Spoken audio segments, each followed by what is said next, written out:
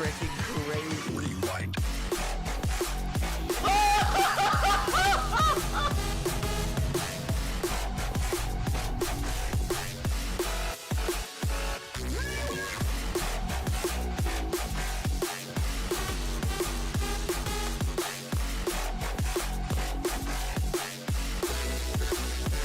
Rewind. Yes! Yes!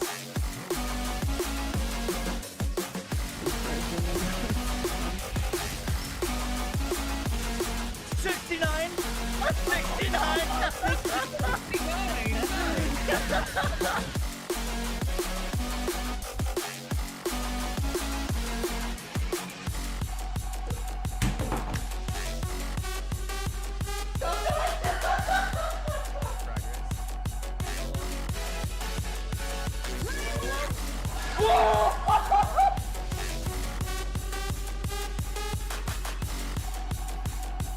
I'm gonna aim so far above the tag.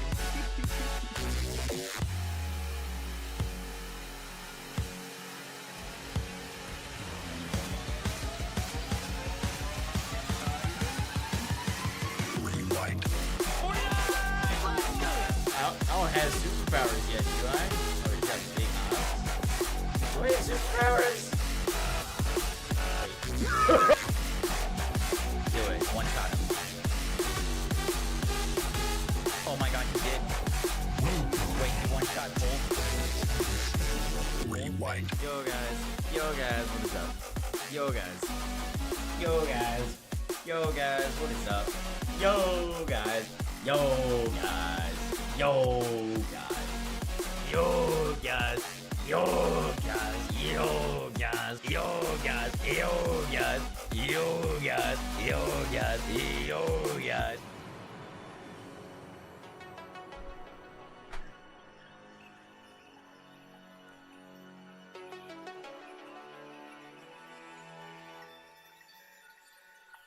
Yo guys, how we doing today? Welcome to our stream.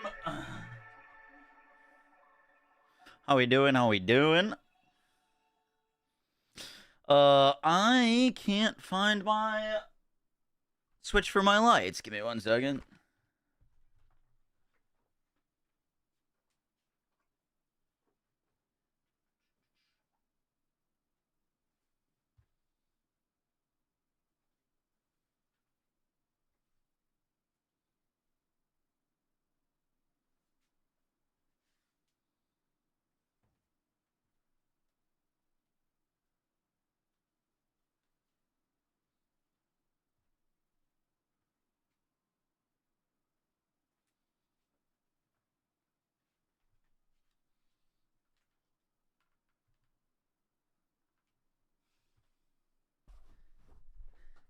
Oh.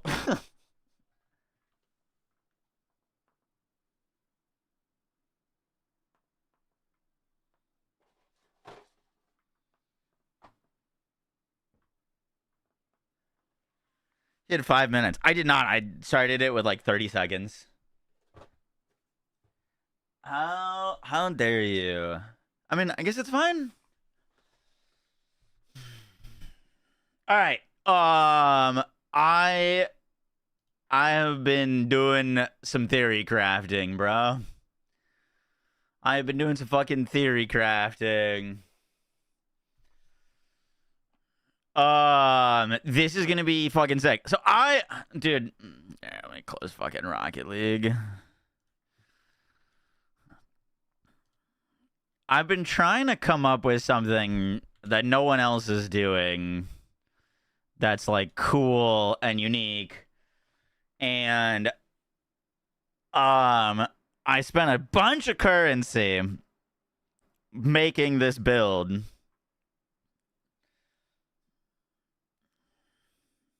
And it was really, I had a really cool idea for it. I thought it was going to be sick. No one was talking about it. And then I wanted to like double check my work, so I called Palstrone, and he was like, "No, that's not gonna work." Off of a small little detail, but I was gonna do glacial lands. I was thinking instead of ice shot, we go glacial lands. We do it on Deadeye.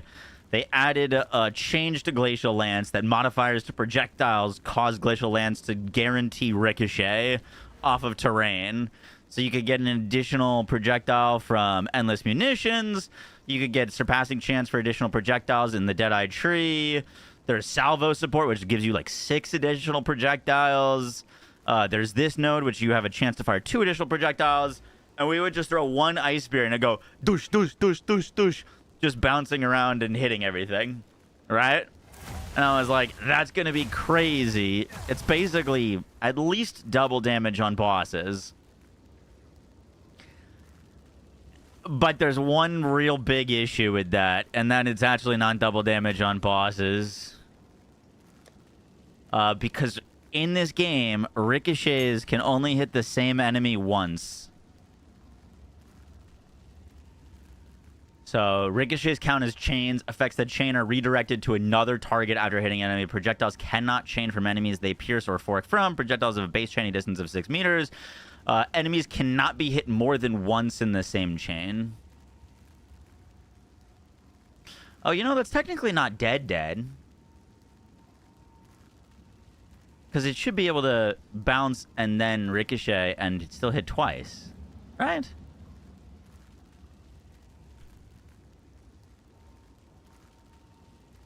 Enemies cannot be hit more than once in the same chain, but it would still be...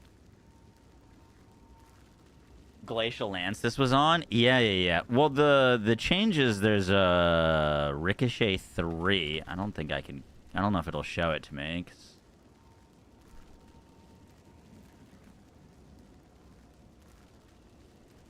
I want to show me Ricochet 3. Are they adding it to the game? Is it not in the game yet? They're making a support Ricochet 3 where your yeah, here it is. Oh, I guess this would technically still be on. I think we're gonna go with this other build anyways, but Ricochet 3 modifiers granting additional projectiles instead cause projectiles from supported skills to chain an additional time from terrain per projectile they would have gained. So you throw the lance and it would bounce off the wall.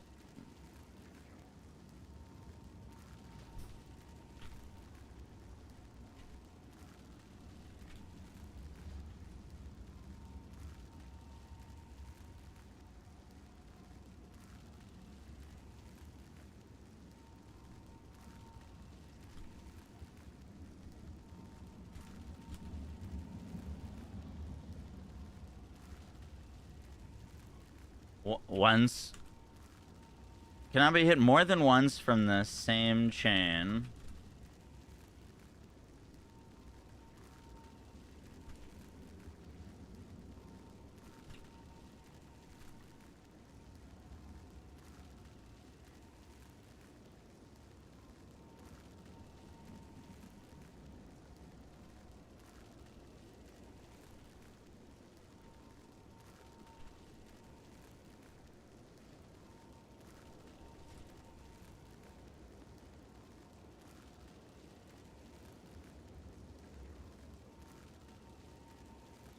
Does initial hit count in the chain?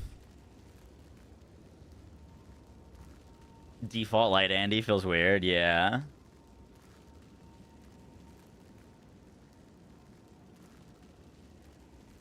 Okay, we'll figure this out later. I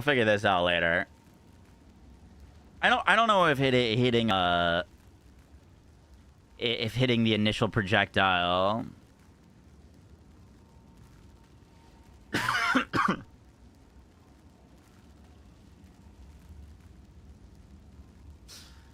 We should test that, because technically that could not be dead. It'd still be double damage. You just wouldn't get triple damage. The initial hit is what would start the chain. So, no. So yes, it would be part of it. If it can't double hit, it's dead. It's just dead. It'd have to double hit to not be dead. But yeah, that could be part of the chain. All right, here's the idea for Monk, though. you're gonna have to stay with me for this. All right. Because this idea came from the call that I just had with Palsteron. I was like, bro, I think I overcooked on this like ice shot bell monk, and I was gonna use drill neck to pierce the bell and then hit the boss and have 3 bells up, and you could do a bunch of damage. And he was like, well, you can have 6 bells now. I'm like, what? What do you mean you can have 6 bells? I was like, yeah, he's like the new Overabundance 3 support. And so that is where this idea came from. So this is a new support. Different than Overabundance 2, where you support skills which can have a limit number of effects active at once. Doubling the limit at the cost of cursing yourself on skill use. Only applies to restrictions that use the word limit. Meaning we apply a curse to ourselves whenever we use a supported skill, ignoring curse limit. Limits of supported skills are doubled. Wait, pause. Pause. Just hear me out. Meaning we can have 6 bells now. 6 bells. But every time we use a bell, we apply a curse to ourselves, right? So temp chains, elemental weakness, everything. They just added a new node in the tree that is in the perfect place. It's right here next to the quarterstaff tree. They knew what they're doing. It gives you deflection rating, faster energy shield restart, evasion rating, max energy shield, evasion rating, lightning res, cold res, and then boom, hollow keeper. 50% reduced effective curses on you and 35% reduced effective non-damaging ailments on you. We pair that with the Cratian's Rune of Warding. Body armor, 50% reduced effective curses on you. Should make us theoretically curse immune. So now we are curse immune and can have 6 bells. We're going to need to get one of these, though, which could be expensive. But curse immune. Yeah, those stack. And then we need to be able to build combo, right? To use our bells, right? Because we're going to be wanting to use Culmination 3. Supported skills can gain up to 10 combos. Supported skills expend all combo on use. They deal 4% more damage per combo expended. We're probably going to be using that with delayed gratification to make requirements 150% harder to deal, but we can put multiple bells down at a time. So we're going to need to build a lot of combo, right?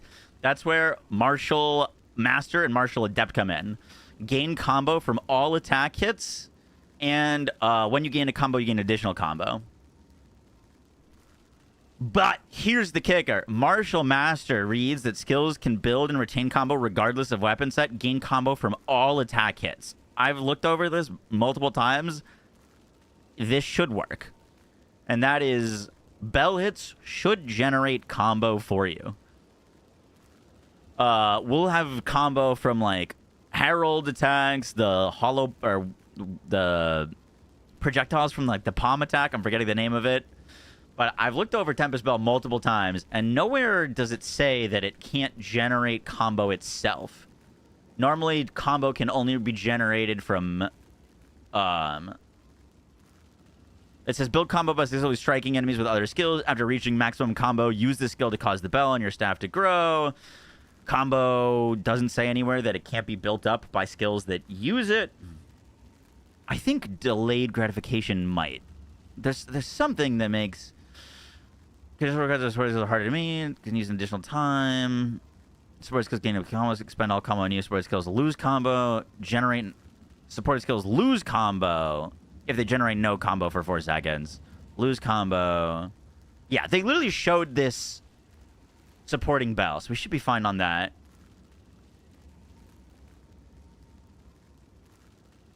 So your bells should generate combo, meaning as soon as you get like 2 bells down, you just have combo to keep slamming the rest of them as you spin and just summon 6 bells, which is a lot of freaking hits, man. That's so many hits. And we're going to hit it with Whirling Assault, right? And then here's the real kicker. Here's where the real fucking craziness comes in. I spent so long looking for something that would give us damage for having curses on us. I was like, surely there's going to be something to give us damage based off how many curses we have. Sure enough, this is a new thing that they're adding. Warding Fetish.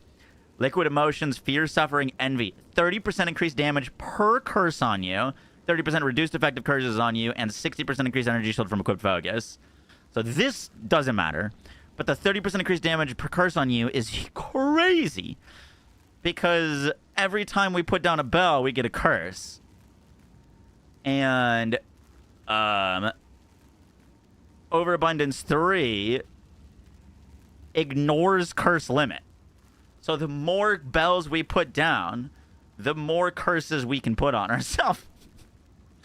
And we just stack up a bunch of curses with fucking 6 bells, constantly generating combo, placing them down. I was going to go hollow focus so that we get really easy access to heavy stunning and culling so we can get like free charges and stuff like that.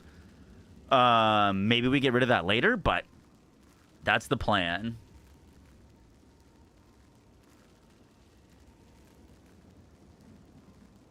Does that apply per bell, or are they grouped in a set of 3 counting as 1? Any others in hollow form? Not yet. I do, but I don't know. It looks a little clunky. They apply per bell, or are they grouped in a set of 3 counting as 1? I should be per bell. When you use supported skills.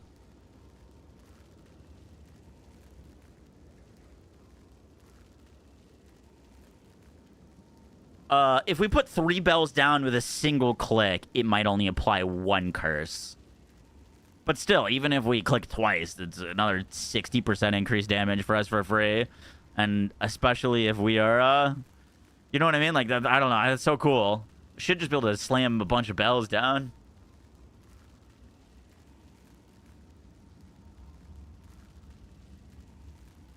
This is super late. Yeah, I mean, Whirling Assault you can't even use to level 41. So we would just level like a normal monk. Like, I'm not worried about the campaign.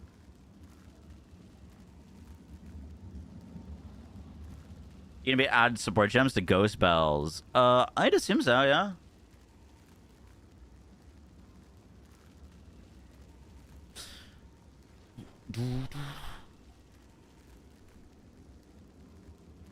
Are you leveling Ice Strike?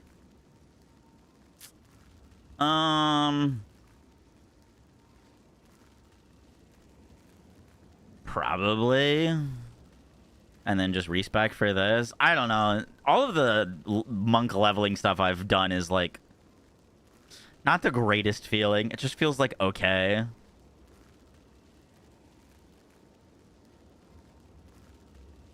There is one tech that I wanted to try and see if it makes the early stages on quarterstaff feel better.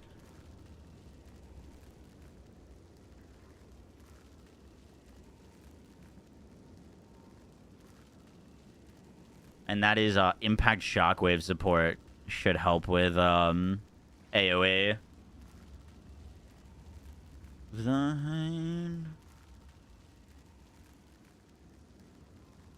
Not going ice shot initially.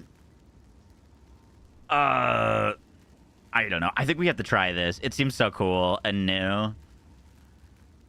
Also, unfortunately, I don't know. Unfortunately, I've made ice shot builds every season, but you know, the pretty much biggest content creator is going to be playing ice shot Deadeye, so like it's not really my build anymore. I'm already getting told I'm copying him, even though I posted a guide first. So we'll try something though different.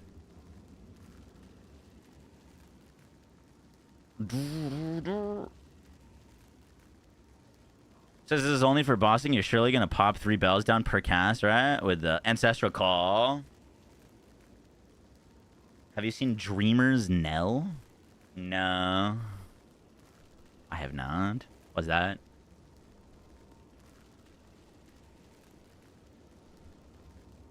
Dreamers? No.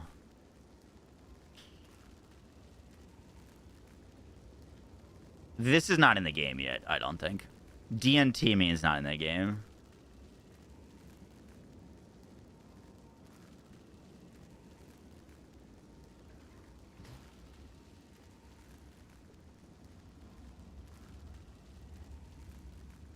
Shattering Palm Screen Explode tech they showed?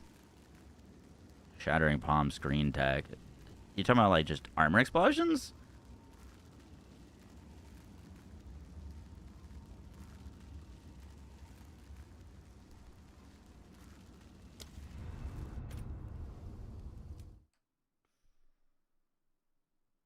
Let me see if I can get my lights on so we can record this, turn it into a video.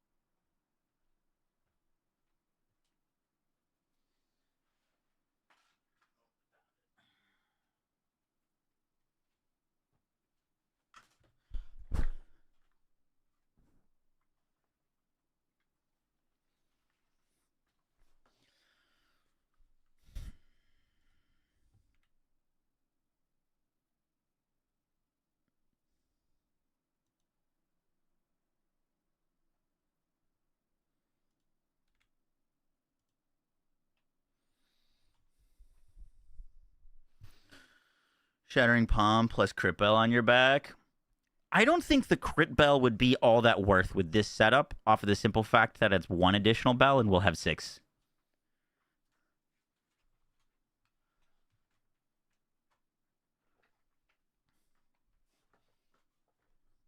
If that makes sense.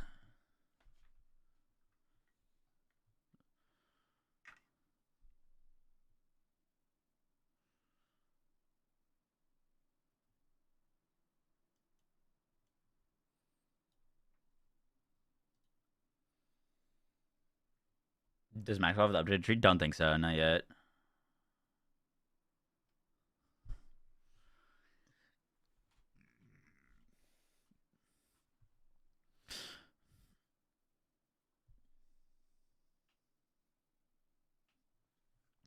Yo, guys, what is up? Max in our...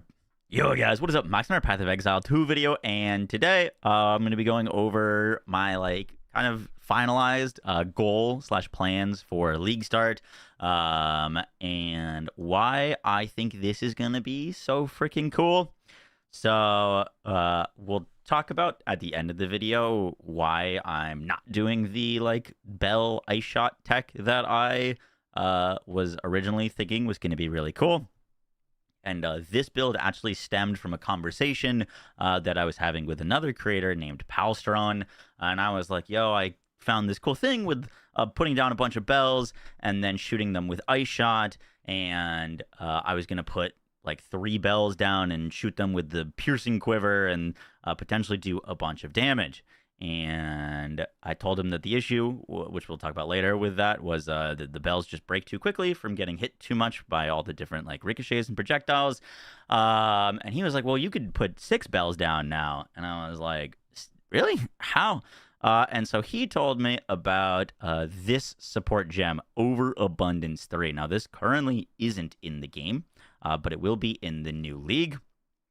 It, like, apparently was in the files of the game, but if we look at the patch notes,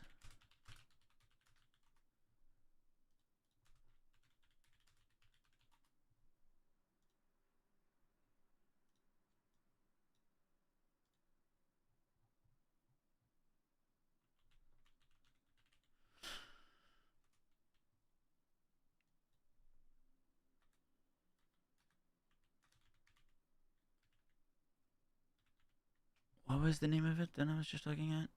Overabundance 3. There it is. They updated this skill in the patch notes. Overabundance 3 now properly describes that it cannot support persistent skills. So imagining that this is now in the game and getting added. Otherwise, it wouldn't be in the patch notes. They wouldn't be changing it. But Overabundance 3 reads that it supports skills which can have a limit, a number of effects active at once, doubling that limit at the cost of cursing yourself on skill use. Only applies to restrictions that use the word limit. So early on, we're not going to be using this because it's going to be a late game thing. We'll just be using Overabundance 2 for extra bells. But Overabundance 3 um, doubles our limit of supported skills. So they're adding your ability to be able to put down 3 bells currently. This will allow us to put down at minimum 6 bells. However, it has a big negative line, and that is that we are going to curse ourselves, ignoring curse limit every time that we use our bell. And that sounds terrible, right? However, there's a few things that we can do. And once again, we're not going to be using normal amounts of bells early with Whirling Assault. But once we get the tech to bring this online, it sounds like too good not to do. And I really want to give this a go. So they just added in this upcoming patch, literally because I think they know that this is going to be a build, is the Hollow Keeper node. This is in a perfect place. Note that it's literally next to the quarterstaff wheel, and going there gives us deflection rating, faster start of energy shield, evasion rating, evasion, max energy shield. All of these nodes are great. And then the Hollow Keeper node gives us 50% reduced effect of curses on you, and 35% reduced effect of non-damaging elements. Now, there's other things on the tree that we could get for extra kind of reduced curse effect on us. But there's also another one called the Kracian Rune of Warding that, if we put on our body armor, gives us an additional 50% reduced effects of curses on you. So with these two things, we should effectively be curse immune, meaning that every time we place a bell, we can put down 6, and we're going to be stacking up curses on ourselves, which aren't going to be doing anything. Now, where this gets really, really crazy and cool, and some more synergies with this, has to do with a few things. So one, they added, I believe this is new. I don't think this was in the game before. There's a new anoint that you can put called Warding Fetish. This is a liquid emotions, fear, suffering, and envy that gives you 30% increased damage per curse on you, additional reduced effective curses on you. But every time we put a bell down, we're going to be curse immune, and we're going to be stacking damage on ourselves for stacking tons of damage. I believe up to 180% increased damage, which is really cool. And then the real kicker is, how are we going to build up enough combo to put down 6 bells? Because, we're going to need to build up combo. It'd be really awkward if we had to build combo, bell, build combo, bell, build combo, bell. And that's where the air quotes kind of feedback loop of this is potentially going to work. Now, the build doesn't require this to work, but if it does work, it should be ridiculous. And that is a potential feedback loop with the Tempest Bell.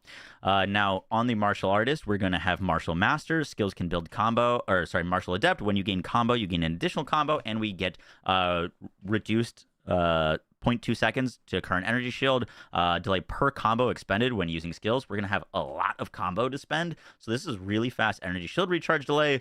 And then we're also going to get Martial Master. Skills can build and retain combo regardless of weapon set, gain combo from all attack hits. Now, this is the real kicker.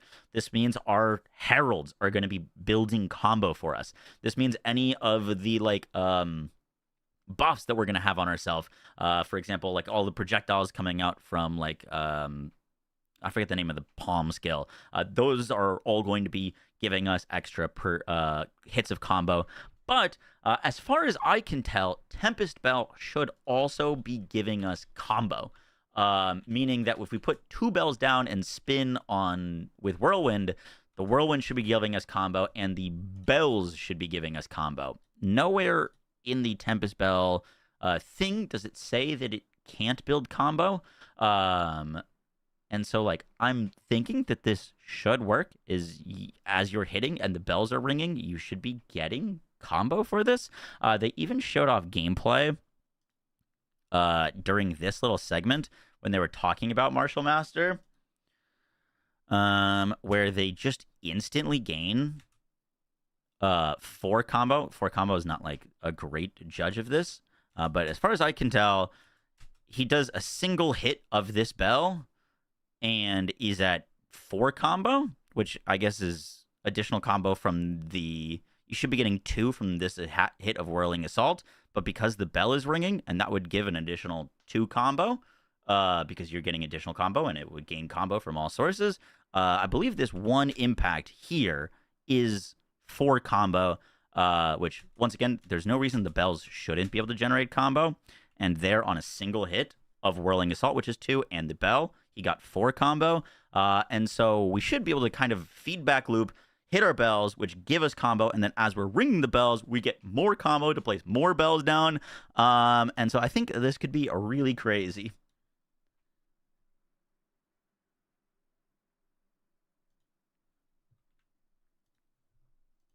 Now there's some additional tech and cool things that we can do with this. I do plan on hitting the bells with Whirling Assault, and scaling crit. We'll talk about that stuff later. But we're going to be using 2 cool new supports.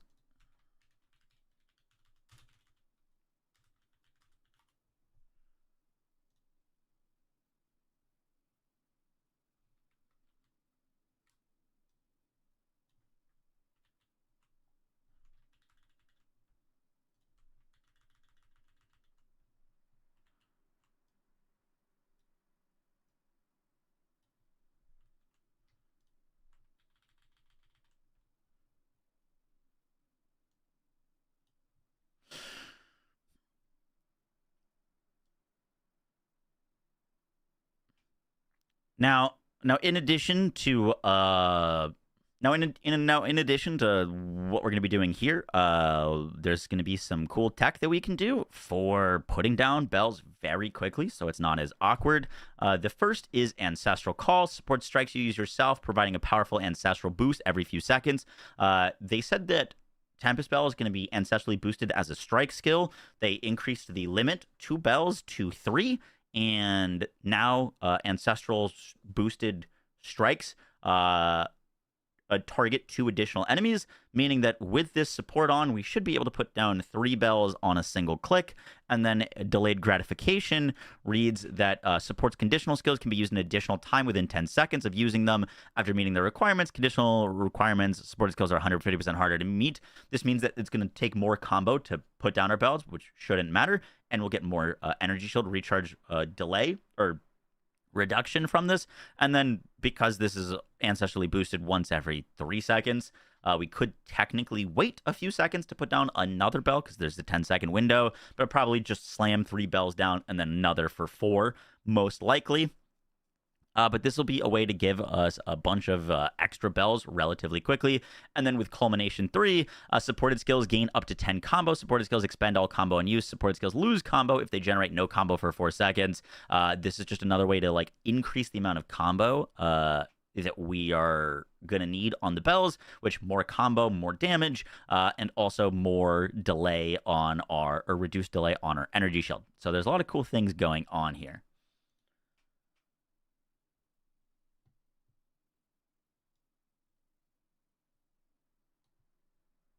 Now, for the other 2 Ascendancy nodes on the Monk, I want to use Hollow Focus.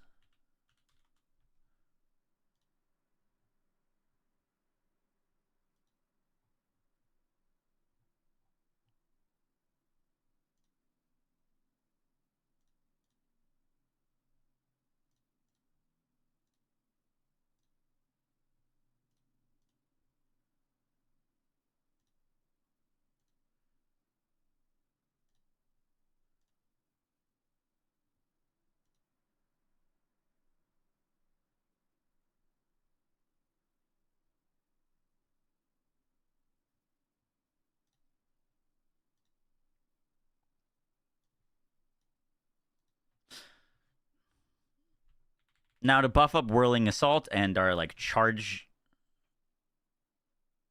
Now, to buff up our Whirling Assault and add more hits for more combo and more damage, we're most likely going to be using Charge Staff, which is going to empower our quarterstaff attacks to send out lightning shockwaves.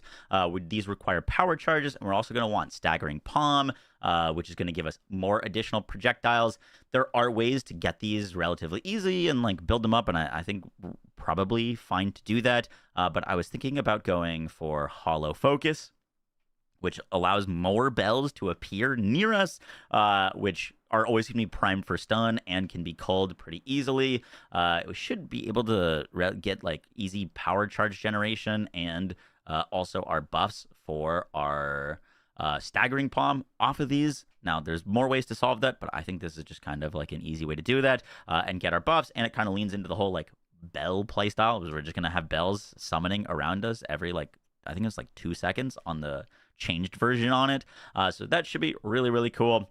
I don't think I'm going to be going for the bell on our back ascendancy node off of the simple fact that we're going to have 6 bells, 1 additional bell, not as impactful, but could be interesting. My plan was to go for the Stone Fist node because I think this node is just ridiculous. I feel like you kind of have to take this on any monk build, unless you're like using a unique glove that you don't want to get morphed by this. But I think Stone Fist is just going to be really, really solid. Ton of defense, and we've seen it give you like power charge on crit and extra damage and a lot of cool other things. So that is kind of the core of the build. We are going to be placing down tons of bells very quickly, slapping them around with Whirling Assault, getting curse immune, and stacking up tons of damage on us per curse while generating easy charges to clear. I think the single target and clear speed on this should be really cool. I plan to use some Herald tech for extra AoE clear, but that is kind of the general idea.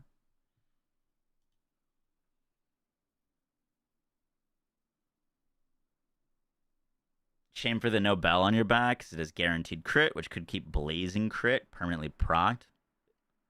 Blazing Crit, that's like 15% damage as extra fire? No?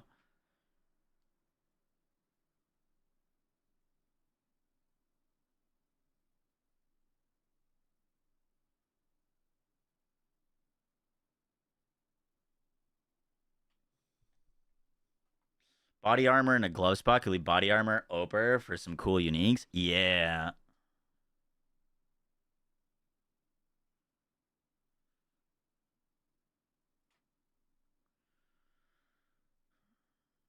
You excited for a takedown in BL4? I am, yeah.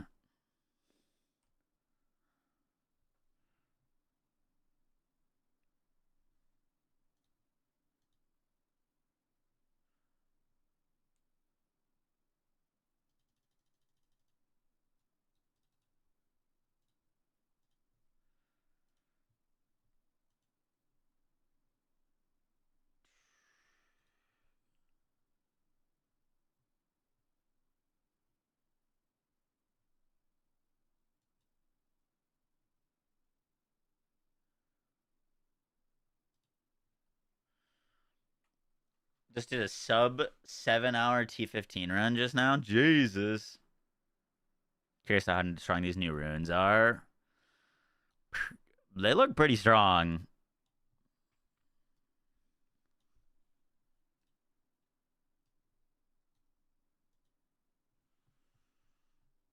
All right, we need to come up with a planner for this.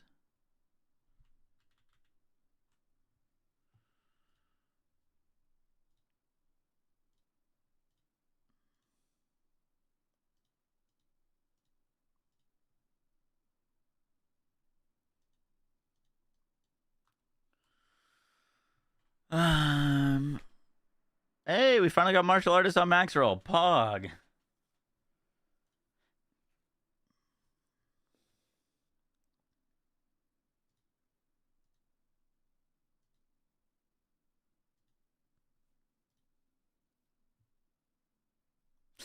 Let's try this leveling tech real quick.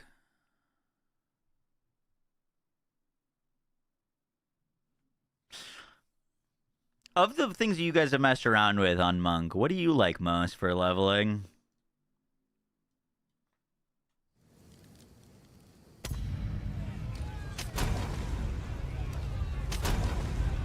Pagan!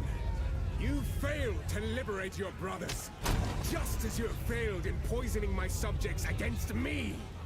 Call out to your dreamer. Let us see if he answers.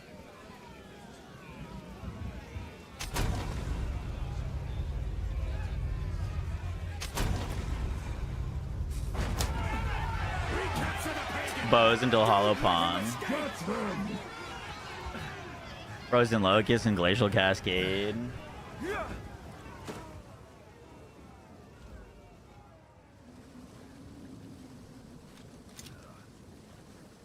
Face tanking till I get Spirit. Dreamers will. I have another chance.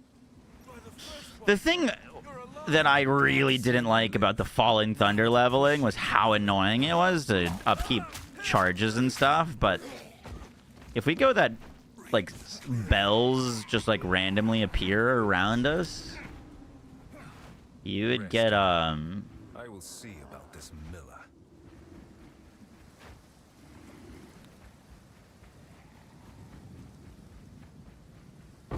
Power, but at what cost? you get kind of all your charges sorted out.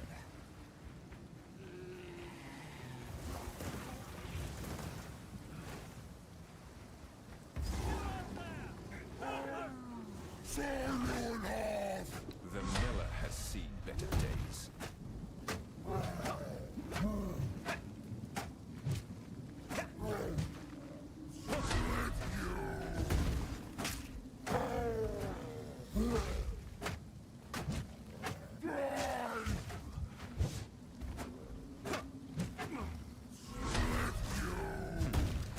Effective.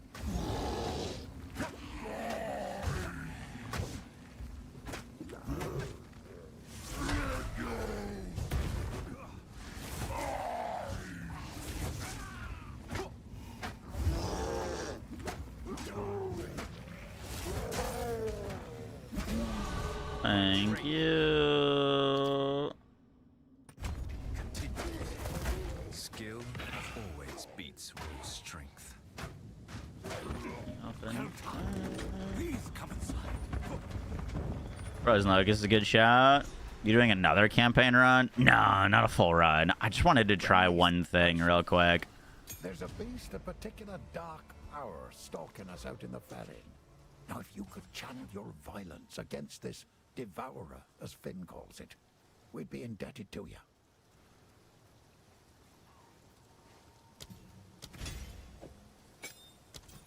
If you find a bind out, don't bring it back. The discipline. Fuck, never lucky, bro. Never lucky. I feel. Stay safe, if you can. I sense within her a kindred. Why is text so scuffed on this stream? I don't know. I was noticing that earlier. Was it scuffed in the video? Or is it just the game?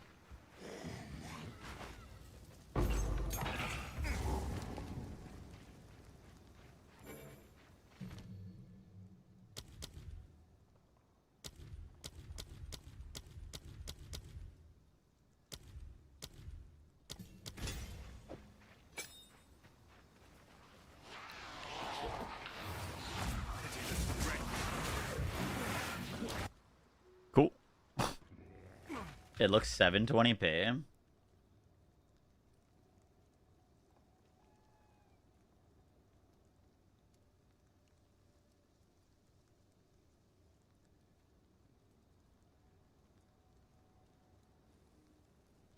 Definitely isn't.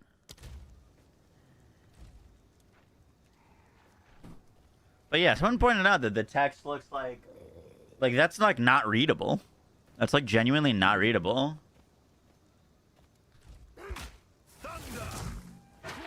No.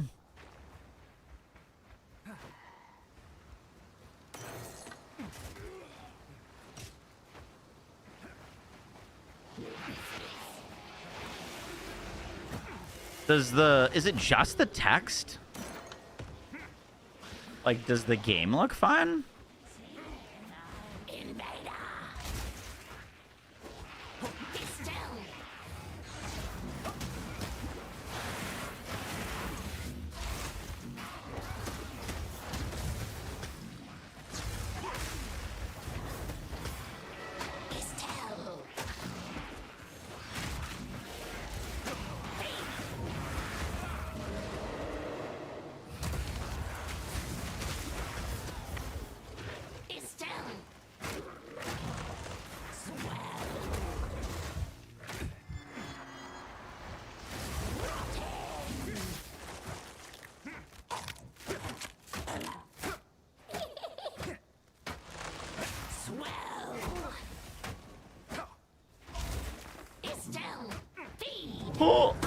Easy.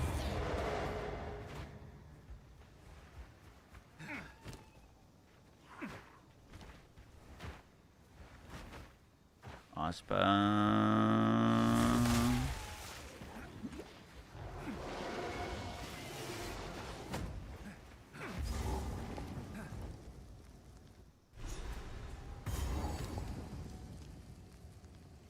Why can you read that? Like now? Like that looks perfectly normal. Warp quarterstaff absorption. Clear as day.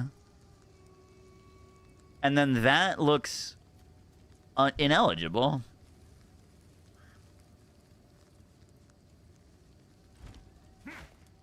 Am I crazy?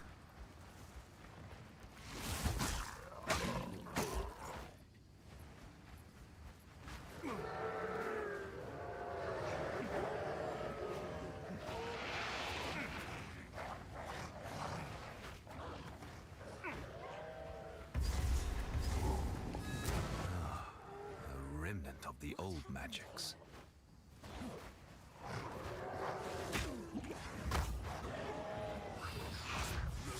Creature. You're mine.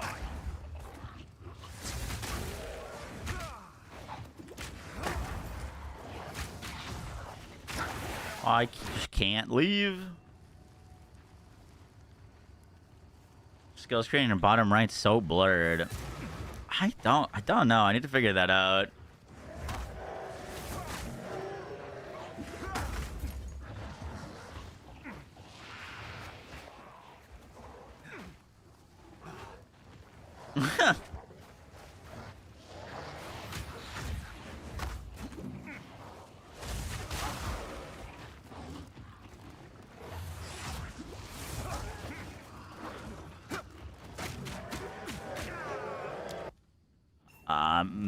Melee.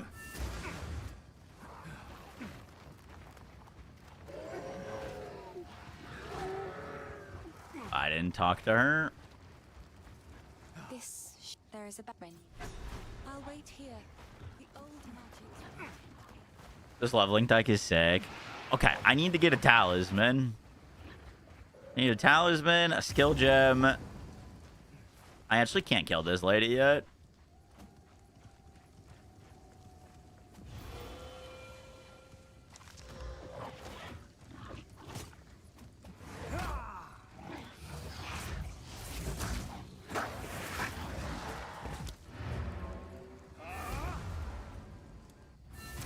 Need all the gear. Bro, it's like literally level 1. What do you mean? How can I help? Anything take your fancy? One of my finest. Boom. Alright, we're good. Yeah, talisman for me.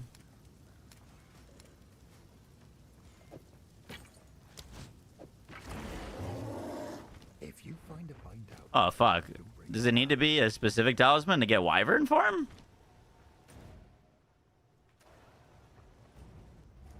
Doing the bear slam tech? No idea what that is. What foulness dwells here? Needs to be past level 5. Oh, shit.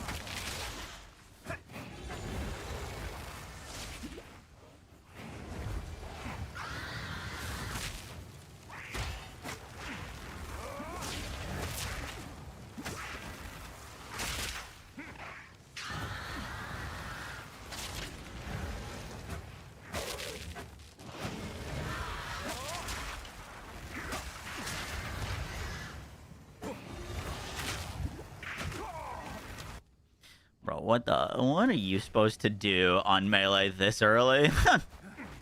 Genuinely.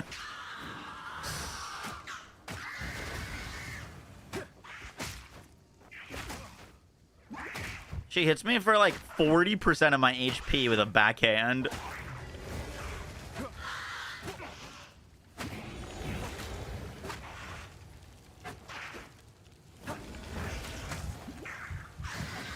Like, genuinely.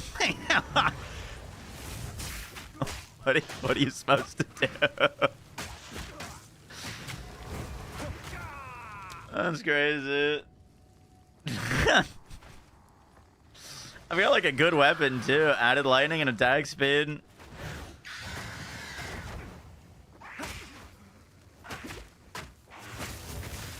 Like, this is double damage of what I could have.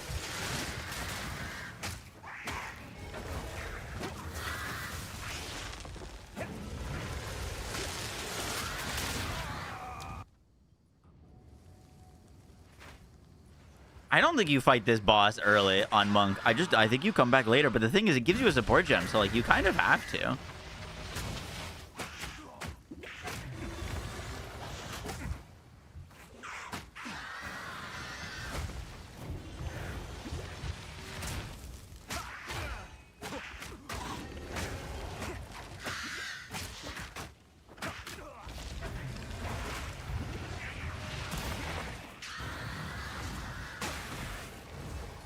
Please, Contagion, save me.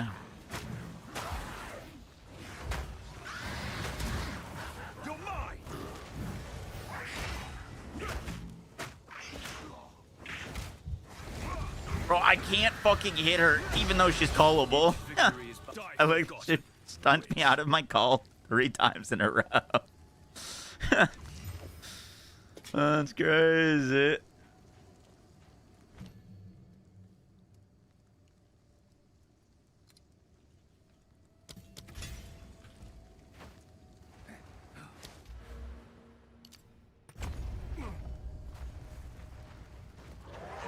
It's manageable with Glacial. Yeah, you might just have to go Glacial.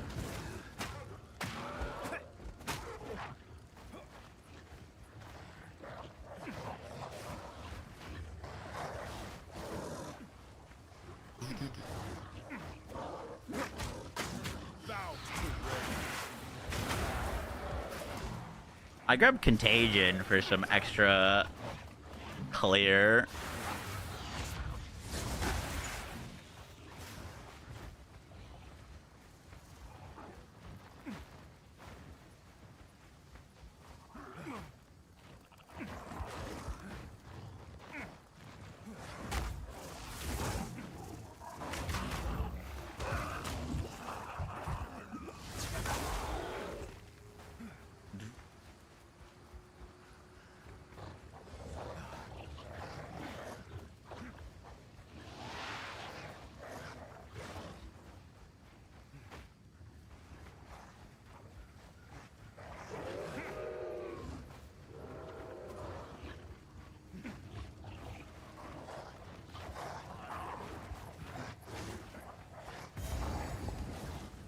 Renville. Yo, and Chalet.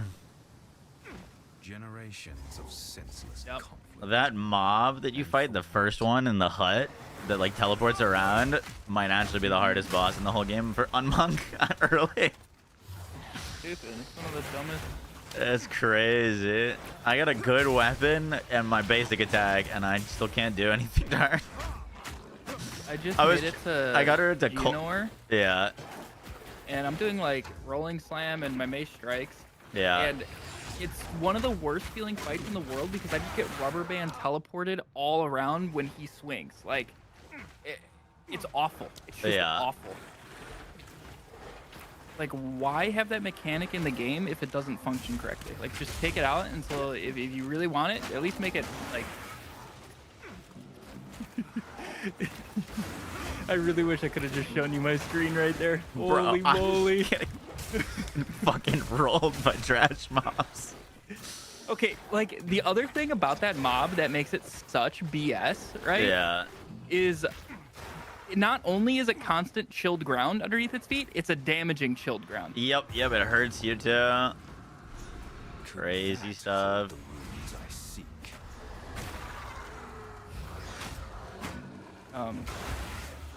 The amount of damage I'm taking across the map because the like lag and desync is it's unplayable actually right now. I really hope League launch isn't like this.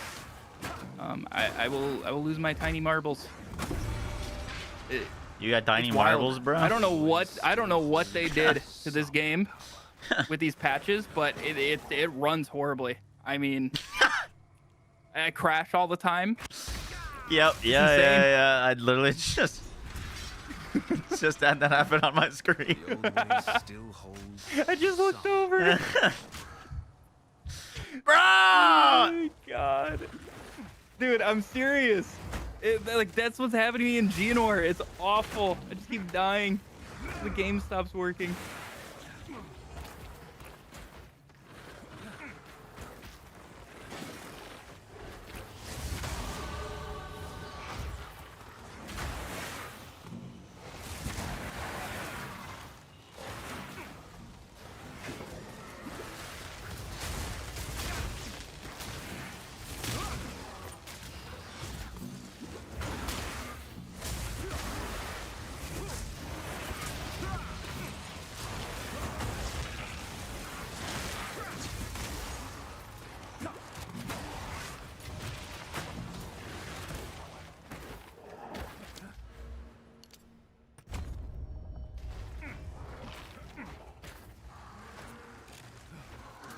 Boom, boom, boom, boom. Imagine deaths in just Act 1. Dude, I think Act 1 is the easiest act to die in.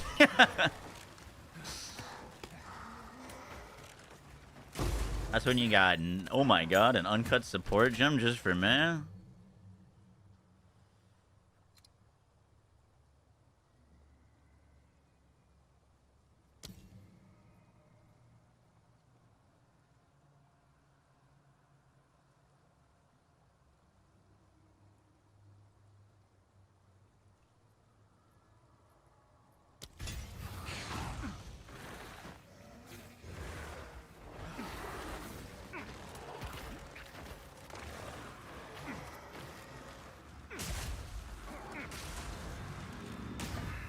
Just one more.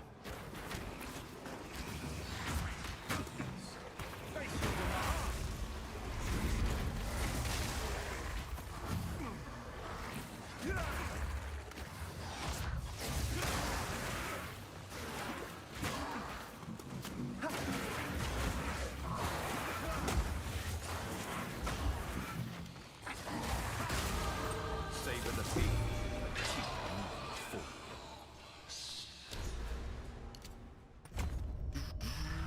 Cool. We got that extra damage. I can put that on now. Actually, I think we want the armor. Honestly, armor's like the only thing that does anything right now, right?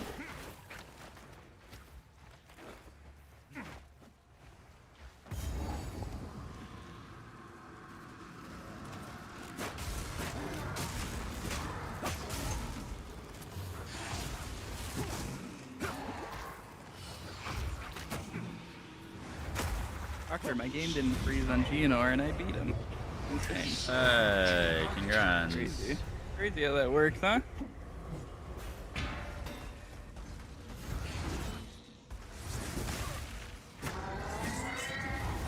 Oh, where's your timer? How can I know if I can make fun of you or not right now? True. My bad. You gotta restart. Timer on. We'll kill Miller again. Fuck you.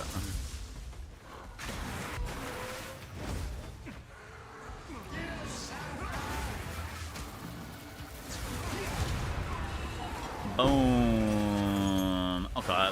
Sleep now and dream no longer. That looked good, dude.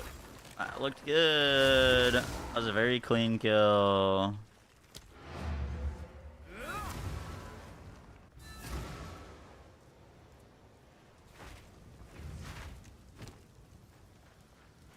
Sick.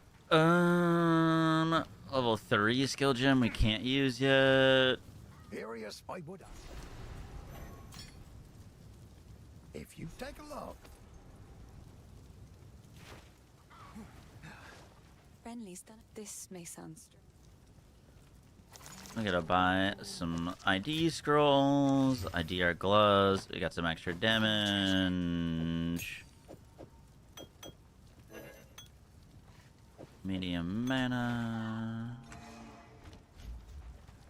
Cool.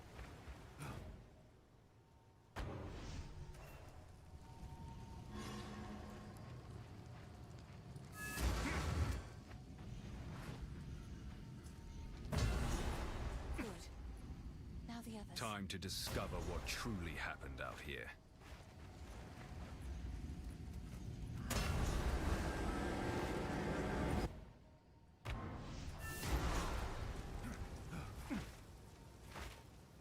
How is the clear? Oh, free fired that. Oh, fuck. Also, I should have grabbed that for a blade. The wound only by the grim attack. Okay.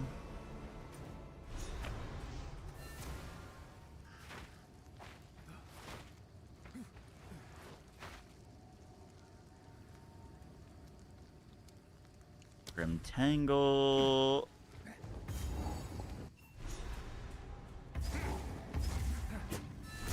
Won't be getting through here. For now. If the face.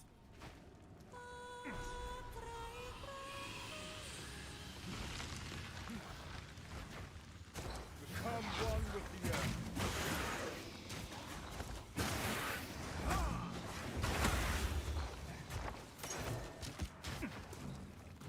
Crossbow.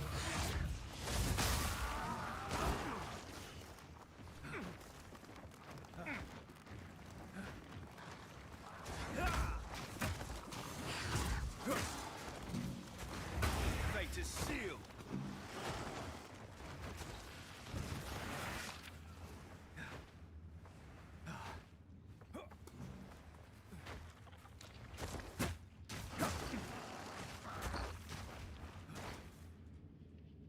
Dude, what is up with the freezing stuff?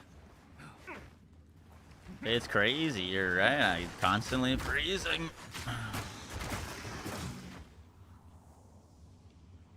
Brother, what the fuck?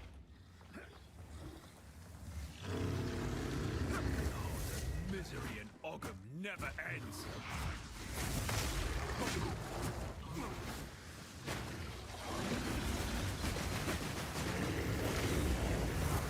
Alright, Mr. Wombo Combo.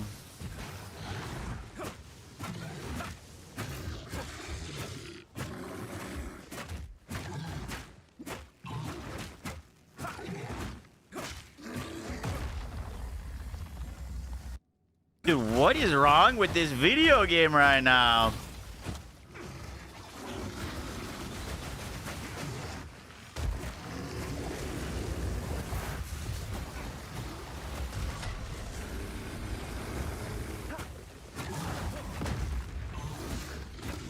Fuck your boulder. Be gone, foul creature. You see Witcher 3's getting a new DLC? Nope. Sounds kind of wild, though.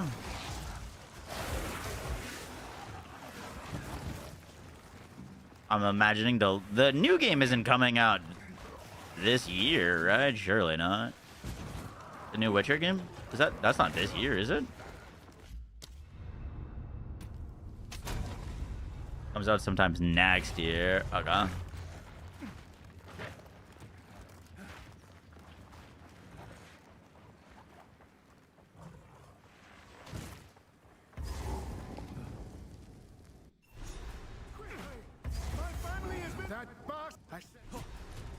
He has the manner of a man.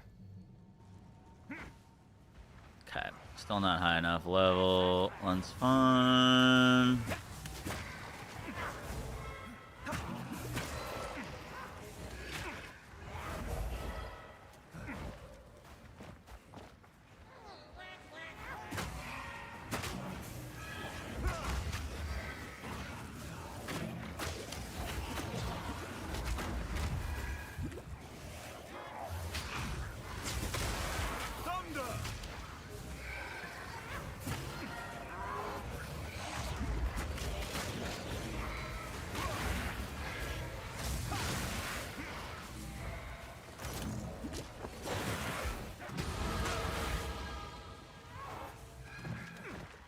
Dude, Contagion makes this, like, so much nicer.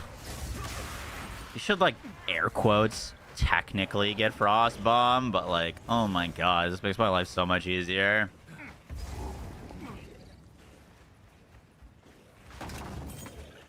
Yeah.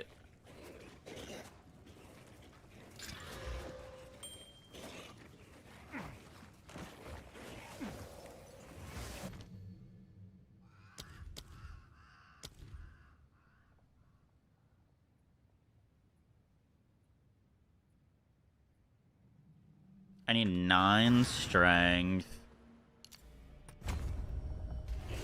How do I get fucking strength?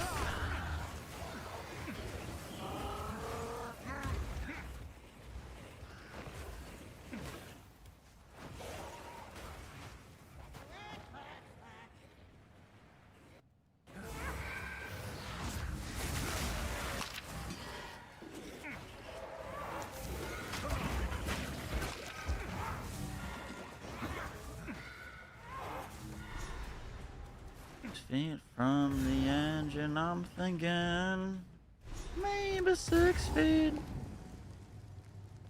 This place harbors an everlasting malice.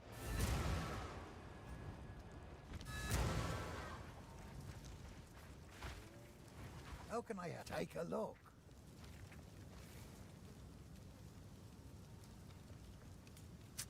Jesus, that's a nice quarter step. I just want something with strength on it. You got anything with strength?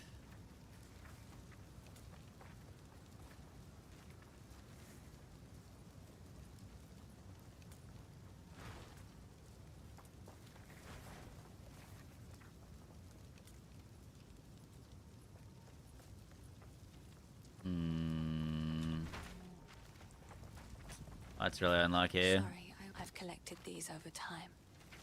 Guess What this do you throws say? a wrench in our plans. What have Unless we you got? get lucky, you can't really do this.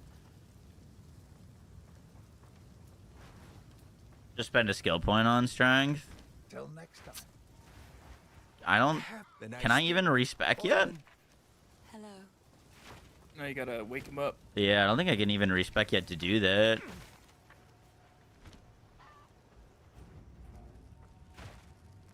Unfortunately. Frick. Restart.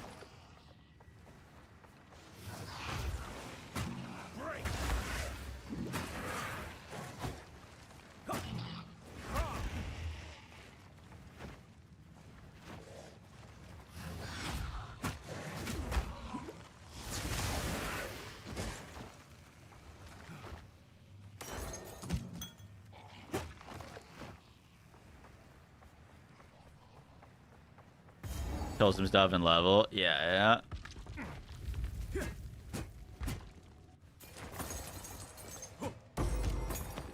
Oh, belts can roll crossbows or strength.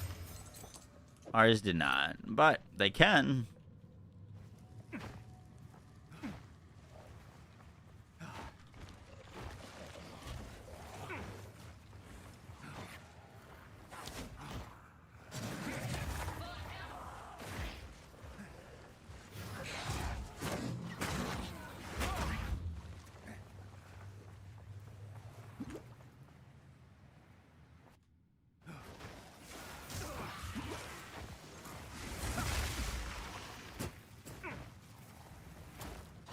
Vitality. Dude, this is like unplayable right now. Why are you being so negative, Moxie? It's freezing every 2 Why are you seconds. being so negative? That's crazy. He hates everything. See my character name?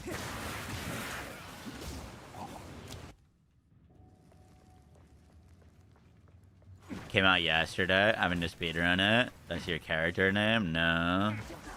Oh, here, let me log back in real quick.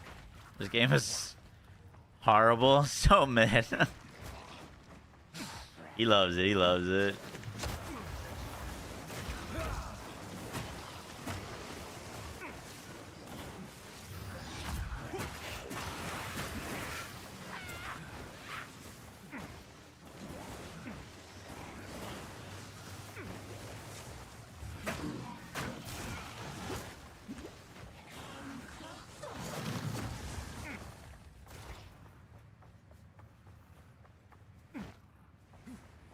So like my only concern with like leveling with like doing some early leveling for like twisters or bow is off the simple fact that support gems are pretty limited. You know? So like I definitely want to, if we're going to level with something that isn't quarterstaff, I definitely want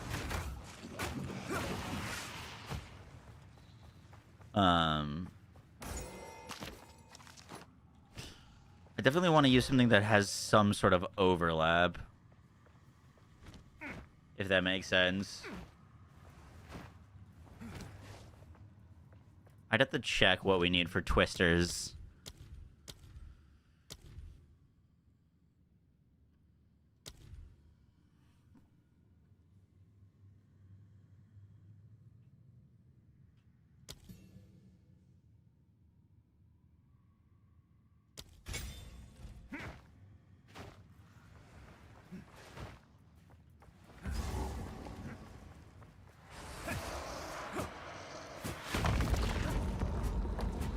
Wind blast, wing blast.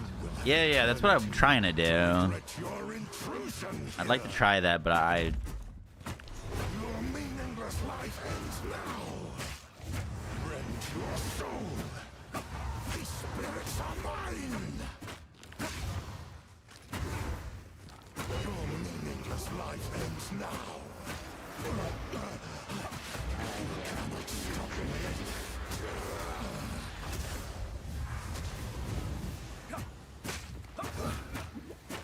Your meaningless life ends now.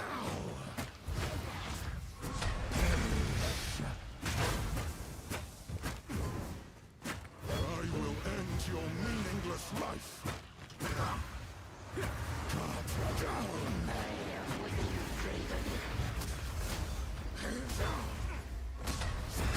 To the Empire.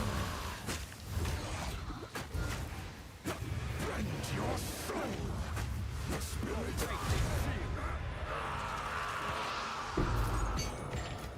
Let the Ezamites buried here finally know peace. So am I. So a future. Cool. Rarity.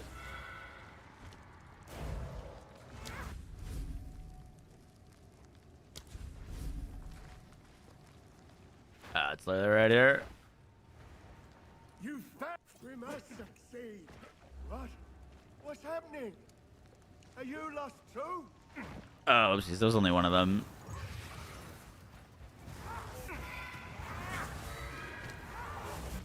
Can I get Wind Blast? Oh, I can cut Wing Blast. Okay, I guess we cut that first.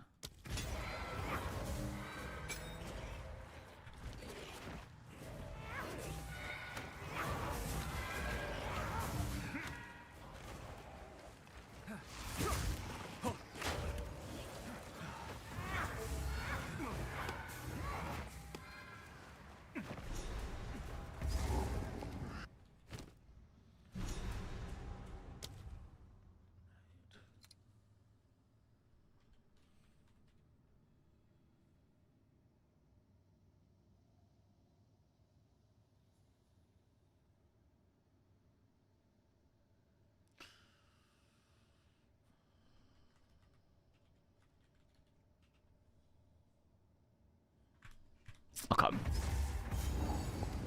Somewhere in the darkness, a soul lies dreaming of hate.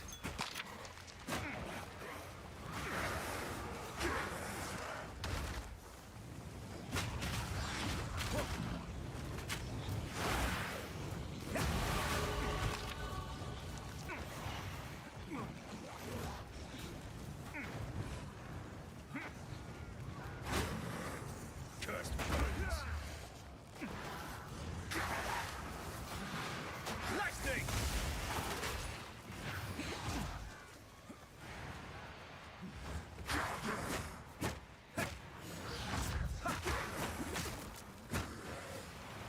The nice thing about twisters, like in my head, about doing twister leveling, which I'm down to try as well, is that it's the same amount of combo and setup for mobbing as it is bossing. Like, you're just doing your, like, little rotation, right?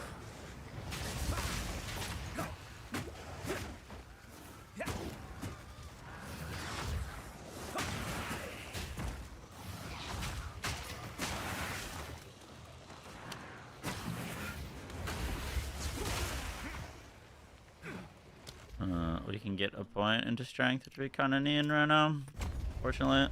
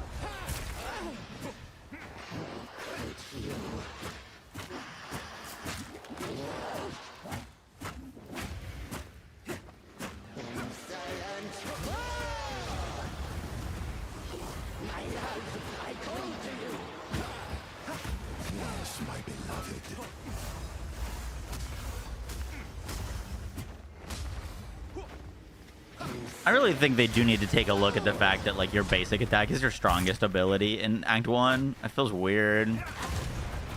Whoa, that was cool looking. You see that? Oh, shit. Nothing but pain and misery.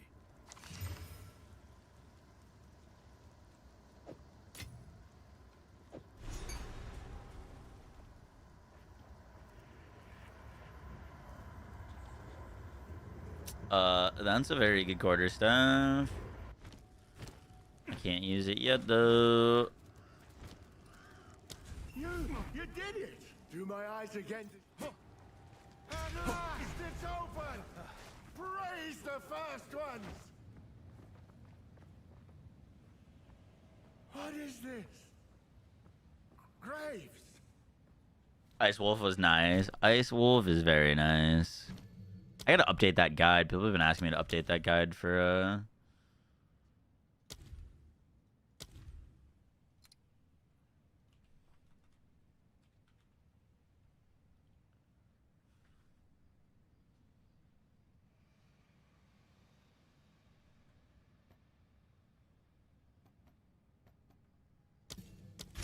Isabel! Torko! Callum! The family of Count Lachlan of Get Oldham. Impact Shockwave? Yeah. This doesn't make any sense! They're dead. Yes, sir. Those bastard Eternals! I must make them pay! I must make them suffer! Nice. Good Gambit.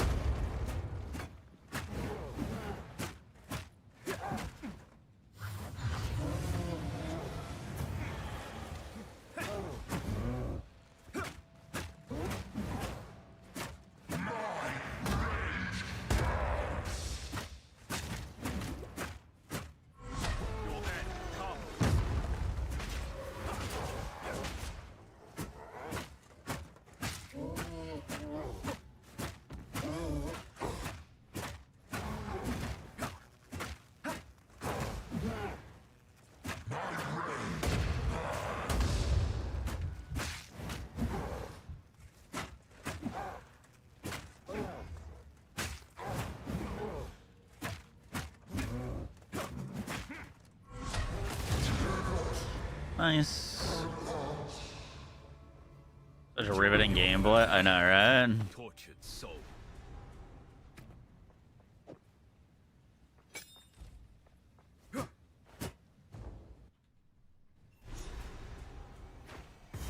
Traveler. Head up. Don't worry. Ready? Go on, Nick. Try and keep up. Don't lose sight of us. The spirit's made its choice. Time to finish this. Almost there. Don't give up now.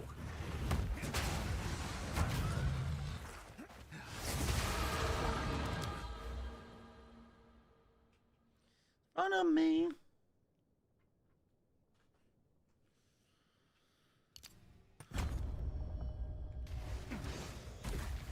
I'm kind of torn there between going the extra chance of shock and extra shock damage or the skill speed. Both are good.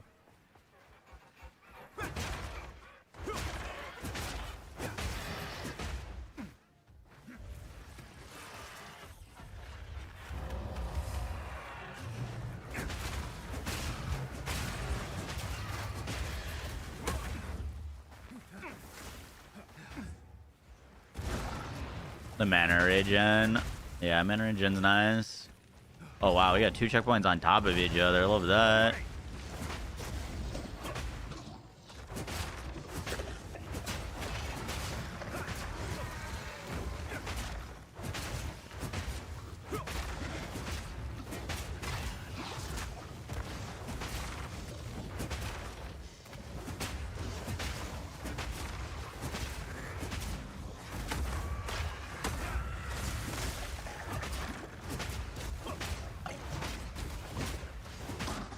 Dude, it's crazy how much more damage my freaking just normal quarterstaff attack does.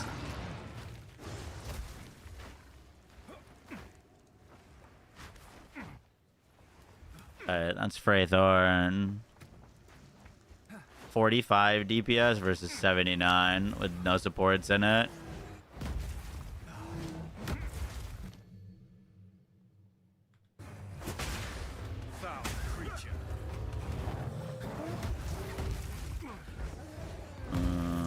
I need... Oh. I just needed to be a high enough level to use it. I see. Okay. Wait, here we go.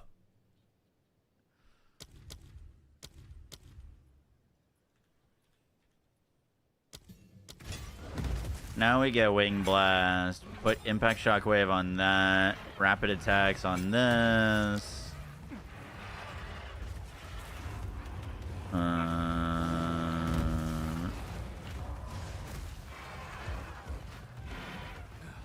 Why don't I say Wing Blast? There it is.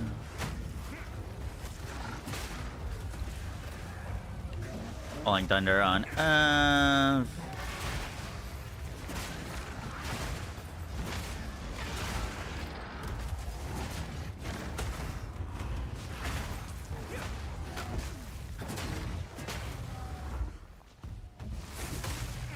Cool.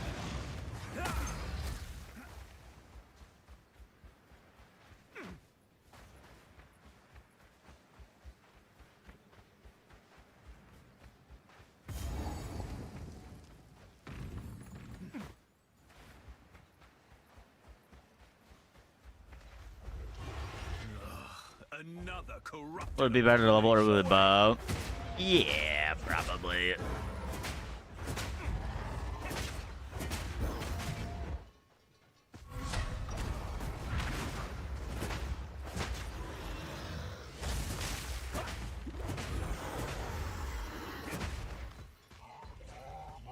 Get back here.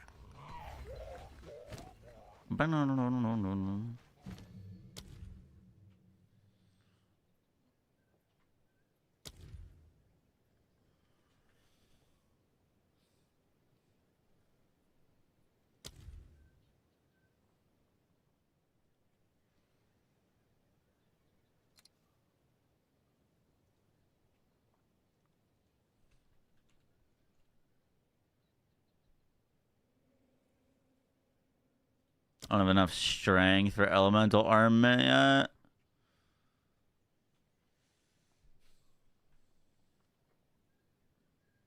What do people use on elemental armament early?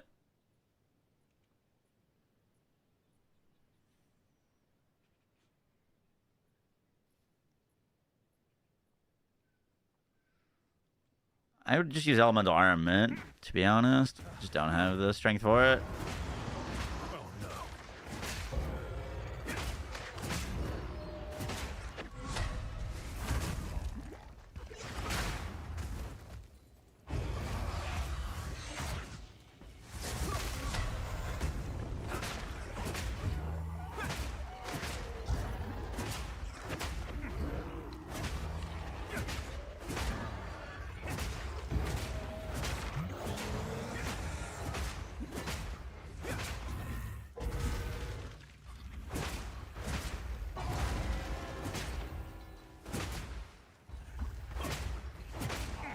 I forgot that Ren gives us like 50% damage as extra lightning.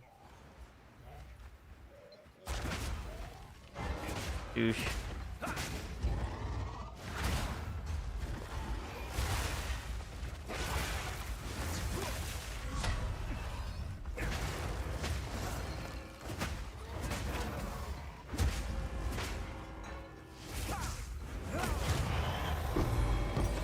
Corruption creates strange Another twists quarter and staff.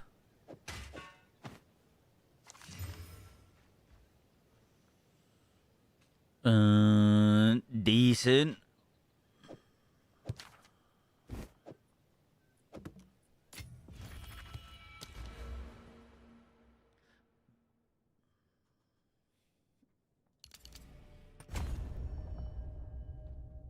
Throw the kill for killing Palm. Yeah.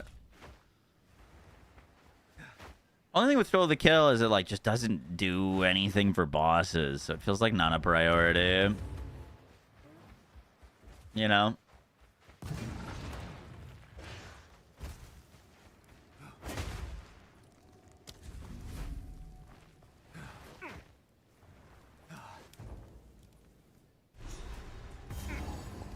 I sense a surreal presence. death becomes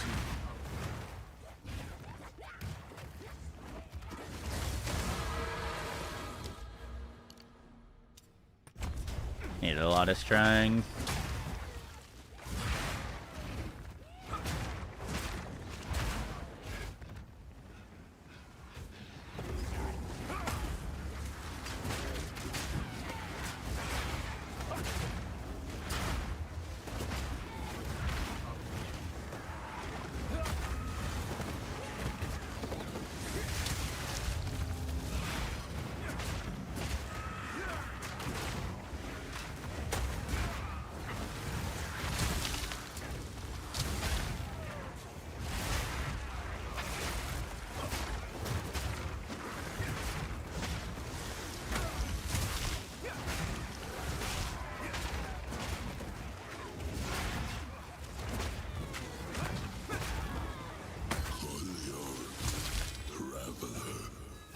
Was that the benevolent dreamer? It couldn't be. please. Dude, the amount of things I've got going on already just to do some damage. Crazy.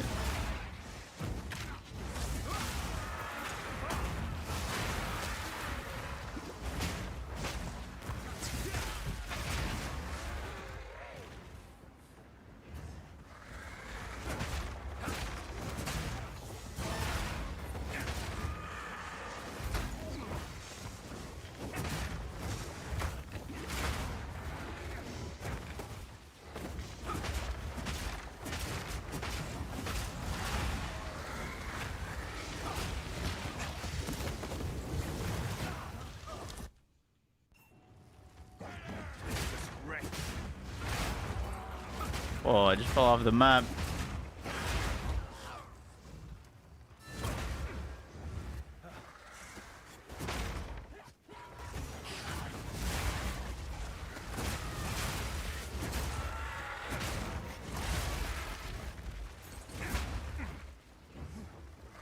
This is definitely smoother with the impact, though.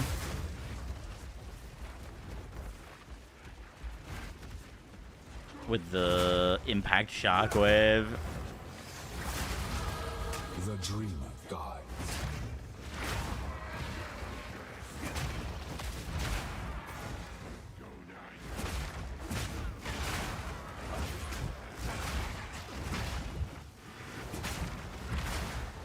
You know what I mean? Yeah.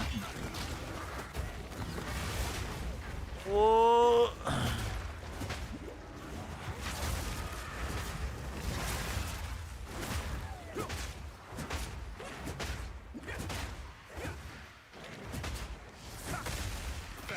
Soil. Or not.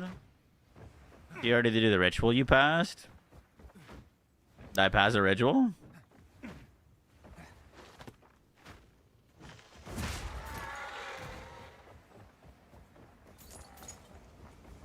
No. Thank you. Good call.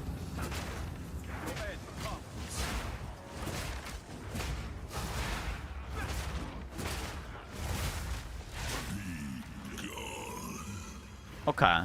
That's looking good. There's a little 1-2 combo. Yeah, Dragon combo is actually working pretty well. And then I can just...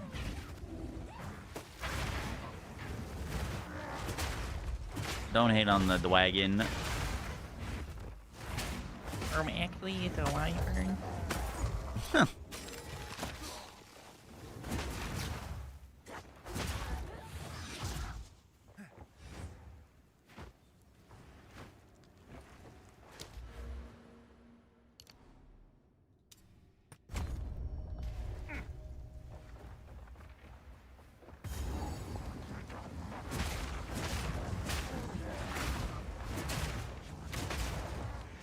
Okay, that's saying there's one more over here. Depraved wretch.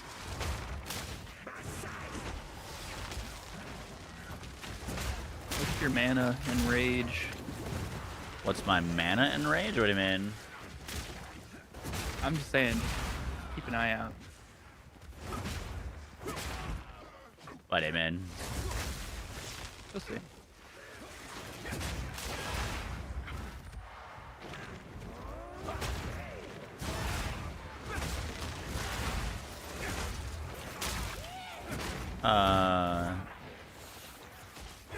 I mean, like, I should be losing rage for swapping weapons? Holy moly. Holy moly. What? That's not real. It's not real. I'm not losing rage. Holy moly.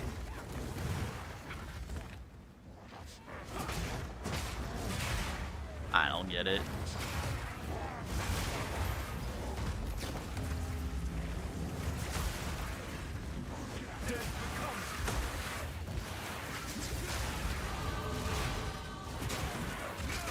Moxie, when you go grocery shopping, do you stop in the middle of the aisle with your cart turned sideways? Yes. Yeah. Alright. That makes way more sense.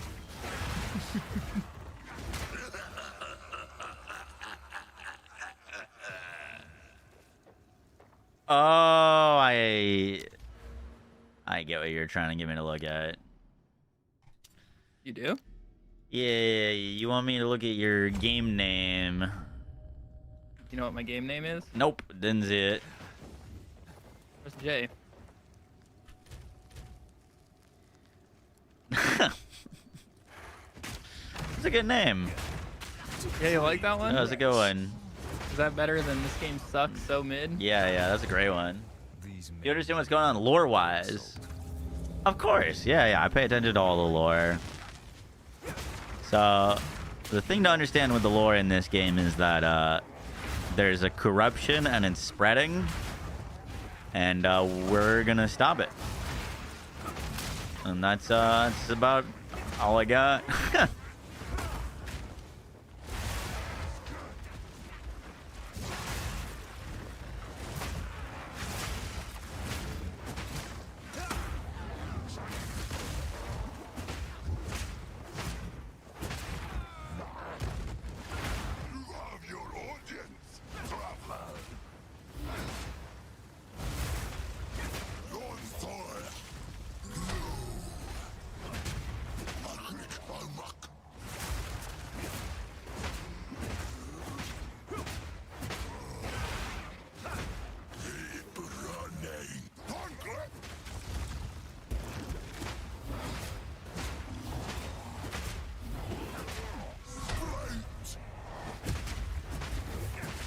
Calculated.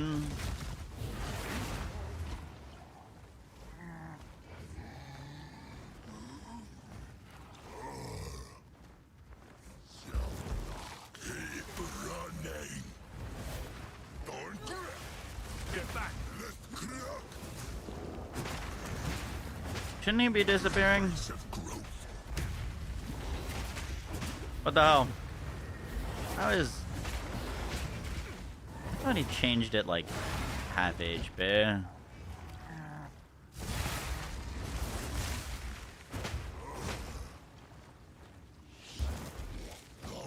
What level? That's a level 2.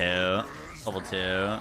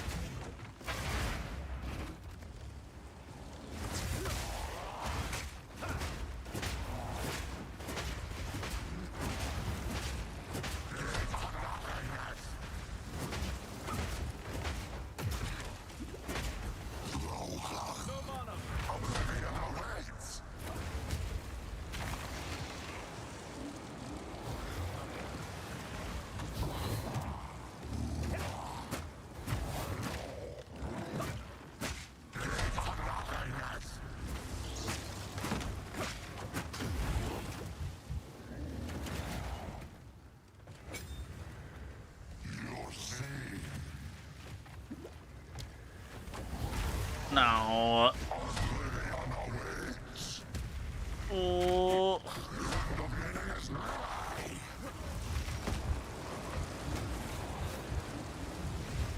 Fuck, bro. Okay, bow leveling is gonna be for us. Do all this combo, all this build up to just do a fucking fraction of the damage. It's crazy.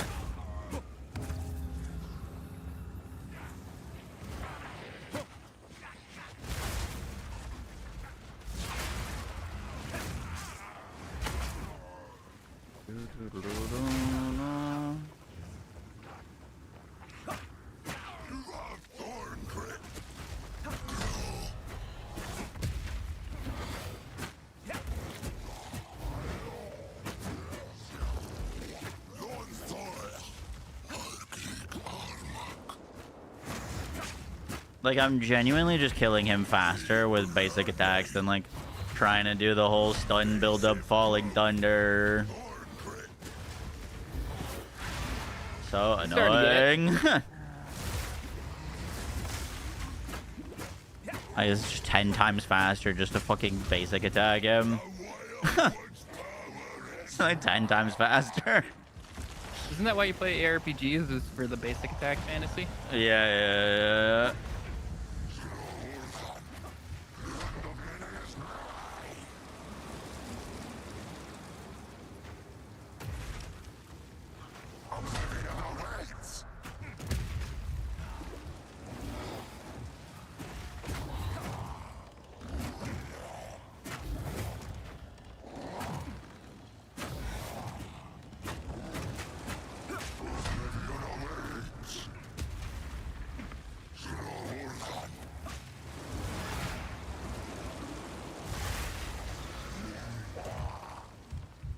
Sick.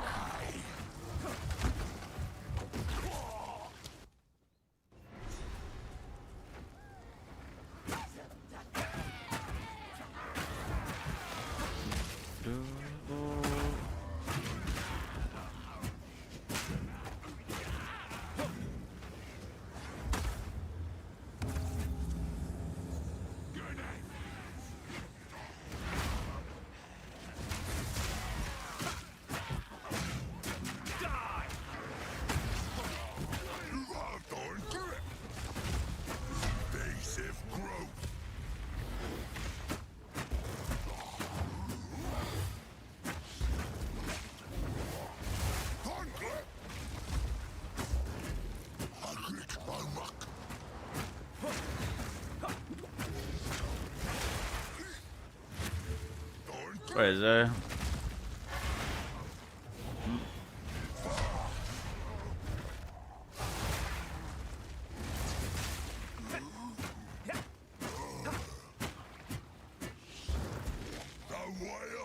use a crossbow and shoot him.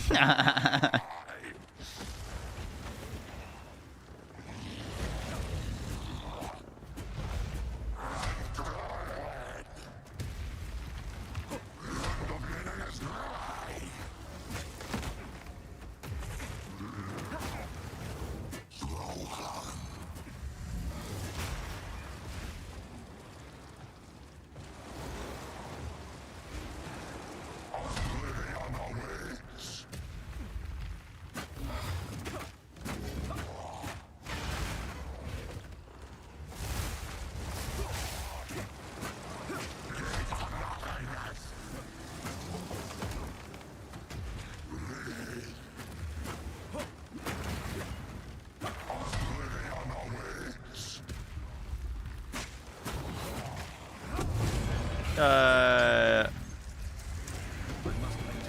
man, you're still on that same boss? Jeez. Yep. Pretty much.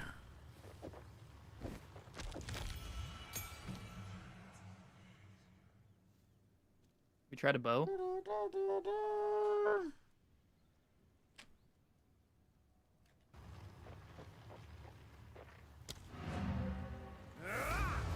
Herald of Ash. Yeah, I didn't have quite the much strength I needed. Or dex.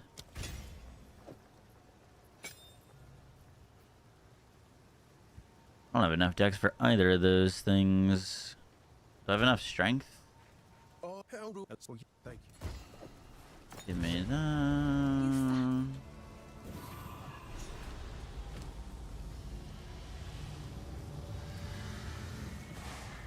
Hey, this guy's waking the fuck up.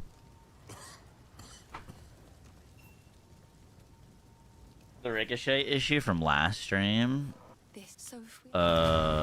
Yes and no? I don't know how it's in mine. These are just some odds and ends of mine. 36 fire res. I will treasure it.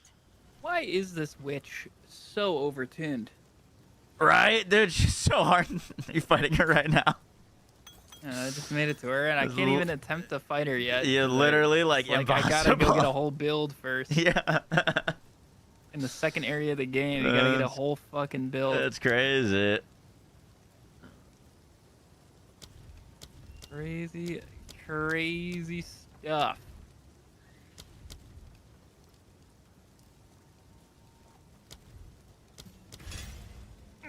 Let the bodies hit the floor. Let the bodies hit the...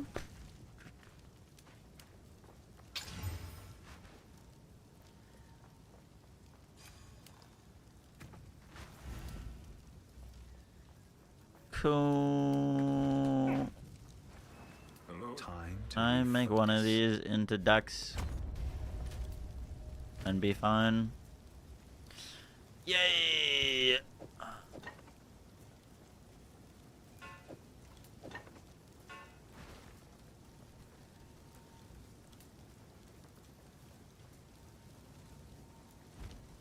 Time to refocus. Hello. These are just another for my collection. Thank you.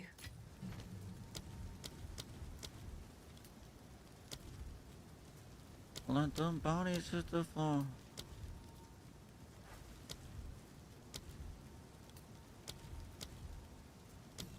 Stay safe. If Grab you can. thrill for that.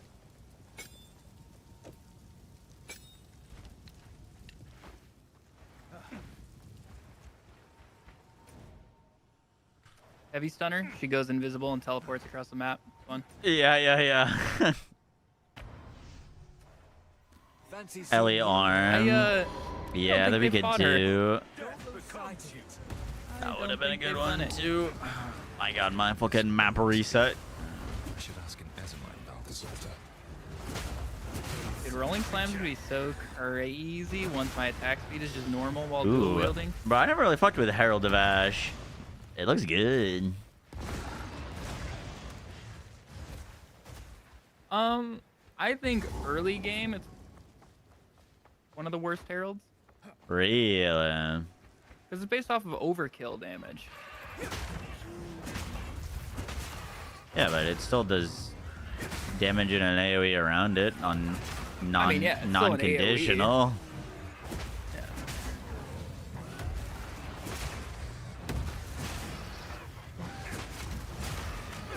Does it stack?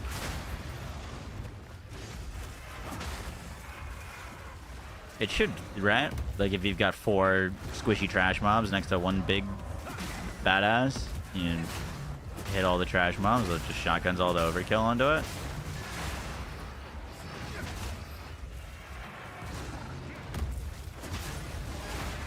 Certainly looks like what it's done.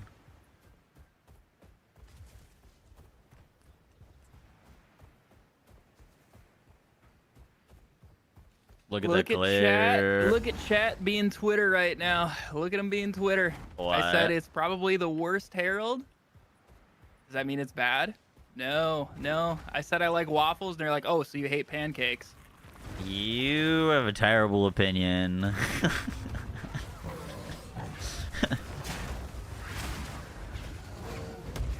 And it's objectively better late game when you get crazy damage.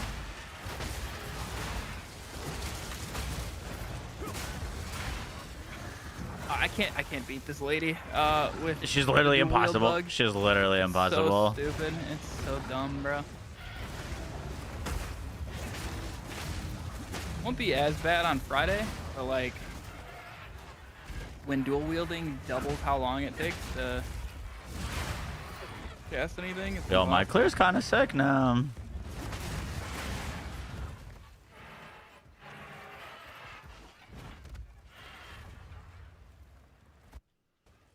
Oh! Video game no work.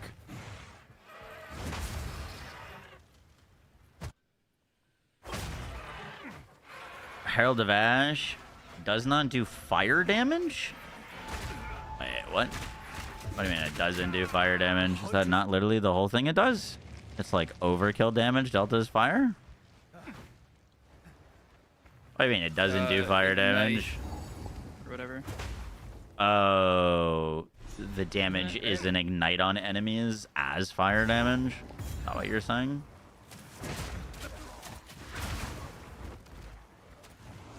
It does fizz damage. Even better. I'd rather have it do fizz than ignite.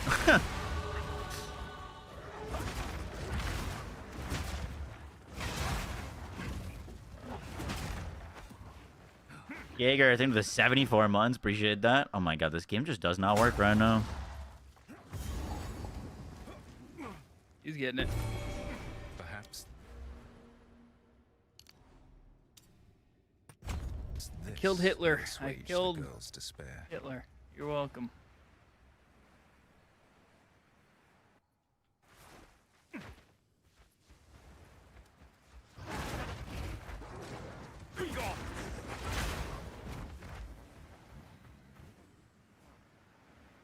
Also, I just realized in my previous run that I just did, I went into Freythorn to get the checkpoint because I found it first when I was in Hunting Grounds. Yeah.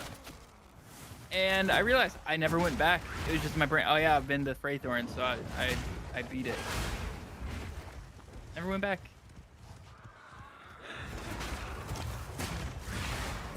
That makes me feel better.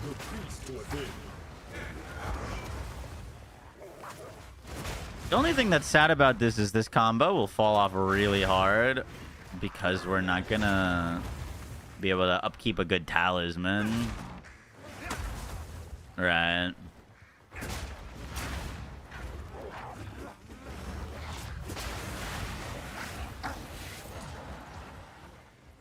Maybe martial arts dragon. Right now I am, yeah. You working on a build guide? Yes, sir. I gotta get this video out on what we were working on, but I was gonna maybe put in some leveling sections.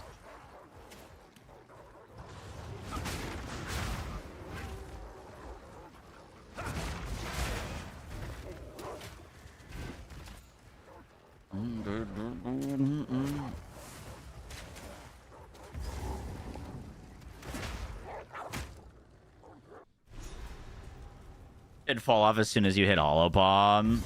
Yeah. I fear I am too late. The question then would be, what do we use? What do we use once it falls off?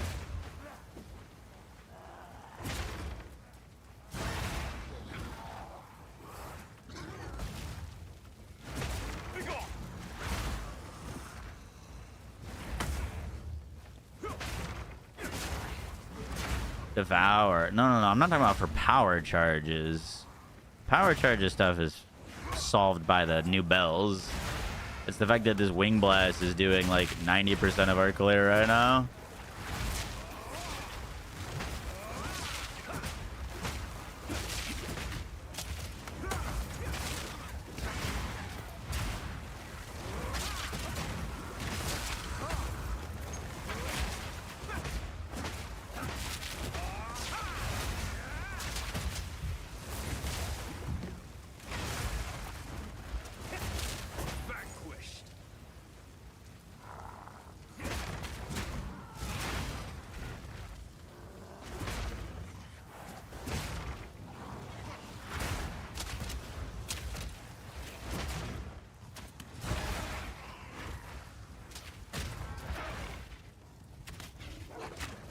So you Falling Thunder for clear.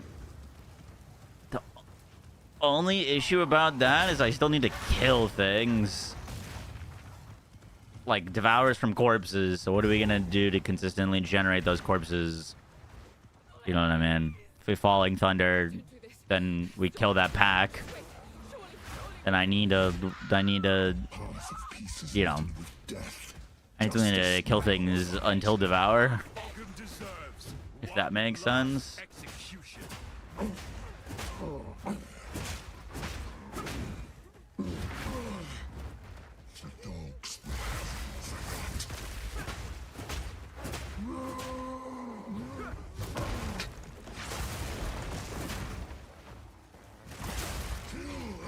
Justice will be served.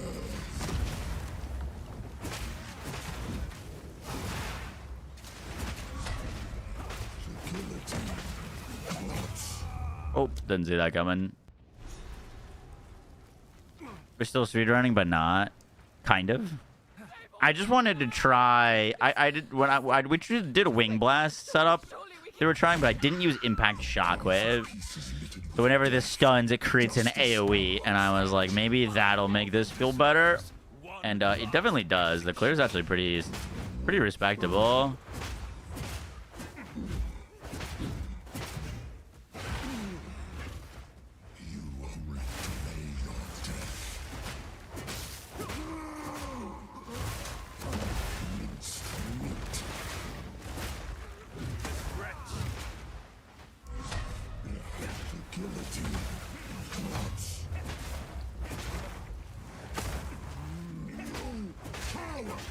Fight or die!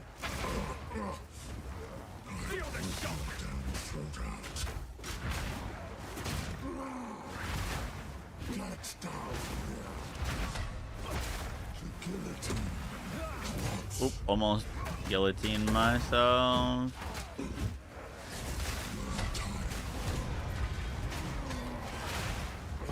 Mere strength is no match for skill. Know where it goes when it's on to me and I walk alone.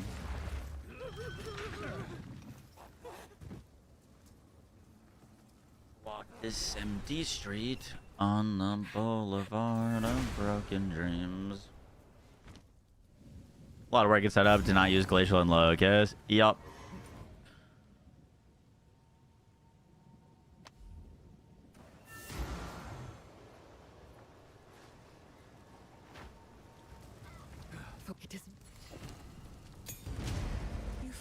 The one that walks beside me. Shadows haunt us both.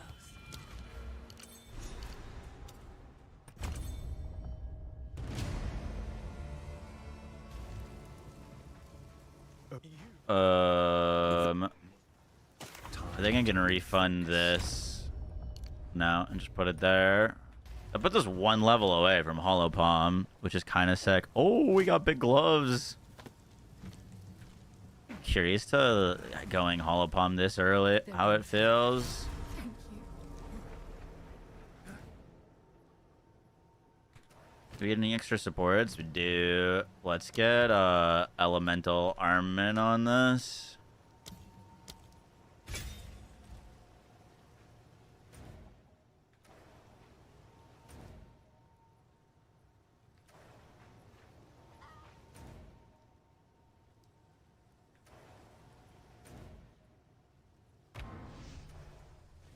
Alone, I walk alone.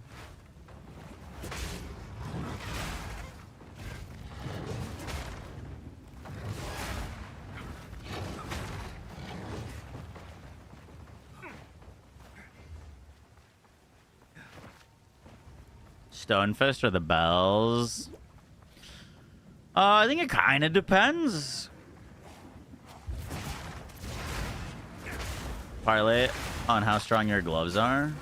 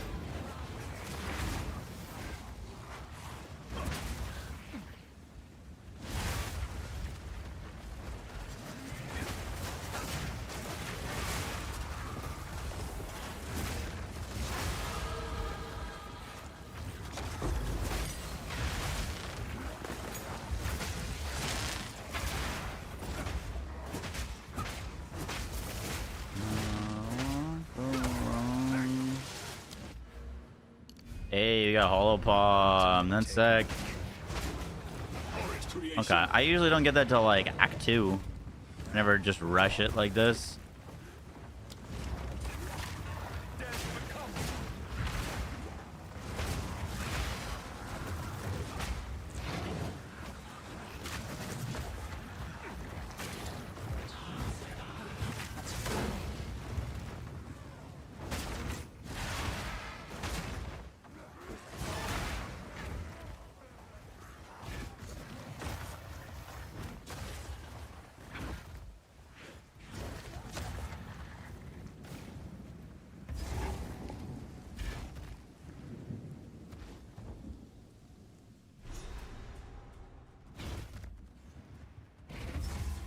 I appreciate that, dragon. Let's check what our damage difference is. Falling Thunder, 184 to 132. Wow, it's a huge damage upgrade.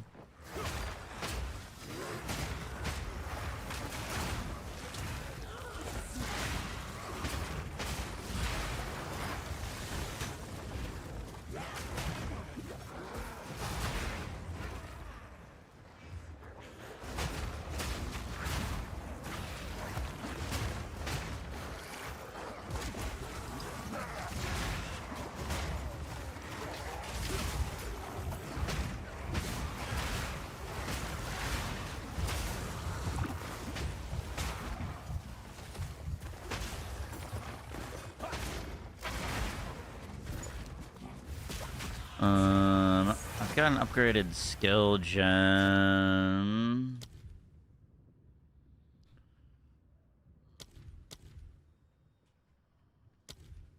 That's not fair.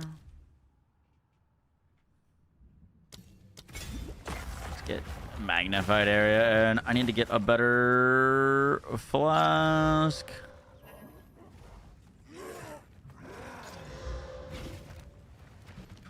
Slap those on for now.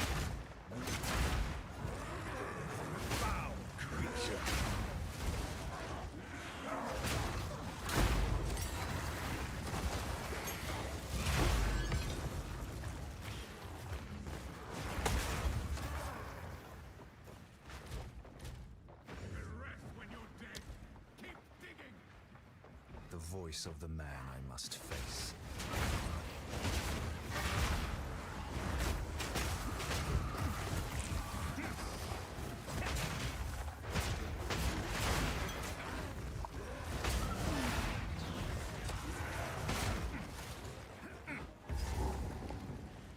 The one thing that I don't like about these two like Mung skills in ways is like they all just move you backwards, which feels very counterintuitive for moving quickly through the campaign. The dark. Shadows hover above us, in the corners, watching and waiting. What sickness has come among us that so unsettles our minds? It sits poised to strike. Nowhere is safe.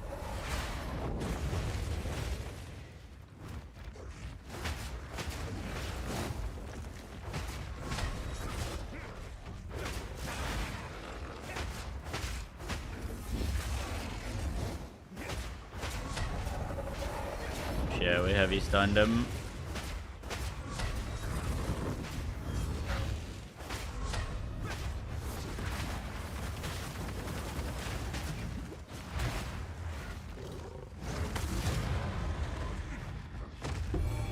This is the cost of pagan beliefs.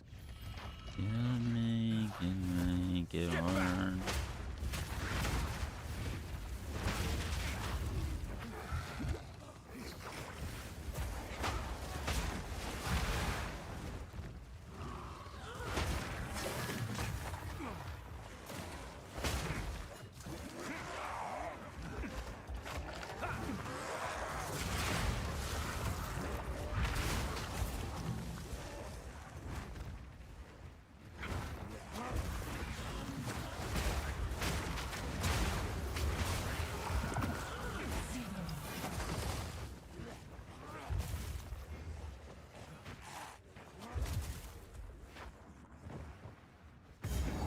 Brink, yeah, Brink will be real nice.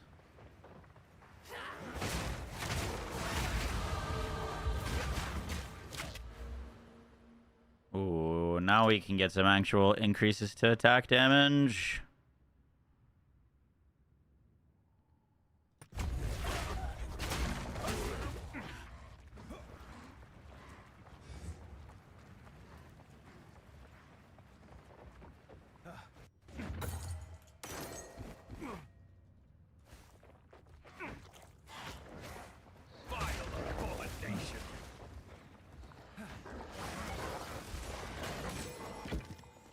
A new talisman. Definitely needed. Mine's like white and level 1.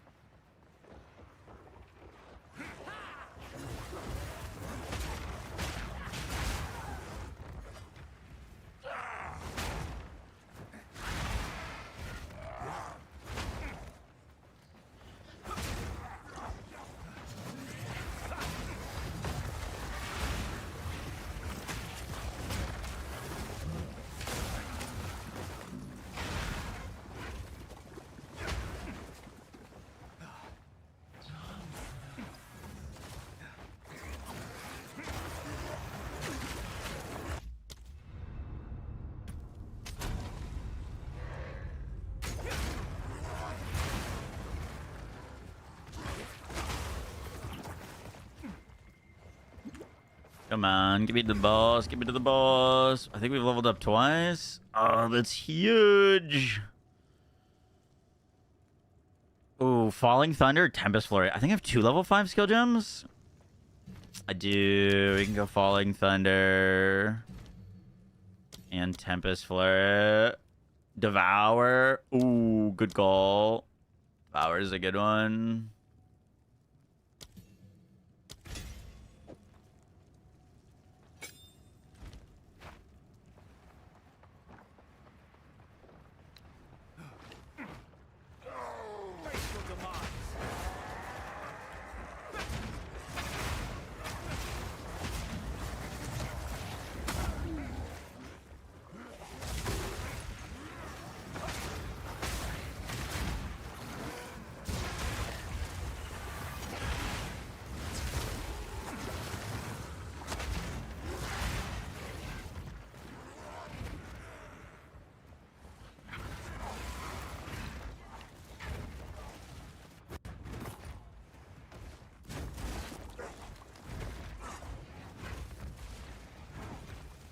Cool. I found it. What are they doing? Full skill gems. Dude, that's my issue with this, is it's like it's just there's so much going on just to deal damage of like a normal build.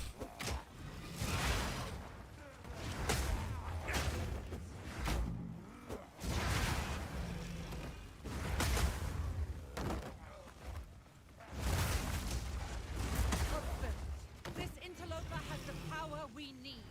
Kill him, and you shall have everything I promise. No noose this time. I'll remove your head myself. We'll see about that. Damn, a little early on that. Can't be helped. First one's eye.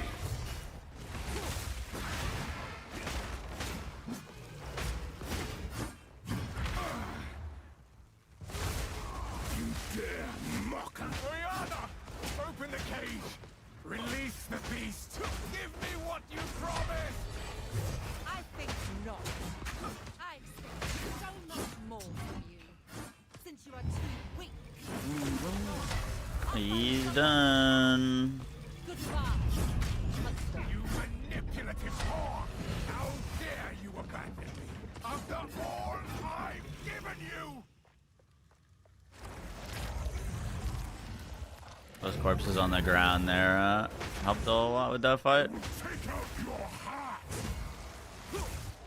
and savor each bite. Oh Requiem. no! Oh my god, I can't believe we lived that. Your pulse quickens. I fucked up there so hard. The eternal I wanted the corpse. with bloodlust empowered. Our Esamir endured, but soon all were devoured. In unending war, death waited at the door. Then hour by hour, men fell as summer soured.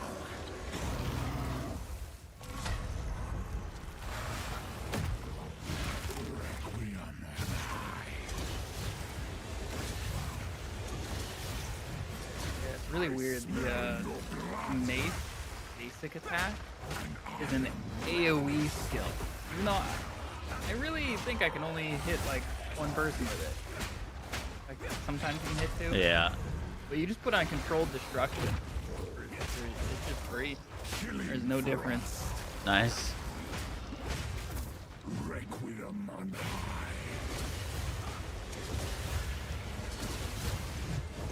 I will take out your heart.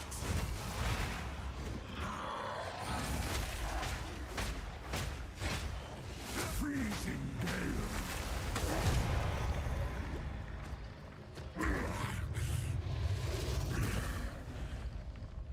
Cool.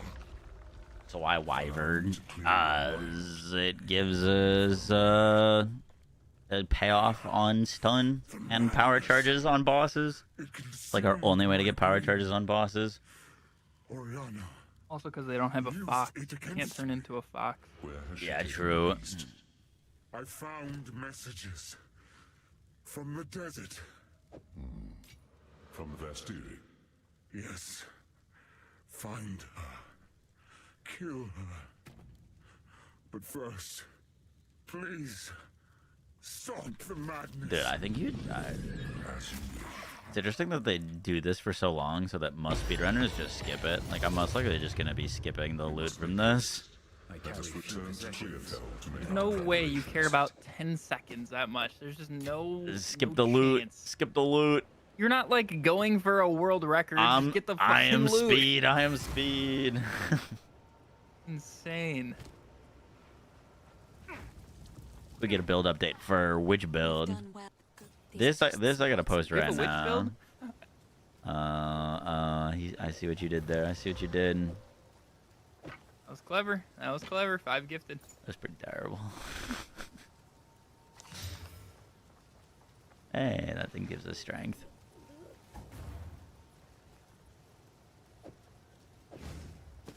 It's beautiful. I accept.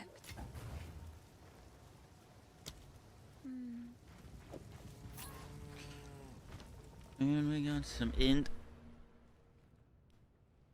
Cool.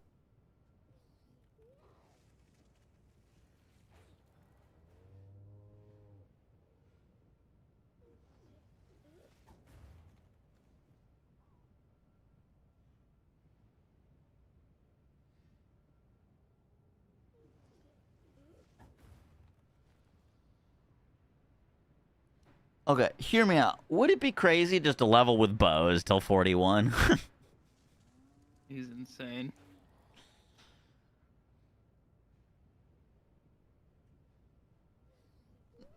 And Wait, just they're using Whirling Assault with this thing? that's the goal, is Whirling Assault. No, lol, it's literally the best way.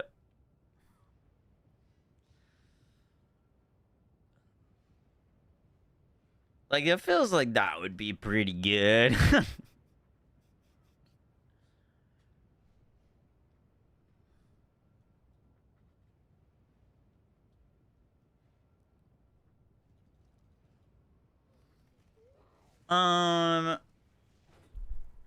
Siphoning Strikes a level 7. Yeah. I was trying to think. Technically, Twisters would probably be an easier swap.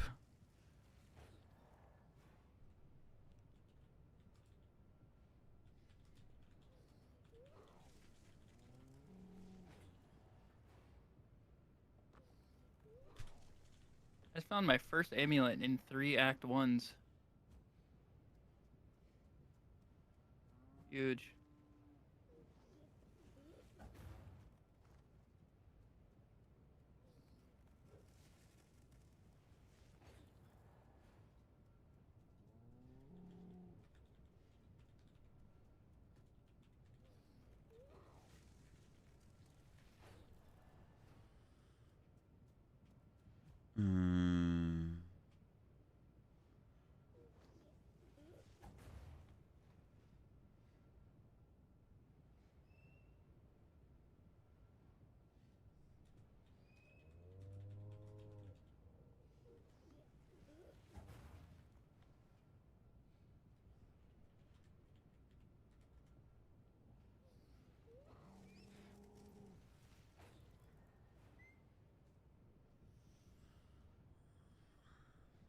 What does Guy use for supports? How much crossover is there? Whirling Slashes, Rage, Rapid Attacks, Retreat, Duration, Rapid Casting, Barrage.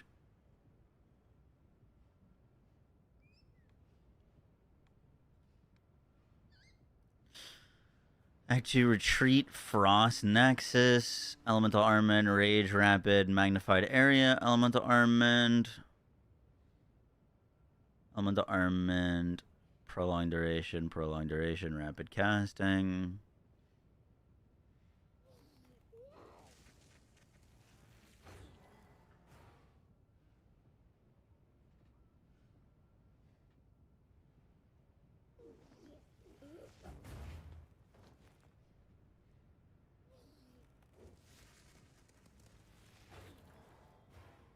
Glacial and Locust.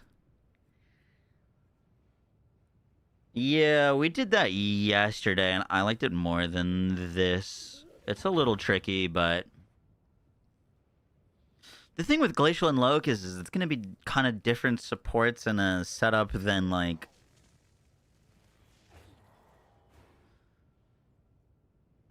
Dude, like, at the end of the day, like, it doesn't matter too much. It's literally, like, the first, like, 4 hours of the game launch.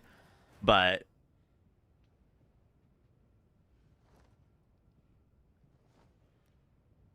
only thing with Glacial and Locust is, like...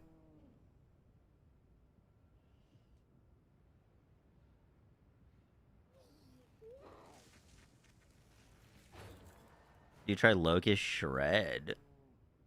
No.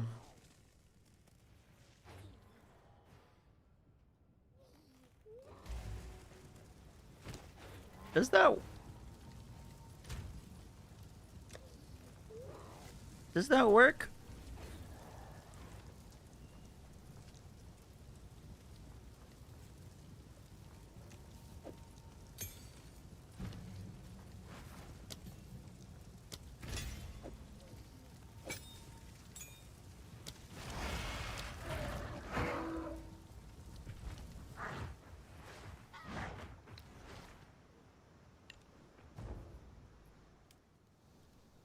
Can you shred the locust?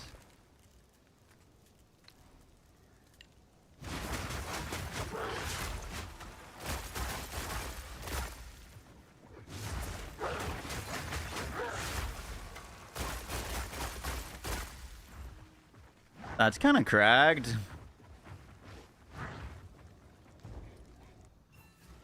That looks cool. Yeah, that's kind of neat.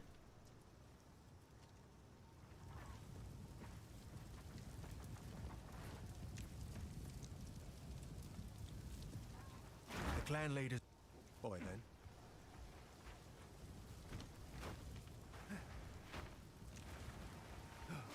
Hey. It is good. Time to refocus.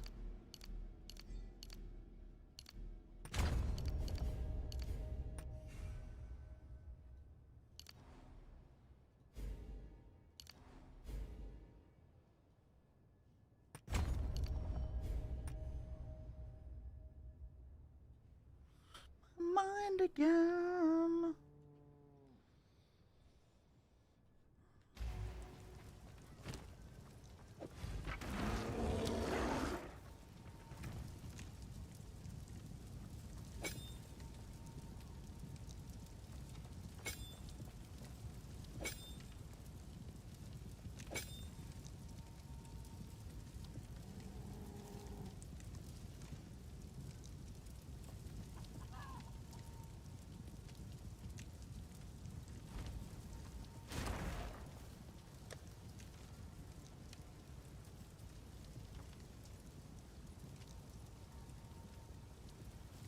What would that do for us?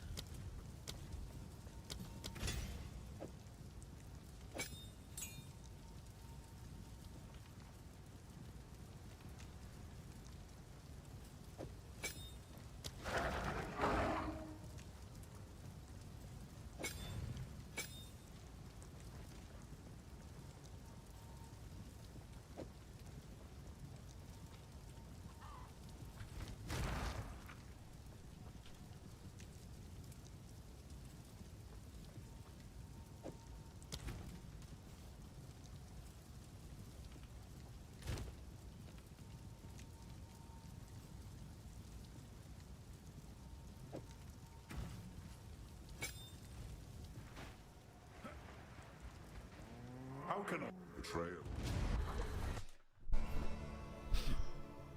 Well, sir.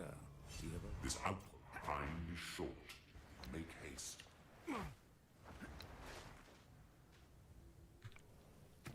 Oh shit, we still need a quarterstaff.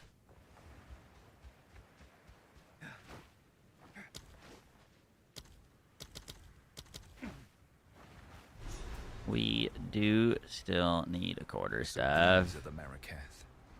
Life seems difficult in the You desert. could technically go unarmed.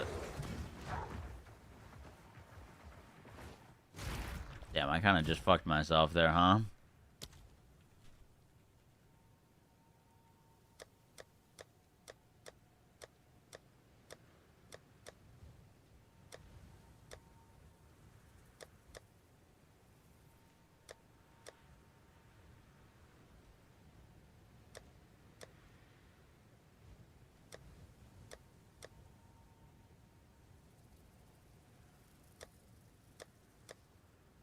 No way do I have an early quarterstaff in here.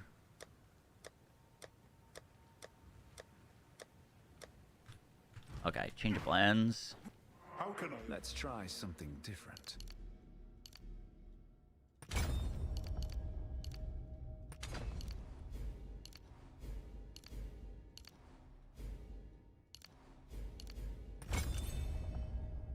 The ultimate ultimate technique. Cool. All right, now we can at least try this.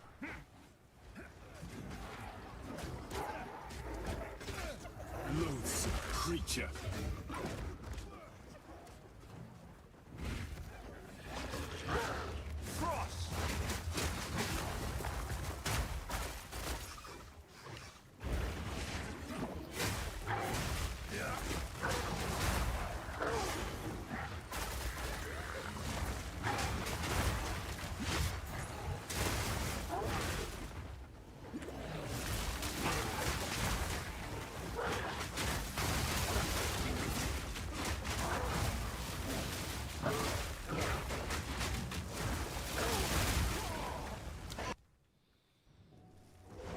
I mean, that's very neat that that works.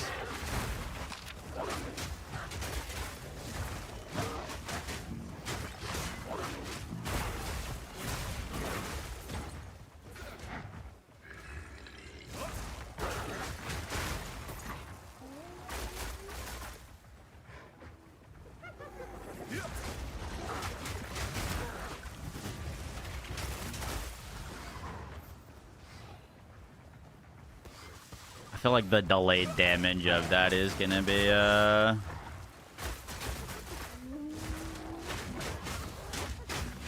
little rough though. Okay. Let's finish this max roll planner. What are you starting day one? Our Bell Monk. Bell Monk. I cooked up a whole thing. It's gonna be crazy.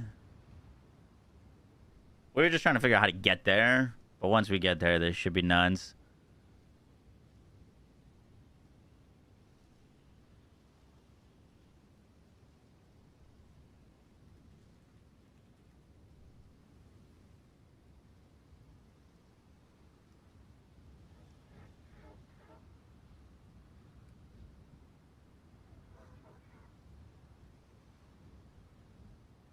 And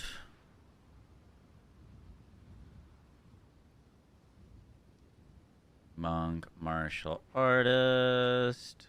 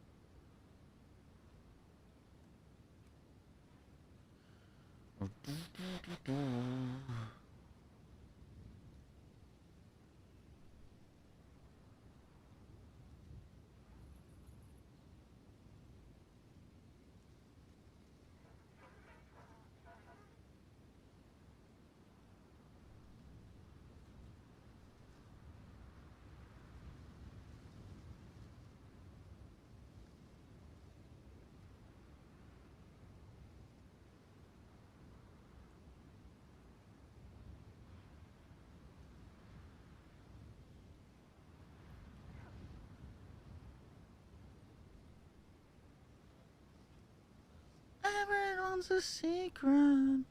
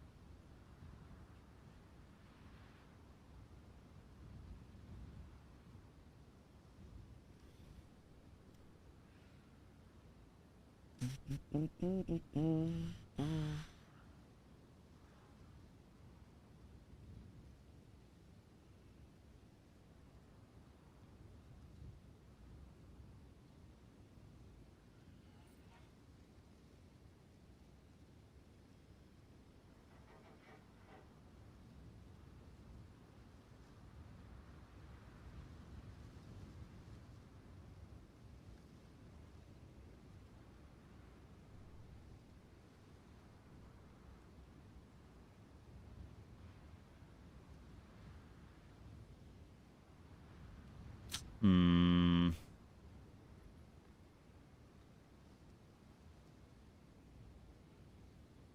I don't think we can justify going all the way down there if we're just gonna respec it. That doesn't make a ton of sense.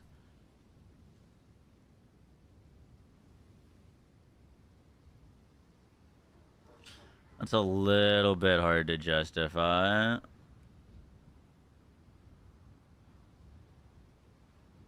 Act 2 or 3. I drop Hollow Palm in Act 4.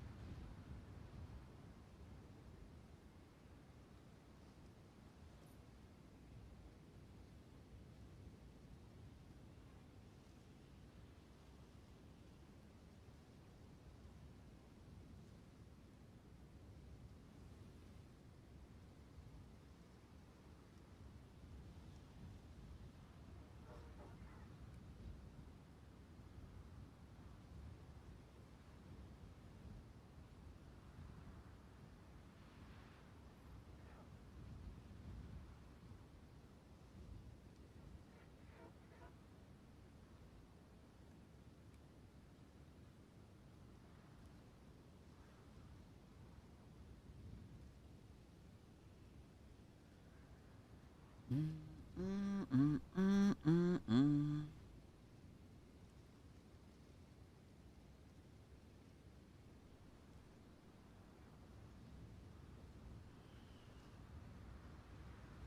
the world I see you less alike.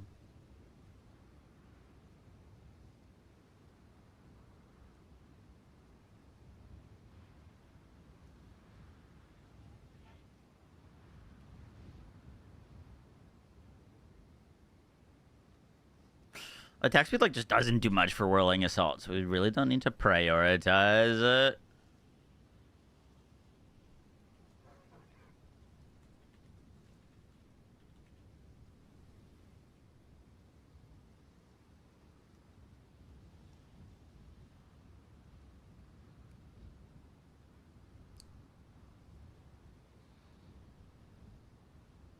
All the way, get away, please.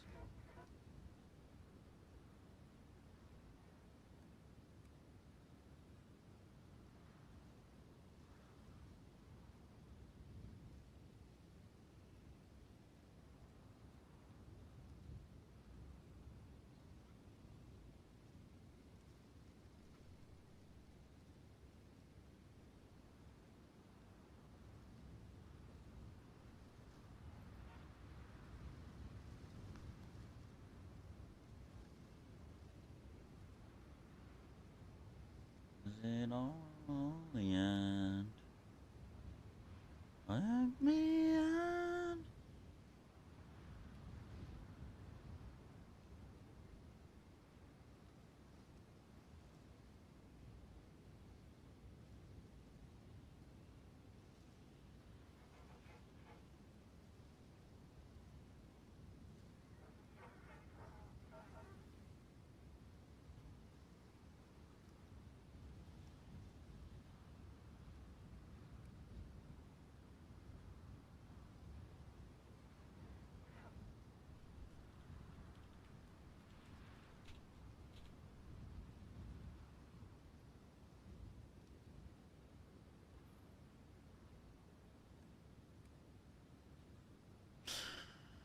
I think you would still technically go subterfuge.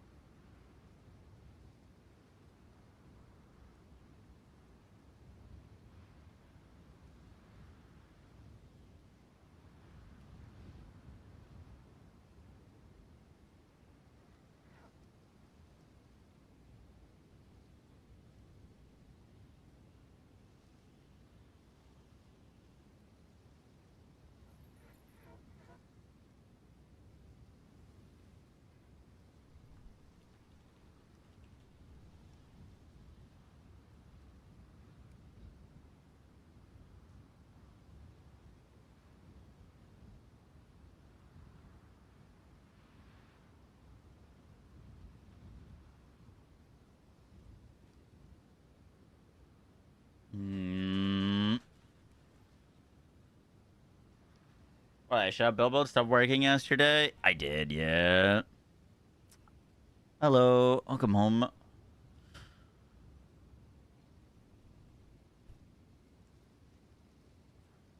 What's the best pathing for this? Yeah.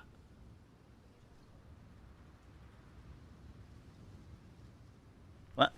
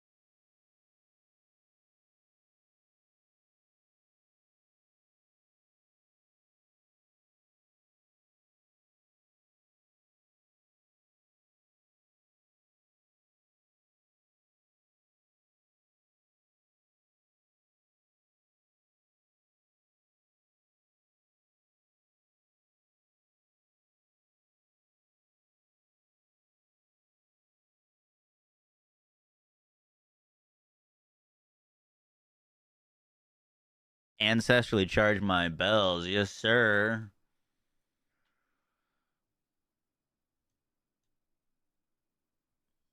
You betcha.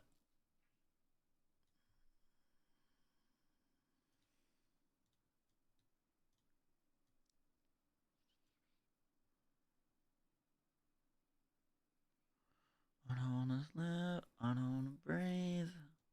How do we feel about this killer instinct node?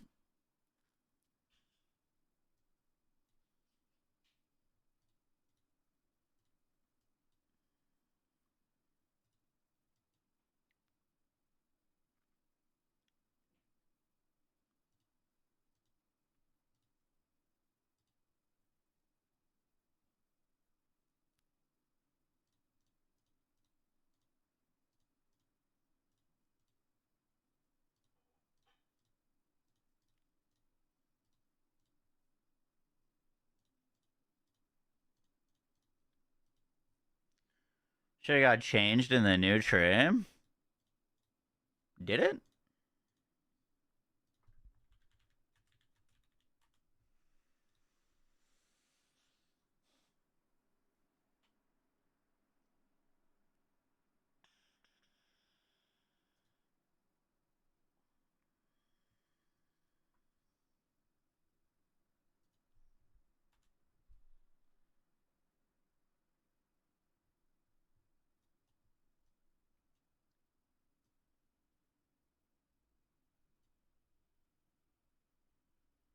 Nah, it's still the same.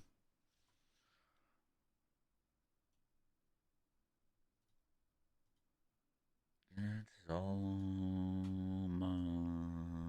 like your heavens buying everything.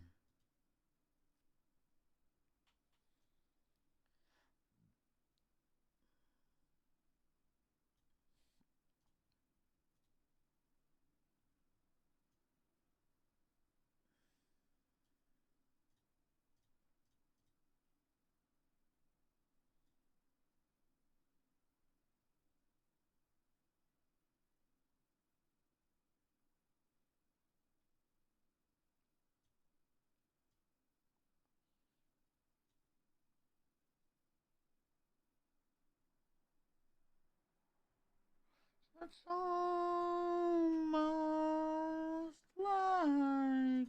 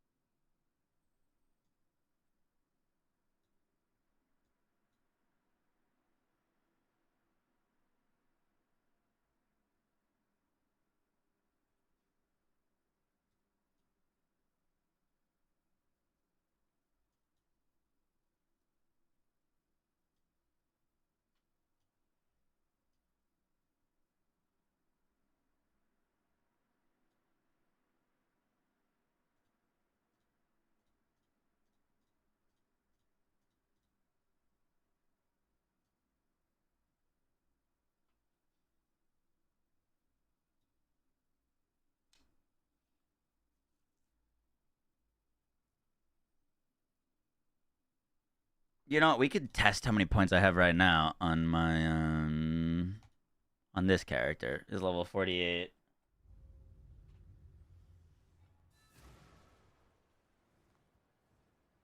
Oh, what's ancestral charge? It's a buff that can only happen every few seconds, but it gives additional effects to skills. Mainly, it'll allow us to call down 3 bells.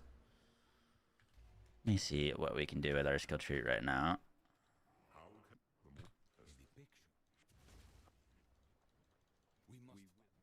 Let's try something different. What have you learned? I must meditate.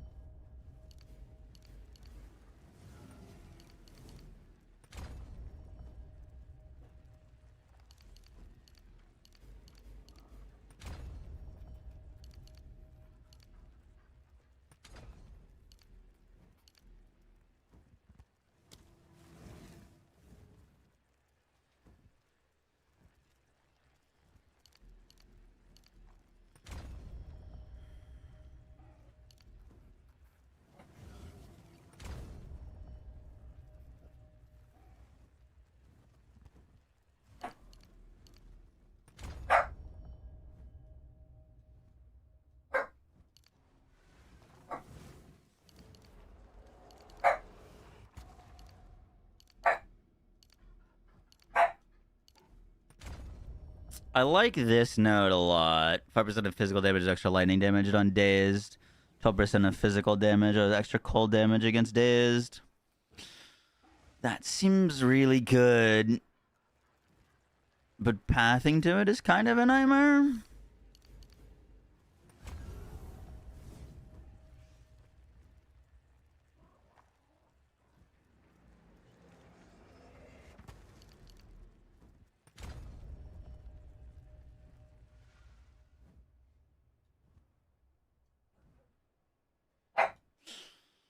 Stupefies 30% damage against dazed enemies. It's 45% damage in this cluster, which is really good. It's kind of cost effective too.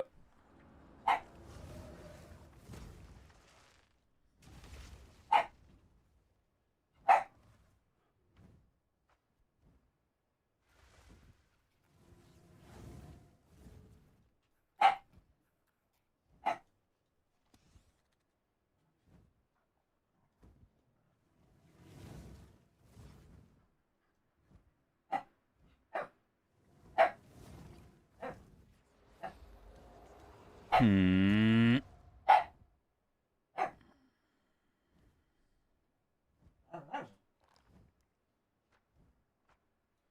martial artists win you over. Yes, sir.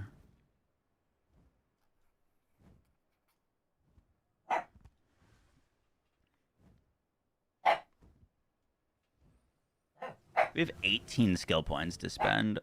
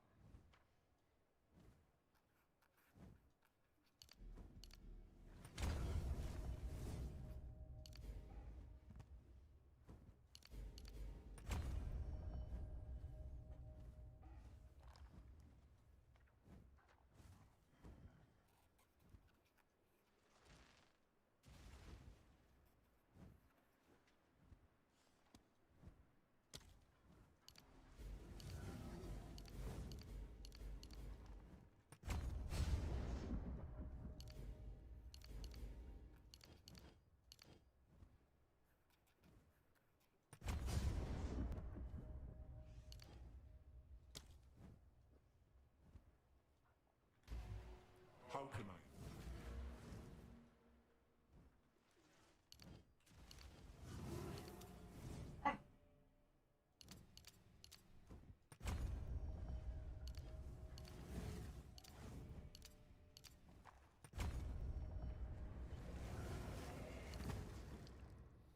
You leave me in a body bag.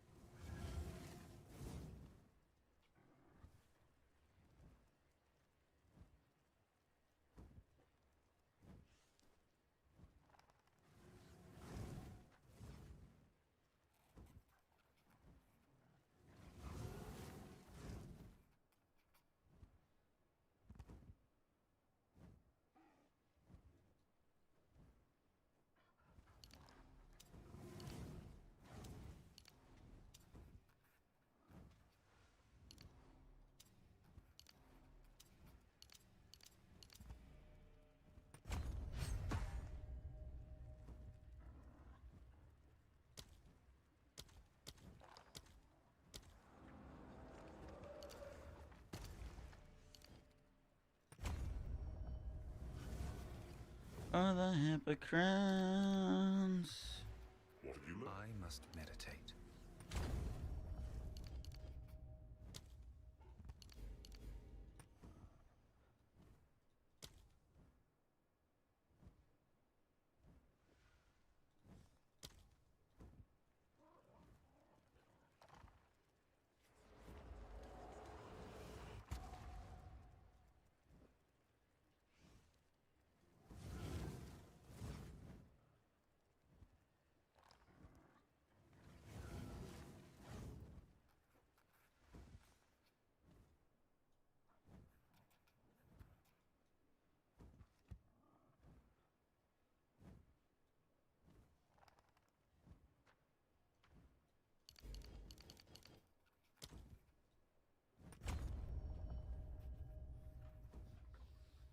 Okay.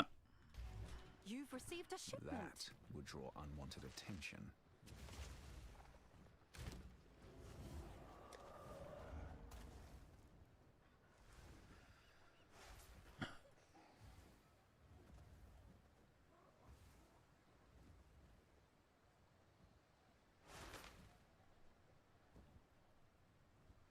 You're going only lightning? No, no, no.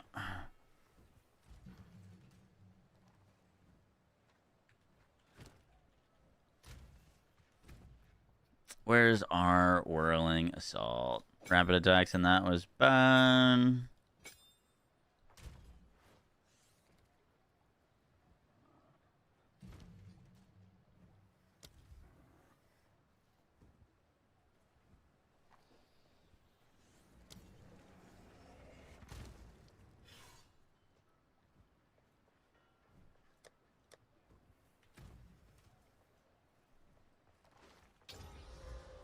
And it's cold as soon as I can.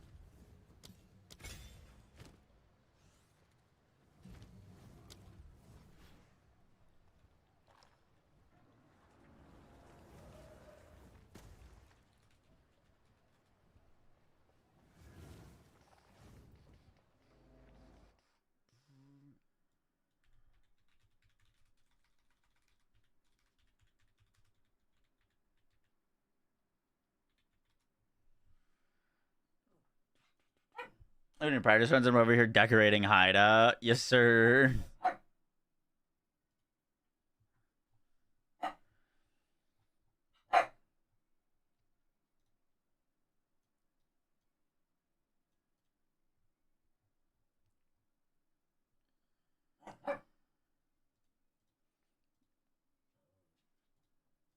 As decent as I can.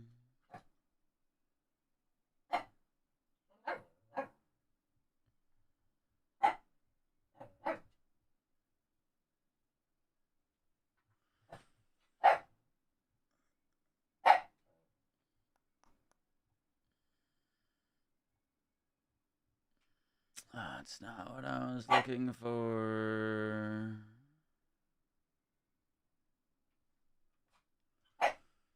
Yoshi, how'd you get locked in here?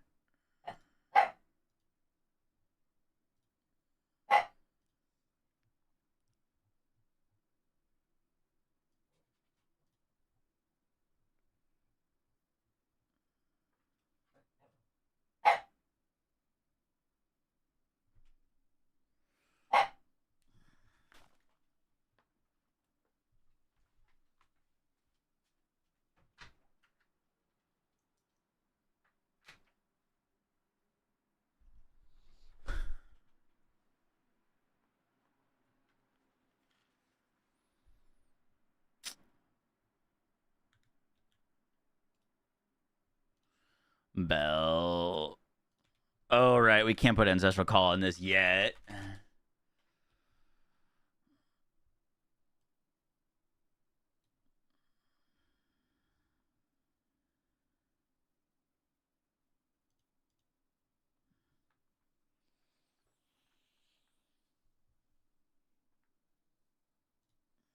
Let's just use delayed gratification.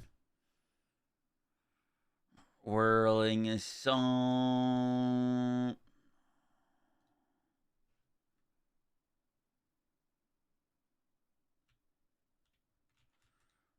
I need skill gems.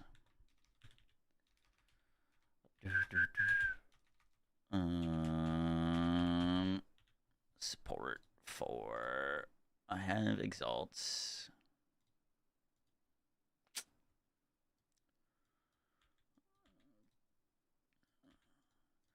Crazy that is a thing. 1 divine for a campaign. Thing is wild.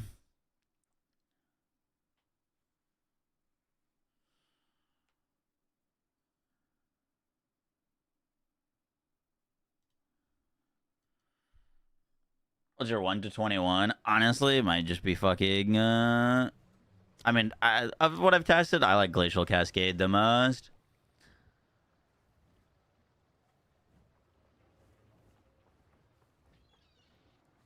Defy is kind of interesting.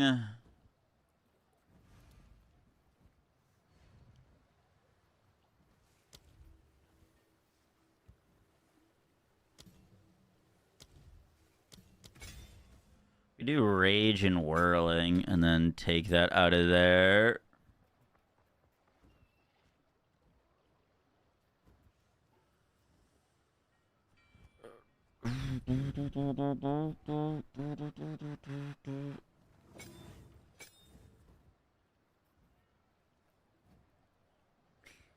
Charge Staff's got lightning exposure.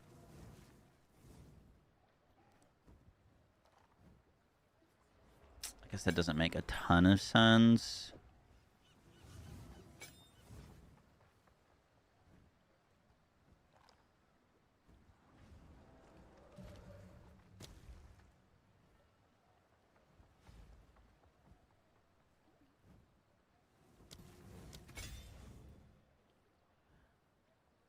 stun multi-shot.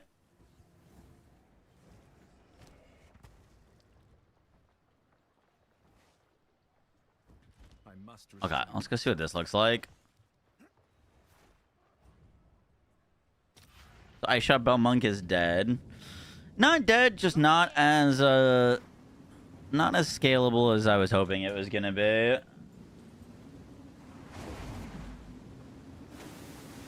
The issue is that the more you scale it, the more projectiles you get, the more bounces and ricochets and stuff like that, the faster the bells break. Where it just kind of becomes a thing where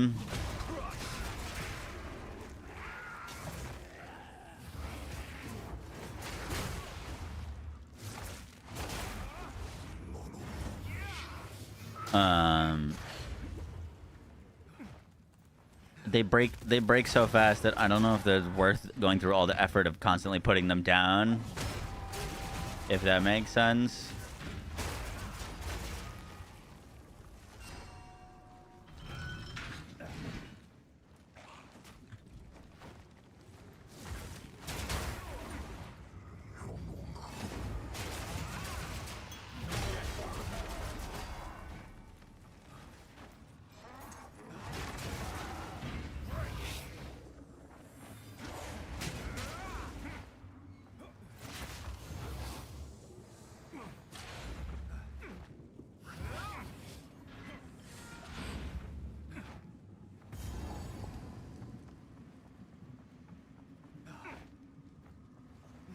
We play Monk without the spinny skill? Yeah. Spinny skill is going to be very good for what I'm going to try to do with it.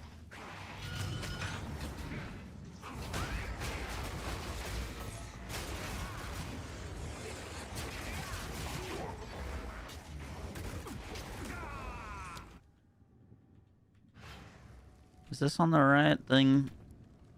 This should be on 2. This should only be on 1. This should only be on 1. 600 damage versus 900 damage. There it is.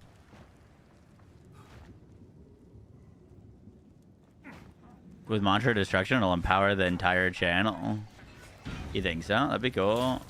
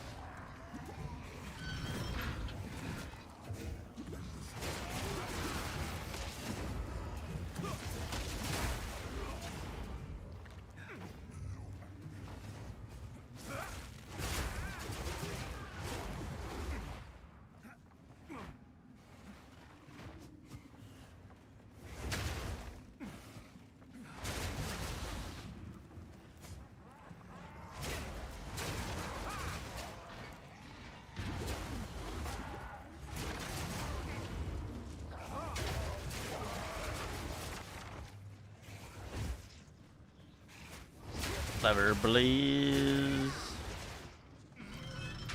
You lean towards Whirling Assault or Falling Thunder? Whirling Assault.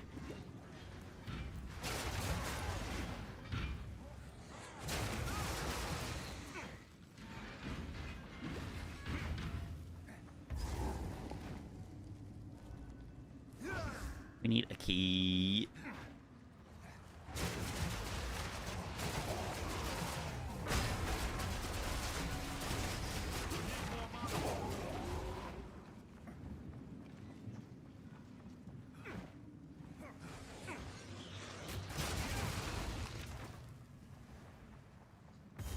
Cruelty begets cruelty. Their fate was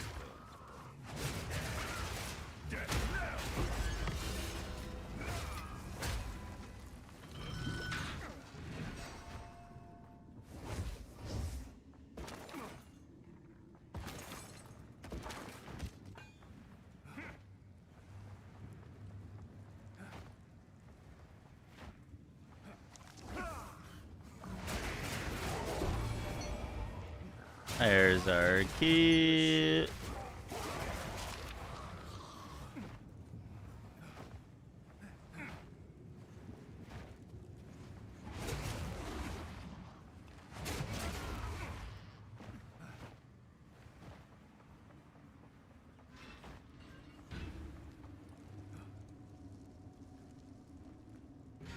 faith should be a refuge.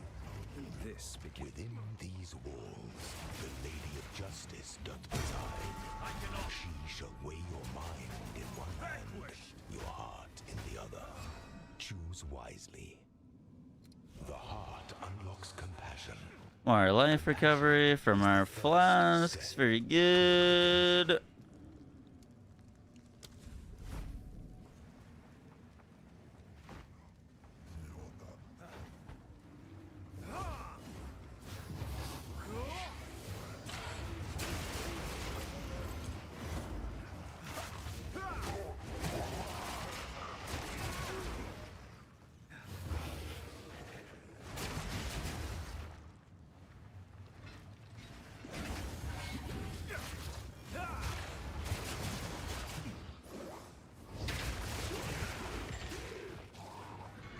One thing I don't like about Whirling Assault is how it like moves a little erratically.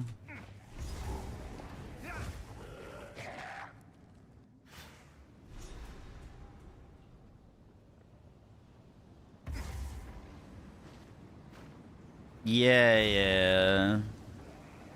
They're just doing Titan because the passive's giving extra AoE. No limits to their cruelty.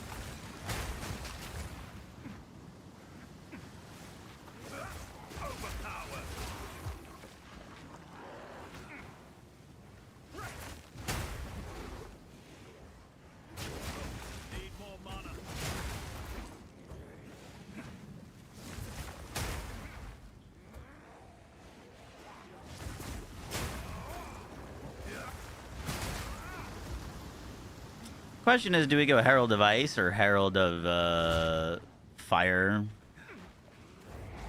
Well, we'll have Herald of Ice anyways.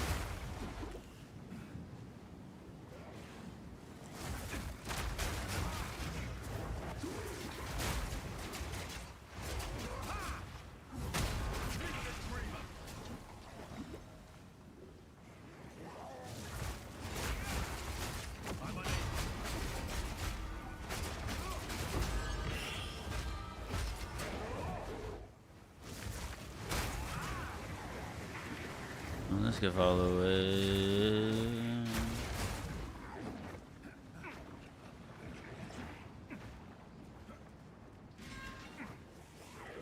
Skills that empowered specifically say that they're empowered. We were like doing this yesterday.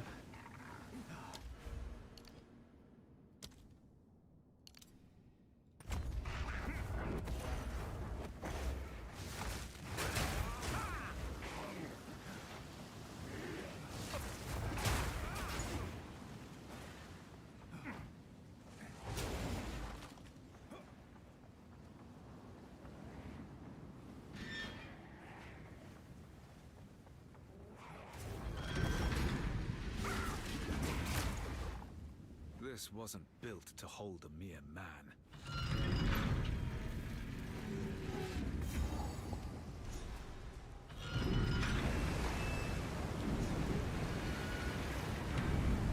How long does this door remain shut? This will follow it.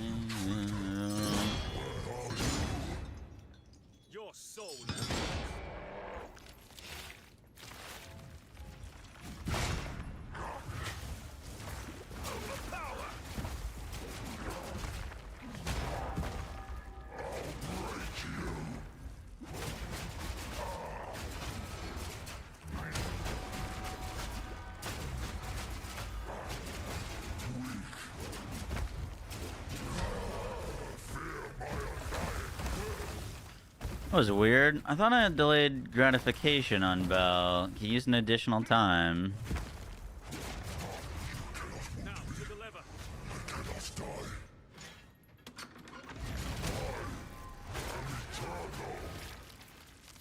Why won't it let me Bell another time? Oh, I need fucking limit support. That's why.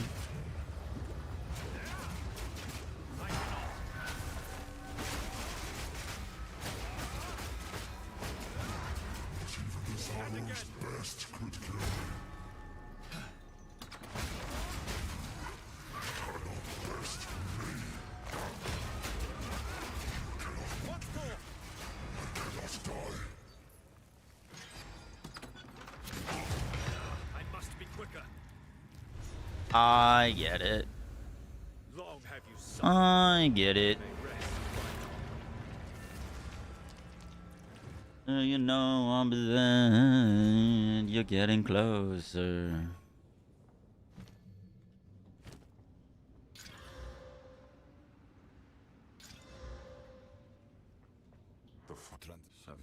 This is the final piece. What, 3 or 4 bells? Yeah. So that'll actually be a good support.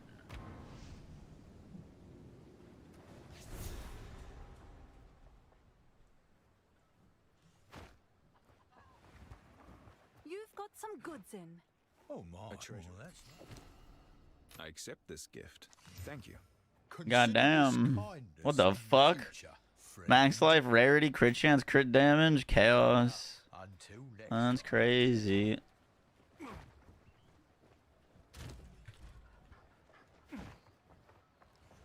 Yes? Mother.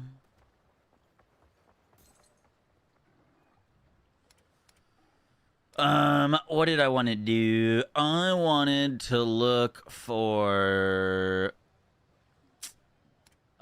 technically we should be looking for a new quarterstaff.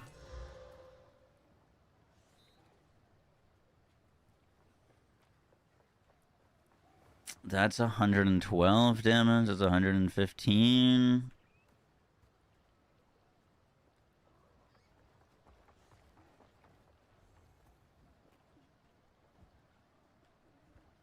That's hybrid.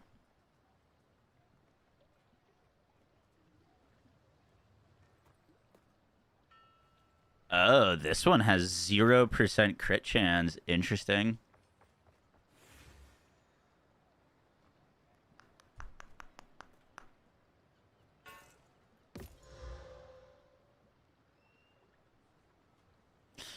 That's a little bit better.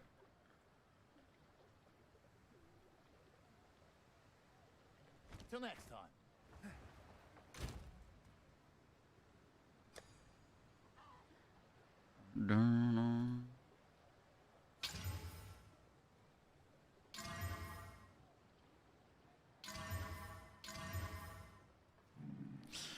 Alright, let's see. Is this better than our current weapon? Whirling Assault 994. 997. Damn. Still good.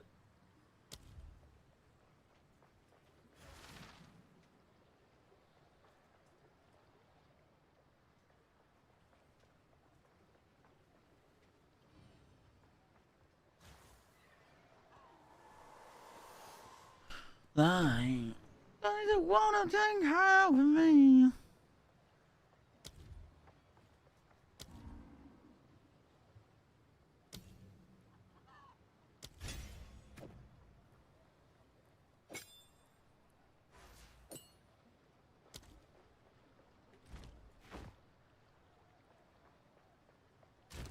All right, let's go kill a boss. I just want to get this video out. The base at 0 crit. Yeah, I don't think I care too much about 0 crit, to be honest. Full sail. Sir, clean your inventory. This is as close as we can get. May the savior guide you. Kindness is a rare thing in Rayclast. I hope it's no. This order seems unusually well armed. I am I must please. Your time We're got too many int requirements. Noted. birth of a new tomorrow. A better tomorrow. Now, I must ask that you wait here a time. I shall fetch the first herald. He will know how to aid you. I am sure he will be delighted to meet you. Herald of Ice. Let's upgrade. Whoa, my game looks sideways. What did I want to do? I wanted to do something. Oh. Charge mark.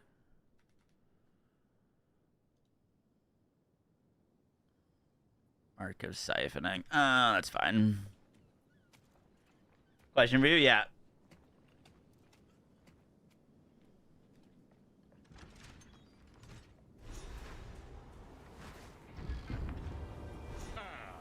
The meddler. What is going on out there?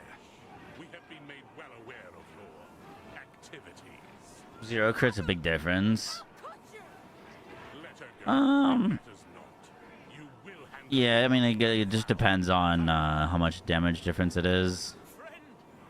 Thinking going Spirit Walker, but not Twisted Cabin. What do you think about Glacial Lance as it got buffed with the Owl buffs? I literally put together a Glacial Lance build today and was playing it.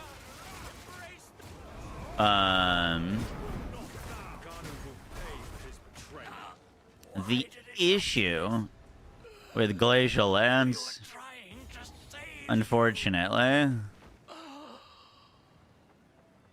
is it's getting able to bounce off of terrain now, right? And I was like, that's gonna be freaking broken. We can use it for bossing now to like just double our damage. The issue with what I was planning on doing with that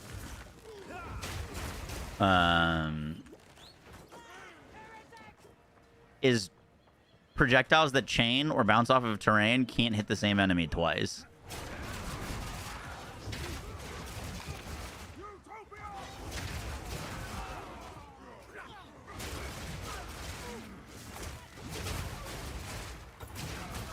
Meaning,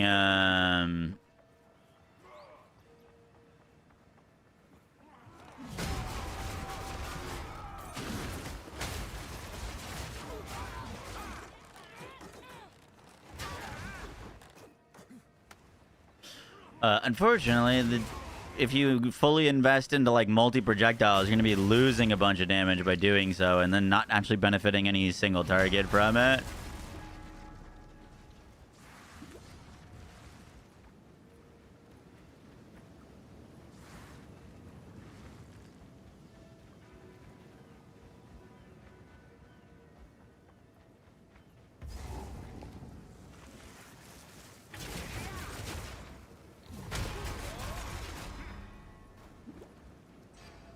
But for AoE clear, it would be potentially ridiculously strong.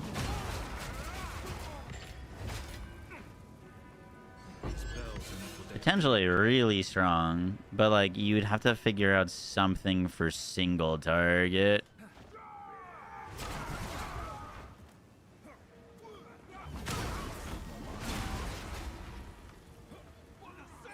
Snipe. You could.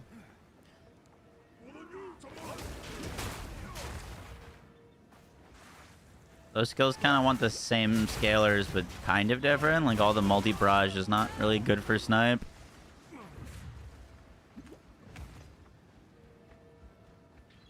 And then you need a really good spear and a really good bow. Which is kind of a tough sell on League Start. I'm not saying you couldn't do it, but, like, there's not, like, a super clear-cut do this.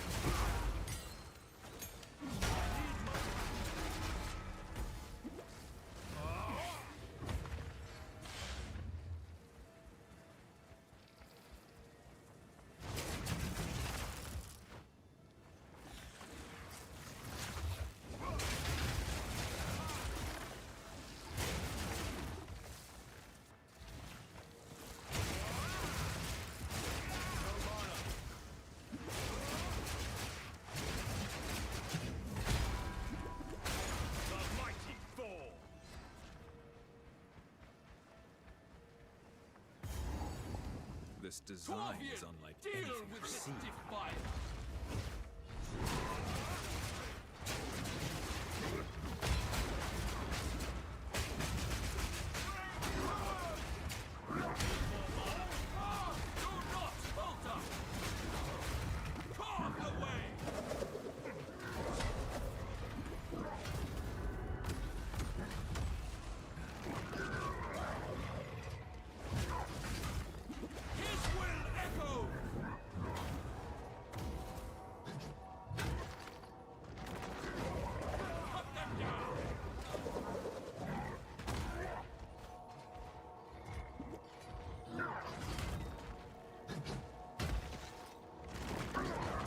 Fuck, he missed.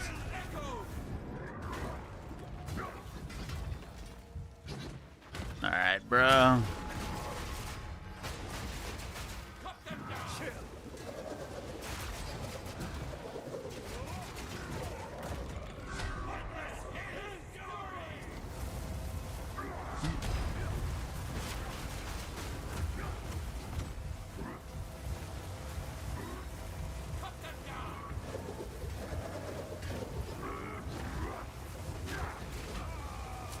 Shit.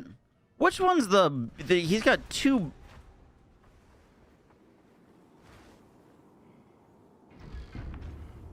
I'm sorry, what?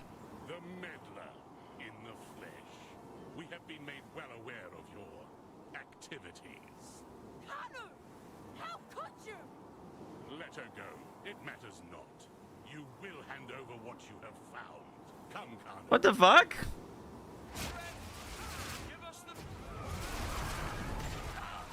Why did it come to this?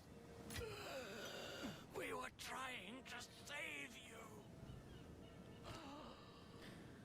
What the fuck? Also, we don't need this anymore. Overwhelming presence. We can have Herald of Ash on.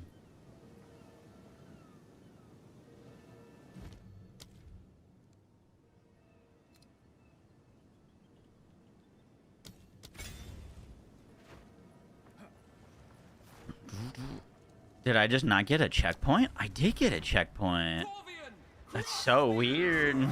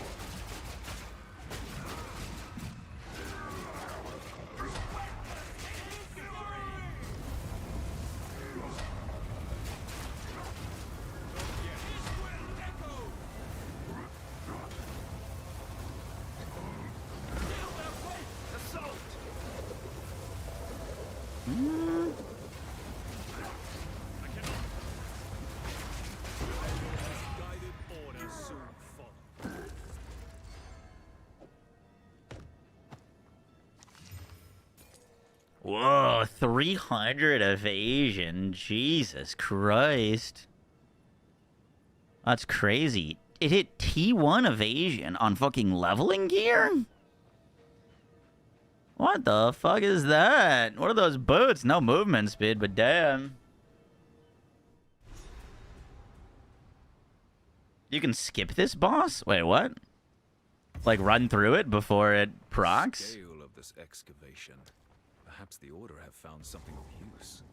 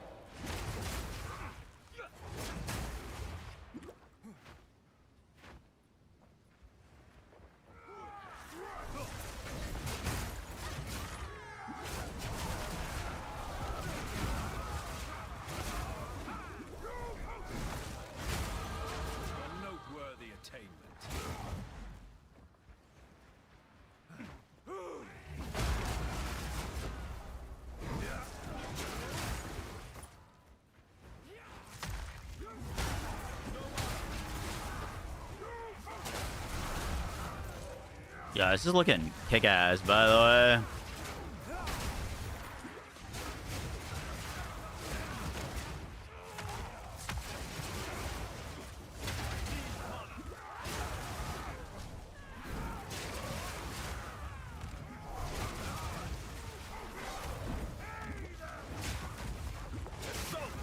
Big issue is mana.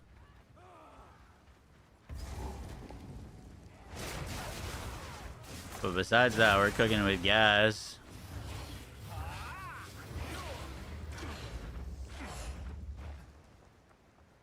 Just without, I know I don't even have a single ascendancy point right now. Little separates you and the gods you abhor. My life's work.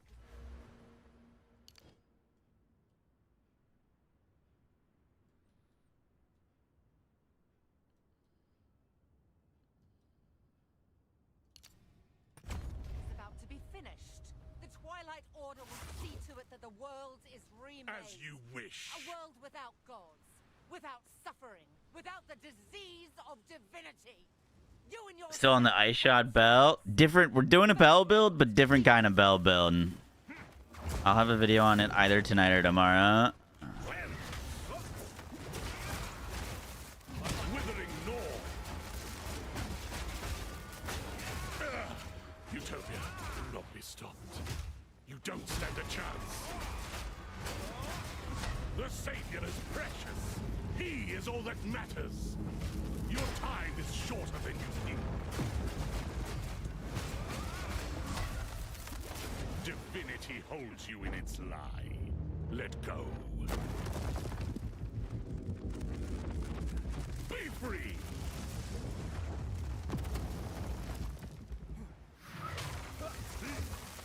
Behold the power of truth.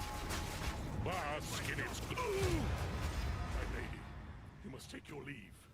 I will bury these fools. I will bury it all. For the Savior! Please, please, take me with you, please! Wait, I know where they're keeping the beast.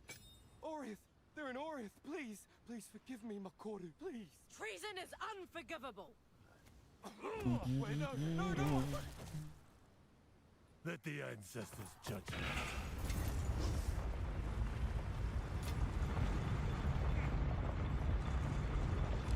Lavanja's mana pot? Yeah, or something. They appear to depict the weapon and the beast.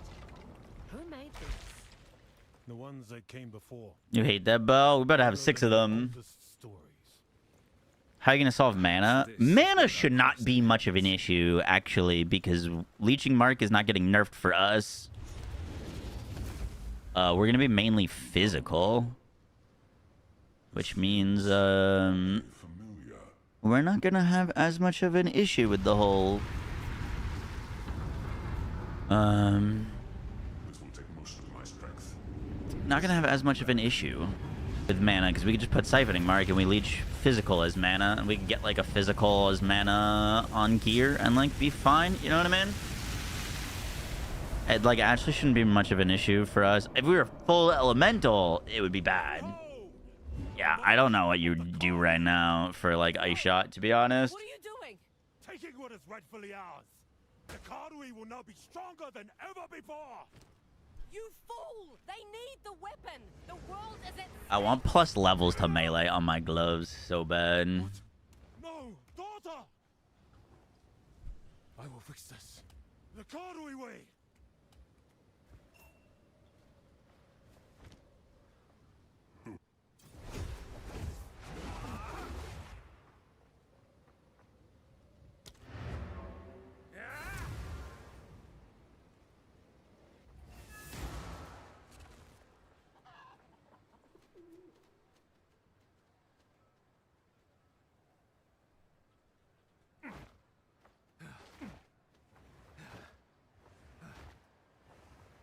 Check out what came in for you. The truth. Time is short. Make haste.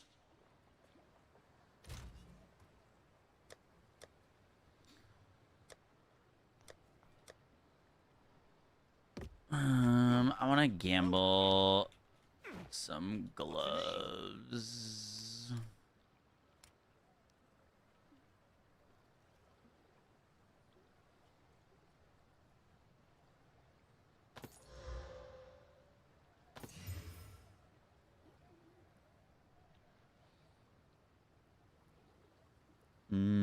Those aren't terrible. No added damage, though.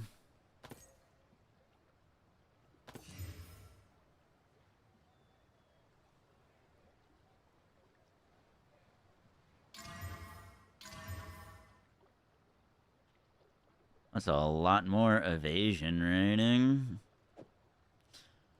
No flat, though. Physical damage leeches mana. That's pretty nice. Try one more. No, okay.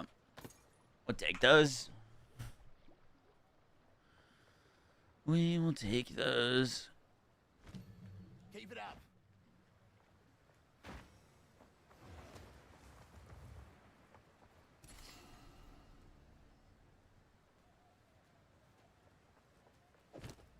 Farewell.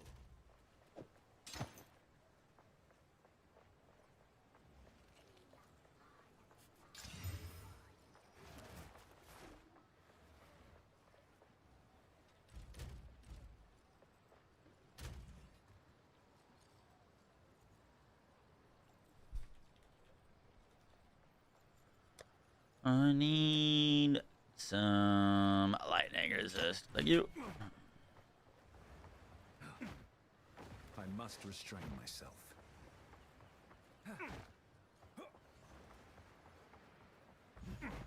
Going Ice Shot Deadeye or Spirit Walker?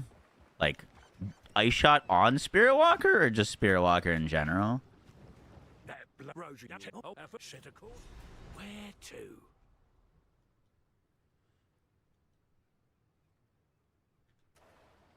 Alright. Ice Shot on Spirit Walker? I wouldn't do it on Spirit Walker.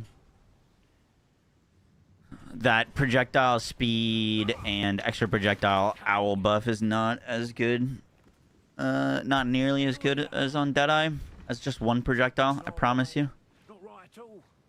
Blood fever. Okay. No Companion guards. Twister martial artist. Wind. He's got it. Shut up, boy.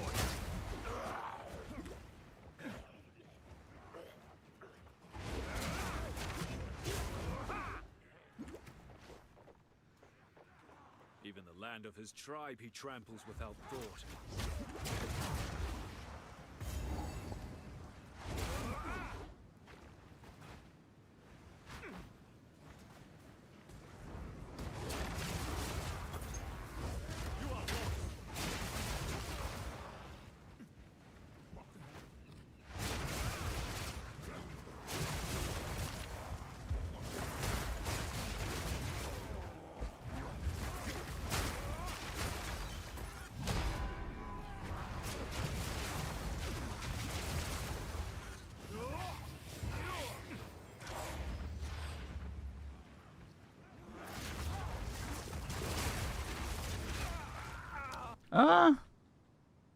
Dude, this map in particular, by the way, I remember being super fucking rippy.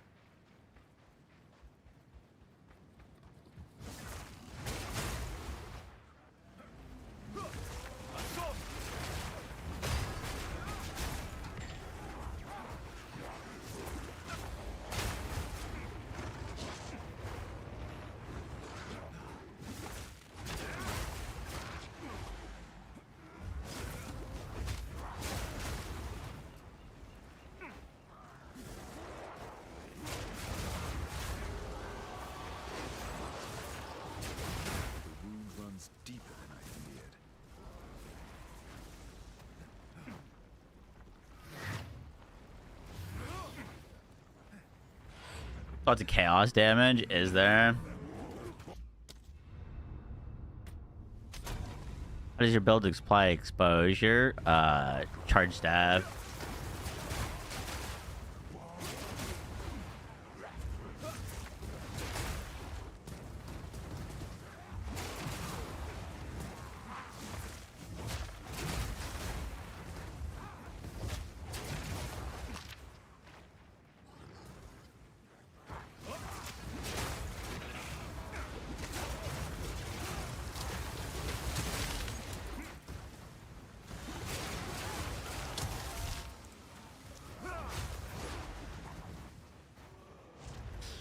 Charge staff.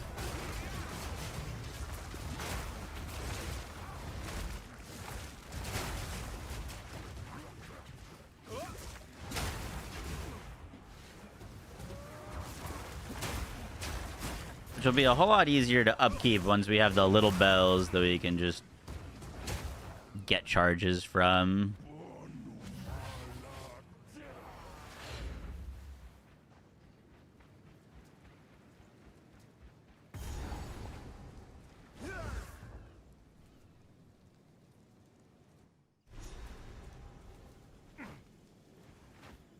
All this blood on Tavakai's hands. This has to end.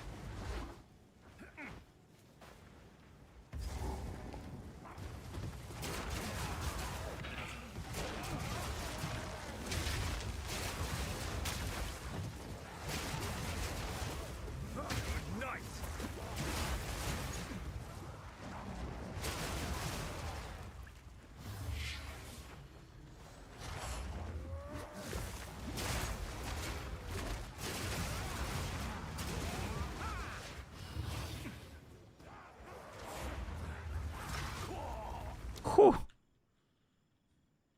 Oh, it's basically an insta-kill.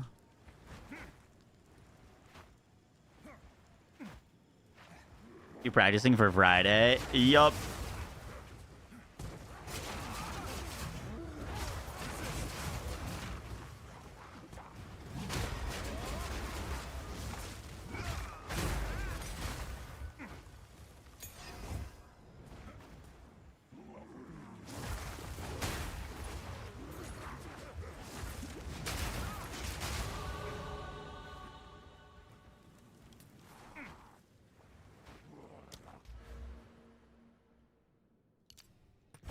Makes 0 sense to go for this passive currently, but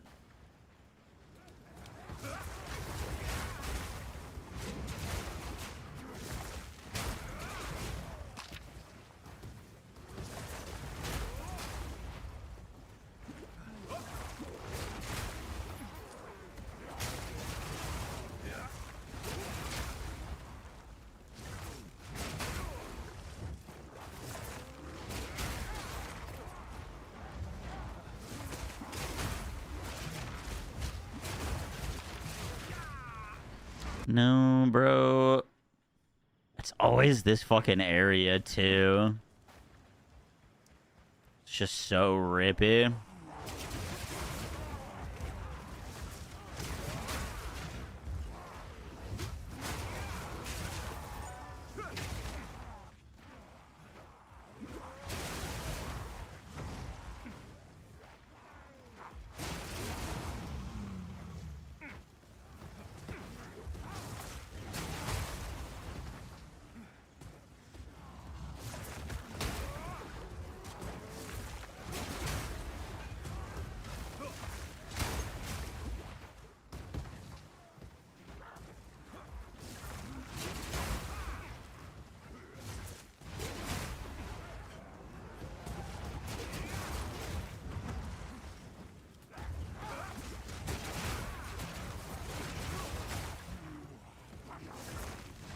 It's gonna be so tempting to click the Stone Fist node, dude.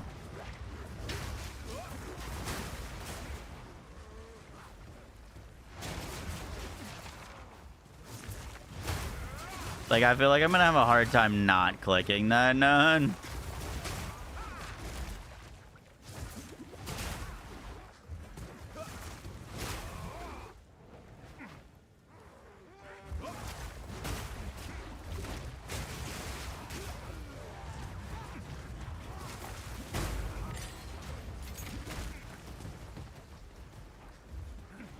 Or not using Stone Fist? Oh, no, no, no. I will. I'm just not sure if I go at very first Ascendancy point.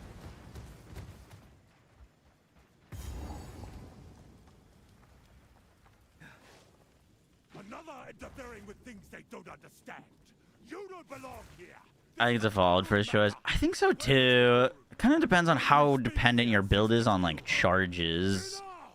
Like if you're really relying on power charges, it's probably pretty nuts. I think honestly we probably should go at first.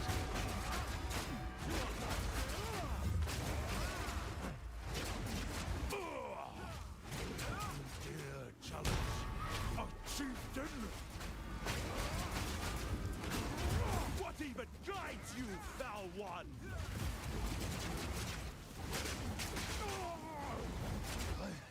I must be stronger. Only issue is I have no way of proccing charge staff on bosses right now, which is kind of what we need for shock. You cannot escape.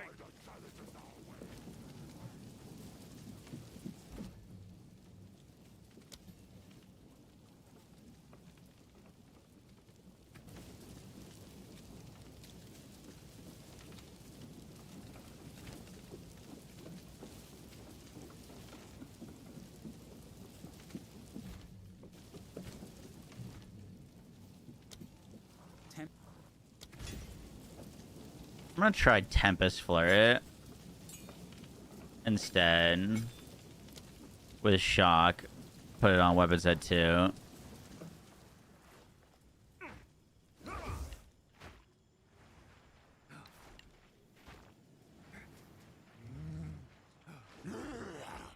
I am the true Nakura Makui.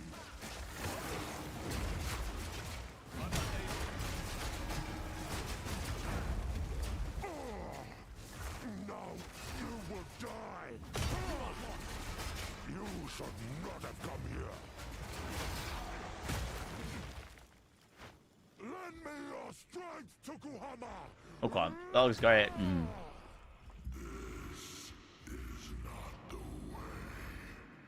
What? Why do you reject me? All I have done in your honor. So be it. I will save my people myself.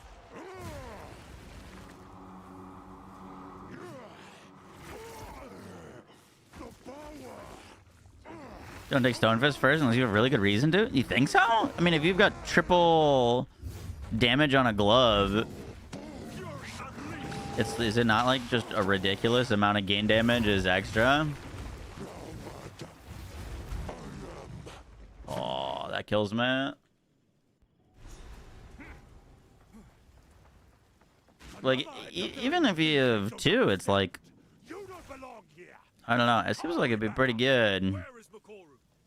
As we speak, the ancestors heal her. Enough!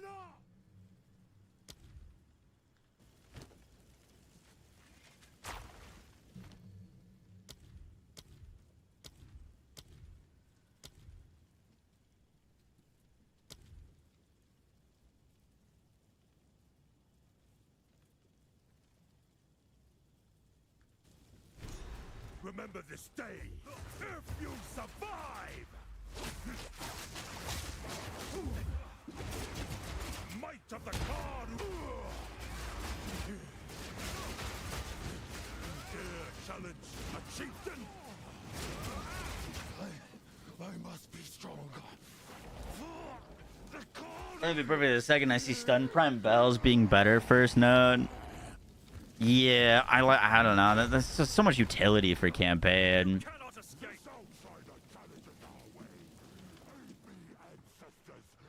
I can't go Martial Master last though, so. I am the true Nakura Makui.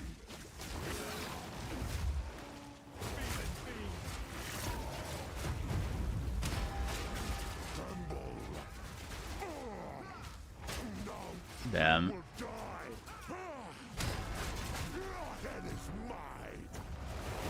Hey, shouldn't you be dead? No.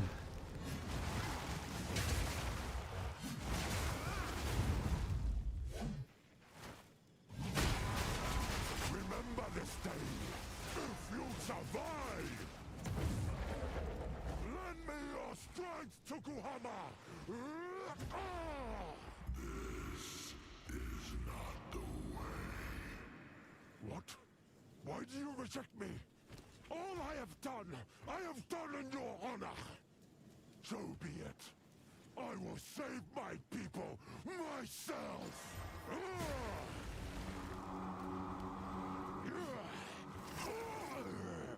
The power of the ancestors is mine! Relentless assault!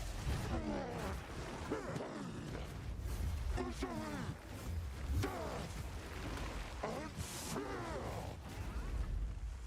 Your bones shatter!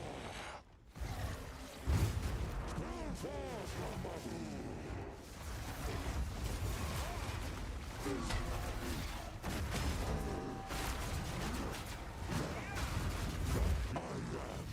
No. I like kind of have to be like careful on him, but I'm melee, so it's like kind of awkward. I'm just kind of sending it. Like technically we should probably play that a little strategically unless we can stun him really quick. The time for talk is over.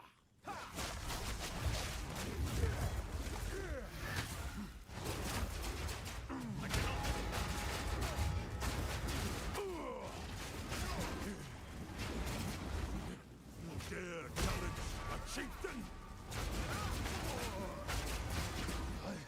I must be stronger. The Kali!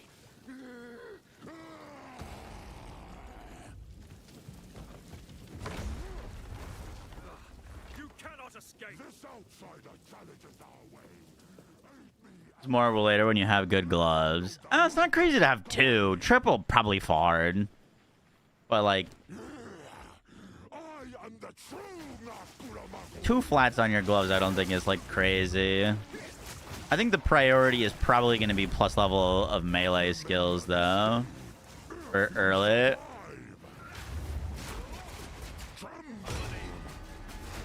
You will suffer for that. Remember this day if you survive. Our damage is looking spicy. Tokuhama. This is not the way. What? Why do you reject me? All I have done in your honor. Playing the new patch. We're gonna start a monk. I will save my people myself.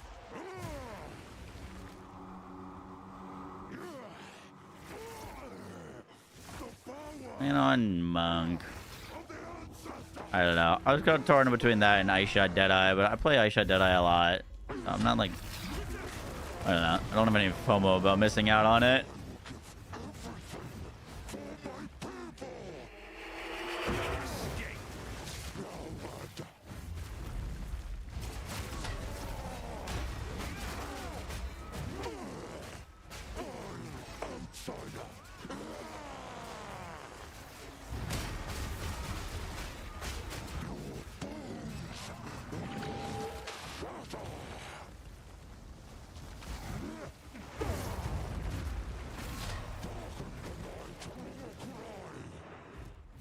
Wait, is this his third form?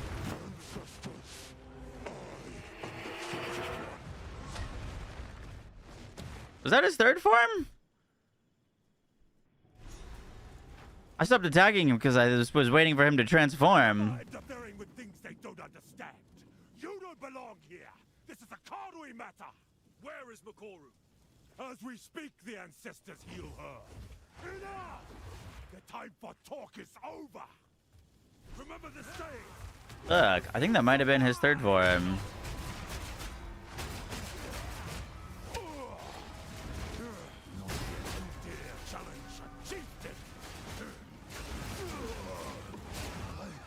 I must be stronger.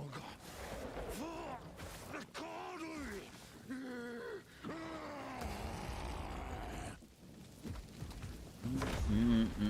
It's going back. The challenges our way.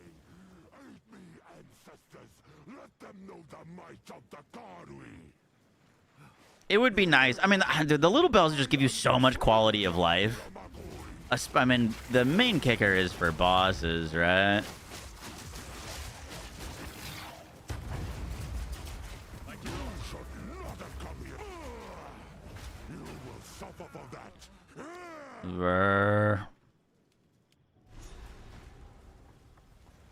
Sorry. I'm like trying to kill him as quickly as possible. We need to like watch our life bar. I don't really have any defenses right now. As we speak, the ancestors heal her.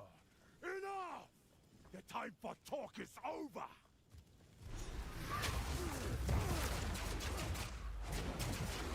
The Karui will prosper!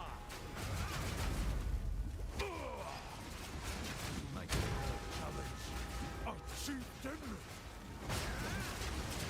Remember this day, if you survive! I must be stronger. The Karui! Bells killing Palm. Falling Thunder is gonna want to two-shot bosses early.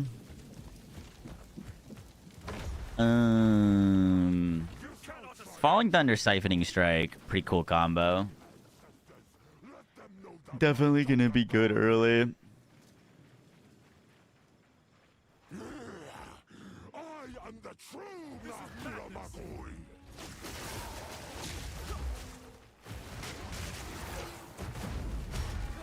Tremble! You will suffer for that!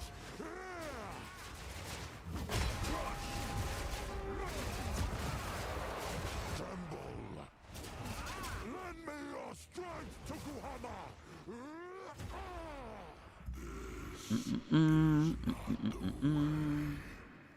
What? Why do you reject me? All I have done in your honor. So be it. I will save my people myself.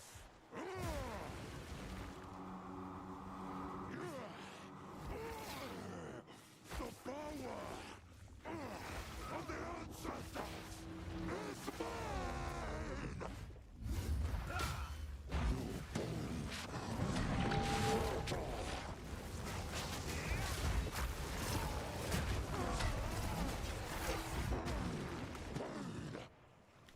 I'm scared of him.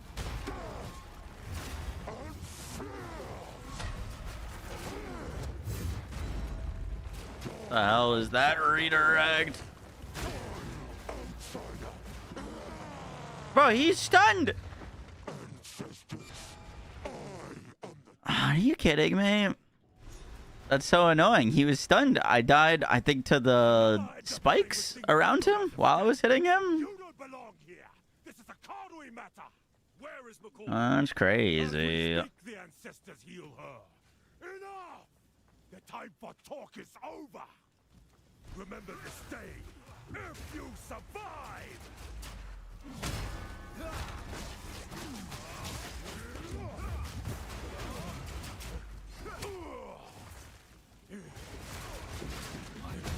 Dare challenge a chieftain?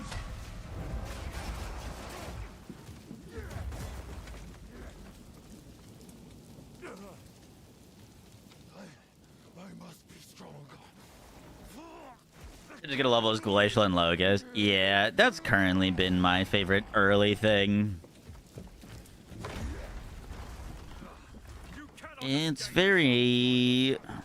It's simple, and it like feels like a similar payoff without needing 400 buttons to be good. I am the true Nakura Makui. No escape!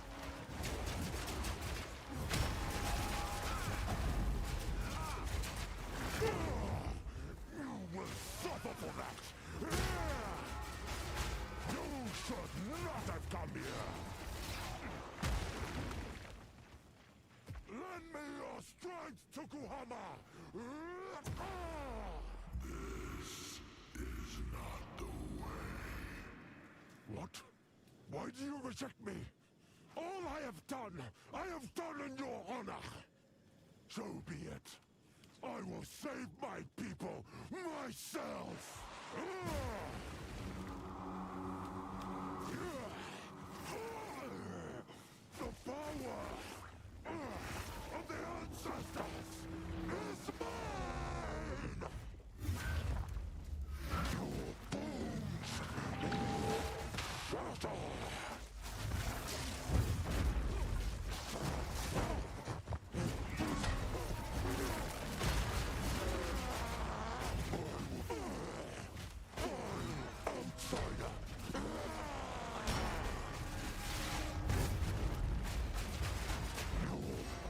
Okay, I don't know why that was so annoying.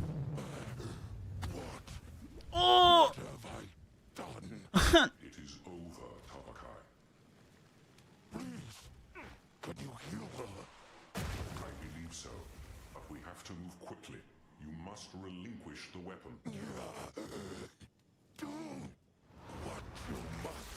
You hate the clunky positioning of it? Yeah, it's definitely clunky.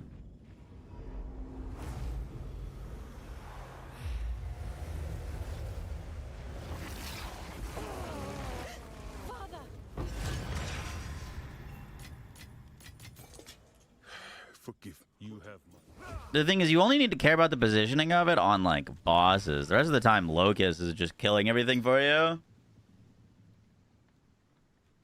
We made it.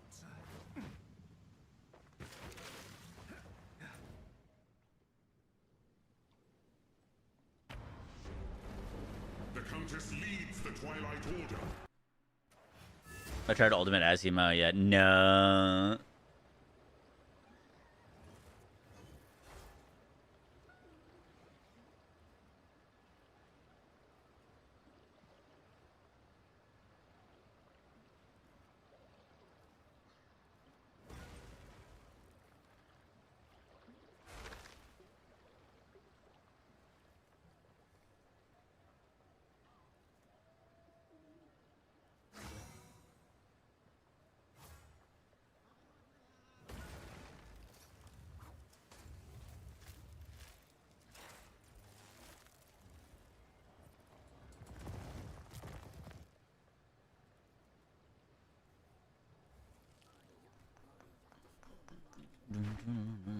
You've received a shipment.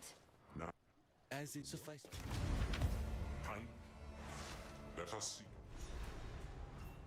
I tell you, variety options, staggering palm, for example.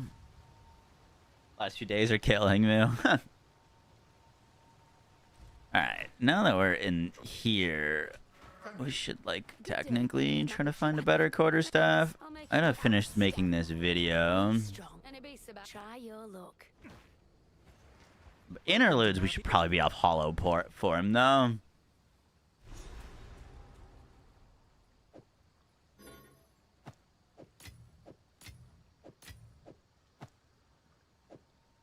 Once more time to decide on what's killing me. Do I really need?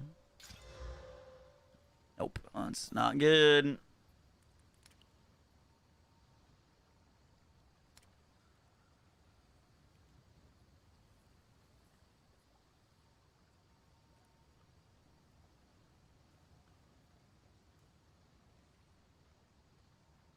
Well, these helmets have so much evasion. The land provides.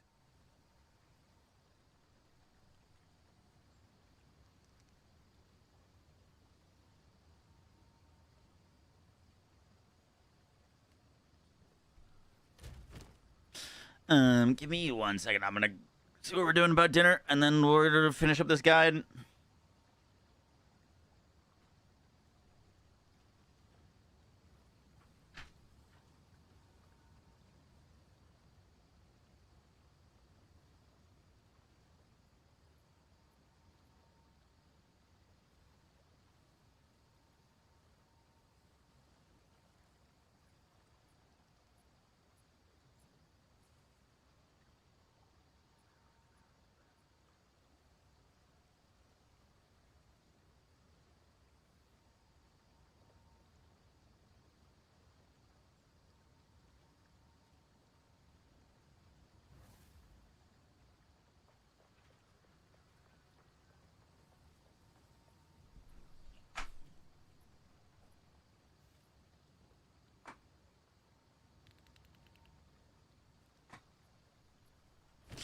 You just spam staggering, really? Its base damage is pretty solid.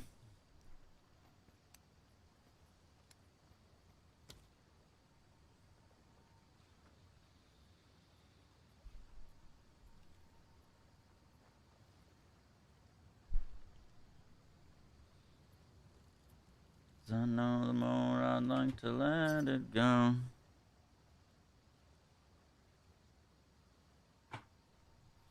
Who is Jeff the Shark? Yeah, I've got to do something with that quest item.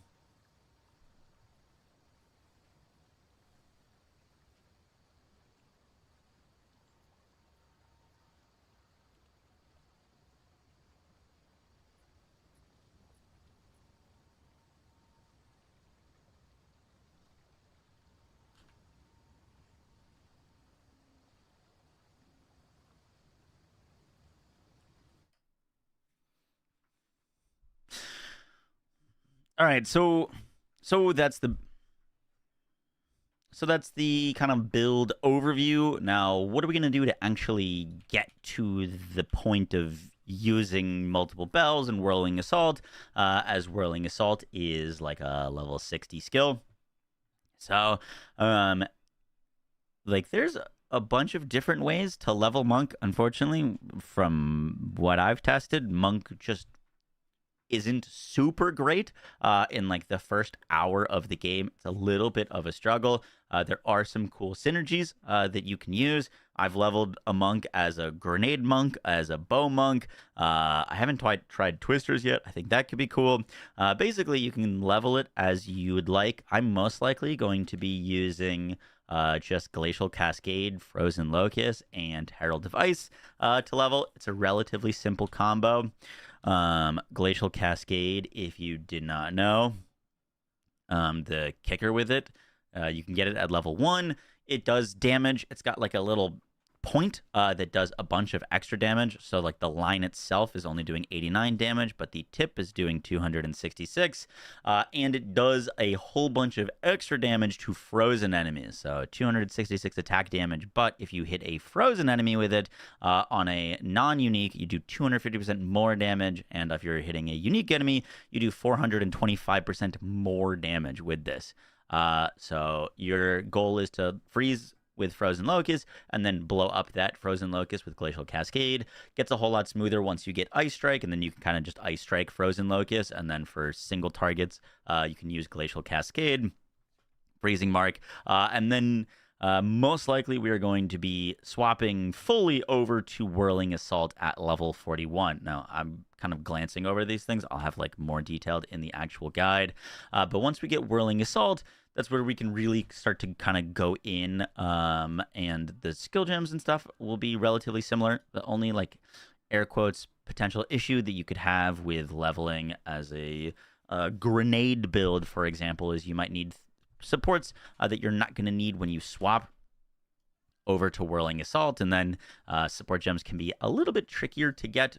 Probably not the biggest deal, but yeah, I'll have some links in the description for some leveling resources if you're looking for them. And then once we get to level 41, that's when we're going to be doing Whirling Assault. Now, I'm messing around with some stuff right now. I don't have any ascendancy points, but kind of what I've been doing.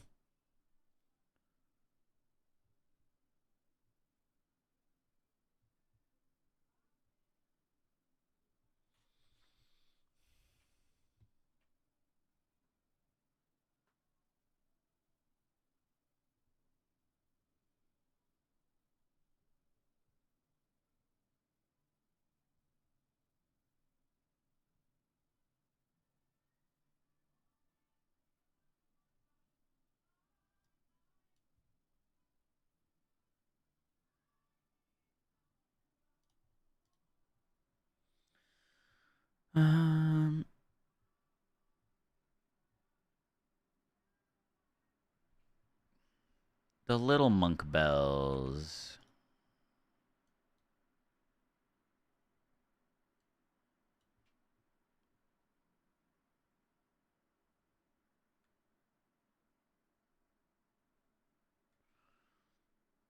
Primed for stun and can be cold. Okay. So technically you want culling. Strike. Yeah, we just did that, Dane. I just leveled as Wing Blast, and it was fine. Good for clear. Felt pretty bad for bossing.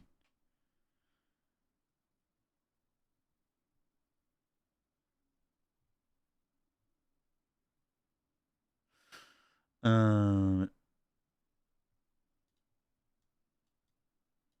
gonna walk through that a bit better.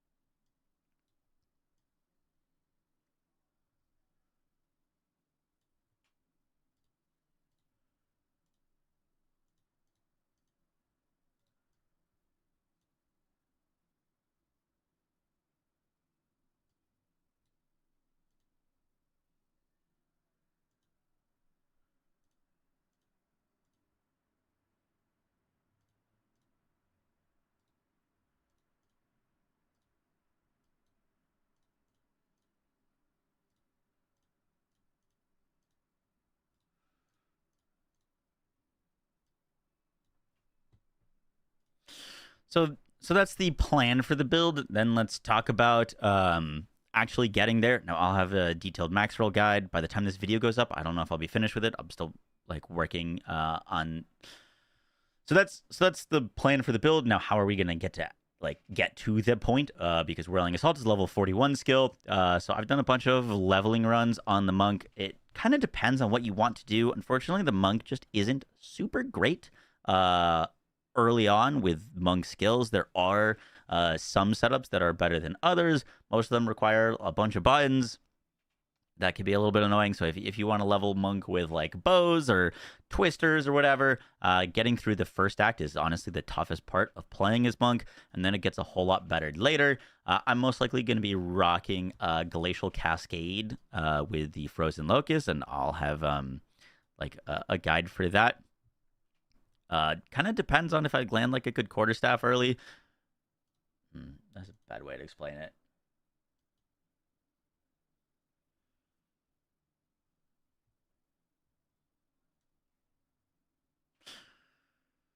So that's the idea for the build. Now, how do we get there? So there's a bunch of different options for leveling monk. In the grand scheme of things, it doesn't really matter for your like act 1 what you're doing. A lot of people prefer to go bows on monk, maybe do twisters. There's both kind of like the Falling Thunder leveling on monk as well as Glacial Cascade. I've now done both runs on Falling Thunder and Glacial Cascade. Personally, I prefer Glacial Cascade, but it's not for everyone. So I'll have some resources in the description on like what to do for leveling. But from my testing, the best thing that we can do is just rush Hollow Palm.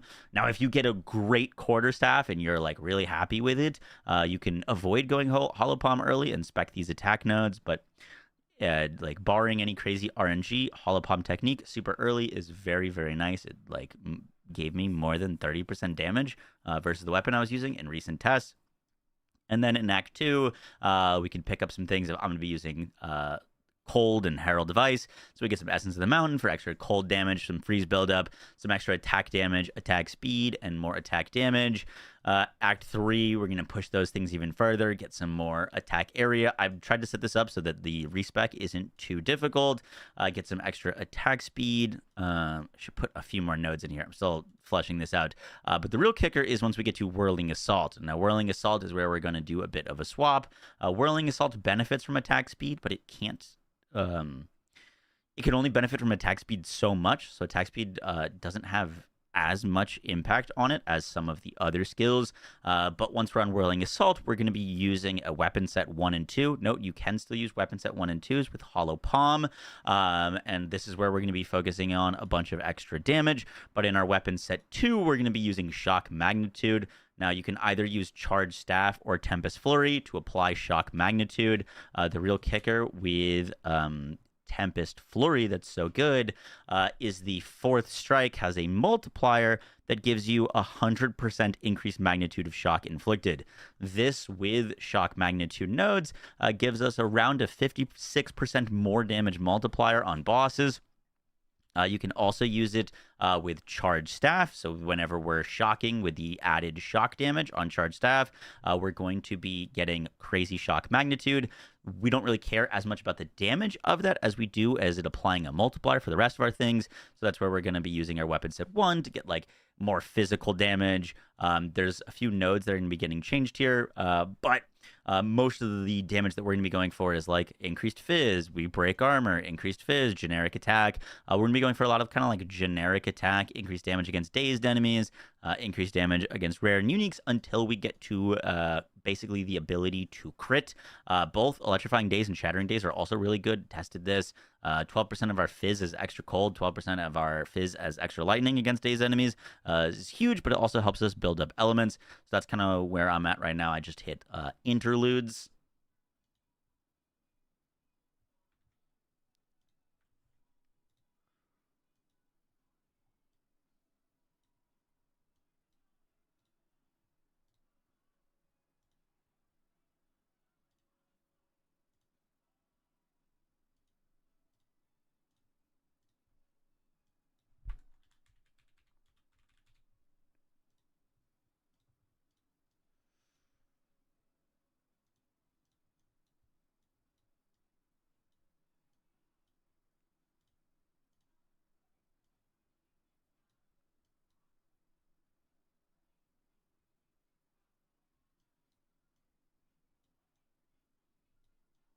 Oopsies, that shouldn't be green pines.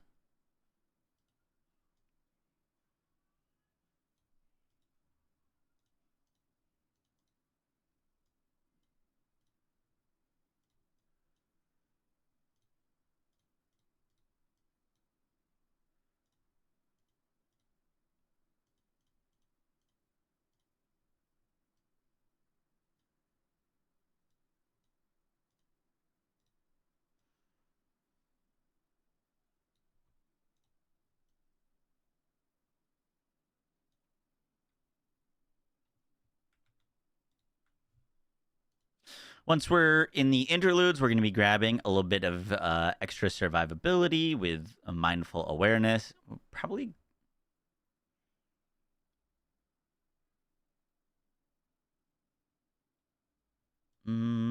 What's the best bang for our buck on survivability here?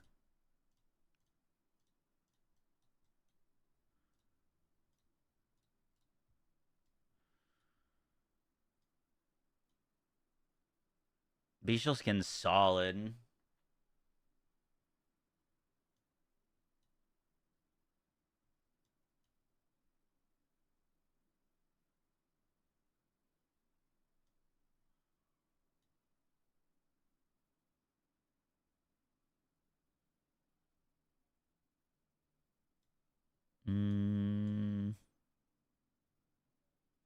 Do we need survivability?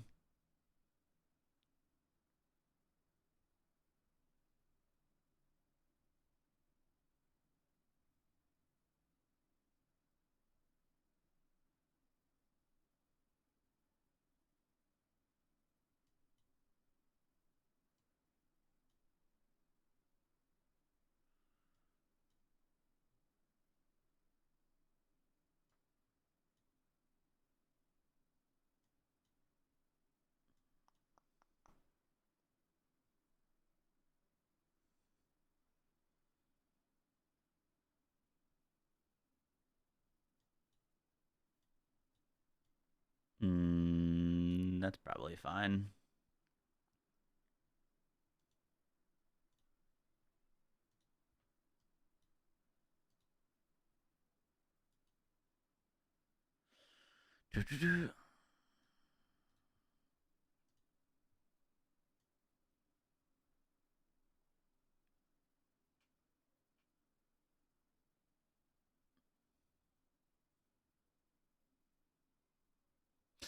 Once we're in the interludes, we can grab. Once we're in the interludes, we can grab a little bit more survivability with mindful awareness.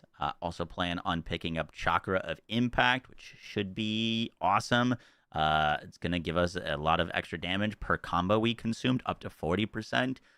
with the right supports. Our bells are going to be costing more than 4 combo, so this is just like crazy amounts of damage for them.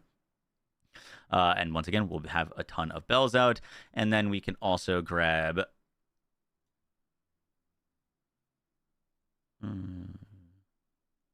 Yeah, we're chilling.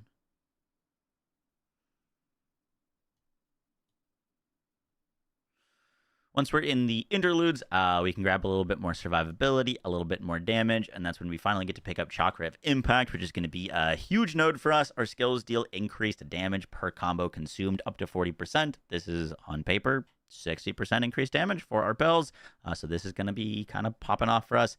Very excited to mess around with this, with the amount of bells that we're going to be able to get. And then... let's mention early ascendancy points. So on early ascendancy points, I don't think there's really a wrong choice on Martial Artist if you're really struggling with resistances and attributes, which you shouldn't be. Runic Meridians is a solid pickup. You could just throw in some extra runes into all your stuff to help with attributes and resistances. I'm probably not going this first. What I'm most likely going first is the Hollow Focus.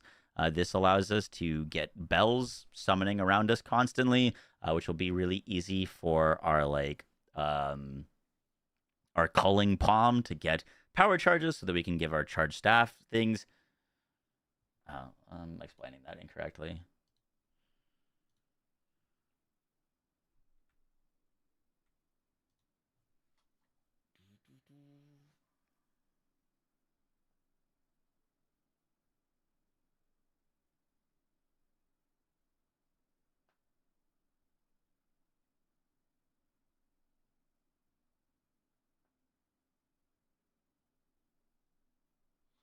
The only thing with going Hollow Focus first...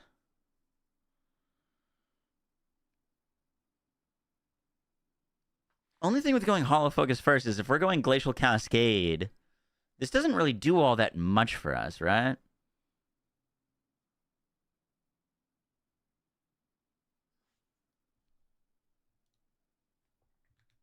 Like, it kind of does, but it, kind of doesn't at the same time.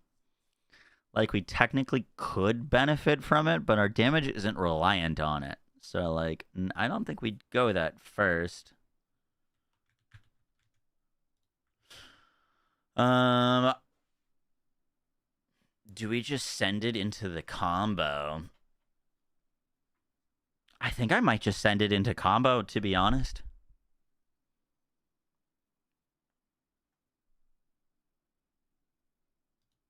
This isn't a great one-pointer or first ascendancy. Obviously. Okay. Here's what I'm going to say. Here's what I'm going to say. So, in terms of your ascendancy points, ascendancy points, if we are using Glacial Cascade to level, Hollow Focus, which gives this the little bells that we can call, isn't going to be as good yet. That'll be good later once we transition to Whirlwind. For our ascendancy points, for the first point, I actually we're going to want Hollow Focus, but not first. For leveling with Glacial Cascade, this doesn't really do much for us because we don't get much benefits from culling, or we don't need power charges. So Hollow Focus technique is something that we'll pick up later once we transition to Whirling Assault, which means your options for early points are Runic Meridians to help with some resistances and attributes early, Way of the Stone Fist to give you more damage of your gloves, or simply go into Martial Adept. When you gain combo, gain additional combo, and you get reduced energy shield. Now, the real kicker with Martial Adept is it allows us to get Martial Master sooner, technically, and Martial Master is what I really want to build around and get all this combo to spend all these bells. And so my current plan, if you're not good with this, you don't have to do it. But my current plan, I think what I'm going to do is go Way of the Stone Fist first for some extra damage. It's also going to give us a whole lot of extra attack speed with Hollow Palm. So I think that's going to be a good pickup early on, especially if you get extra damage, like added flat, added cold will turn into damage as extra. So that'll be nice. And then potentially once we get our second Ascendancy trial, we respec out of Stone Fist and then go Martial Adept plus Martial Master. Now, that kind of is a bit dependent on how the bells are feeling and our like uptime on them. But that is kind of my initial idea, is go Stone Fist first and then Martial Master as a potential respec.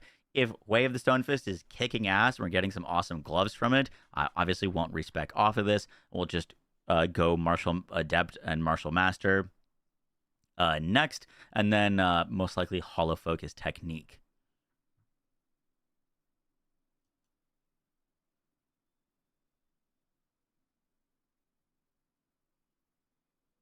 You're just killing Palm with Form if you can't shock enough yet? With Form?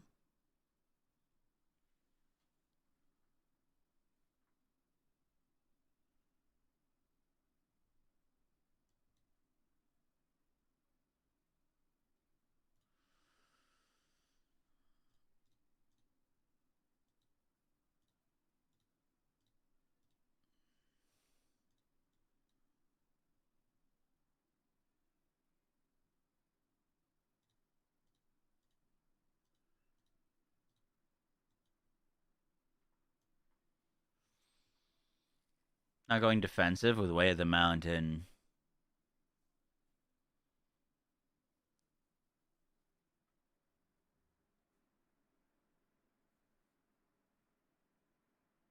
I don't know. I don't think we're going to be mobilizing that much yet.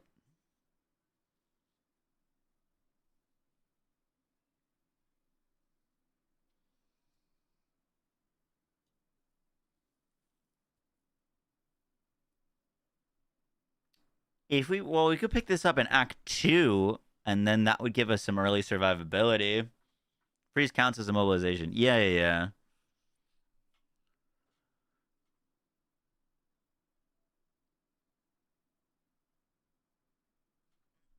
What does this do for us? It's just more damage, right? And like the reduced damage from hits.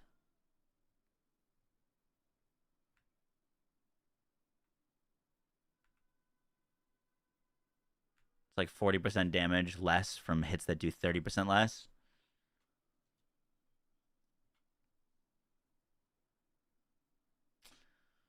That's not a bad first point either. Technically, it's 15% more damage and survivability, and it gives you a little bit of immobilization buildup.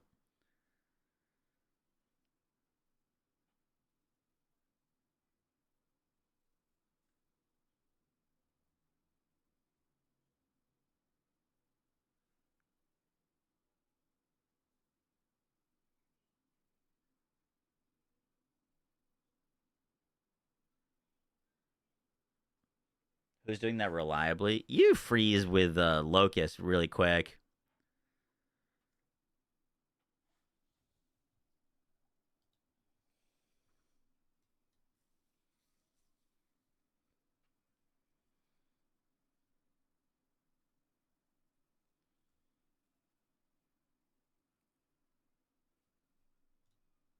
What's our end, dude? This is the thing with martial artist, is it just looks so good.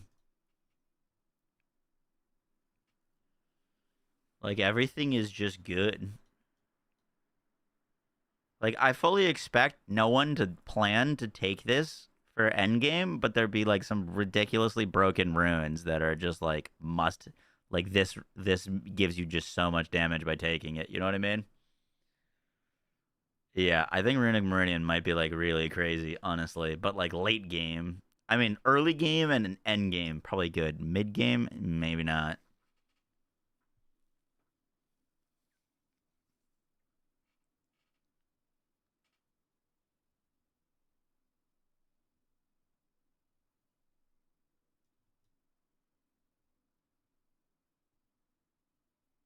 Unique runes too. Make game and makes getting resistances cap a joke.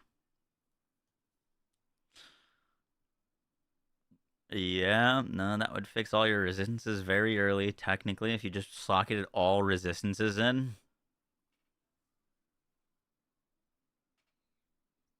It would be less than 30% of your life. Gotcha. Fuck, bro. I don't know. It all sounds so good. Do we not go hollow focus?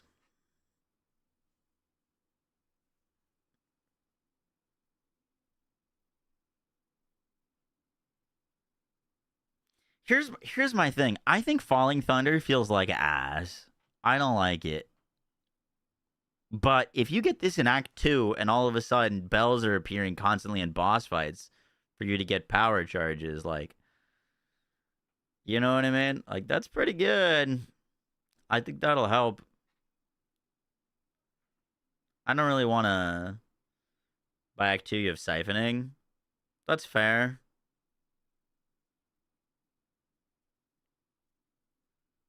Yeah. It's good. It's just like annoying to do on bosses until you have stuff, and then even then, it's like 14 different buttons to regulate charges.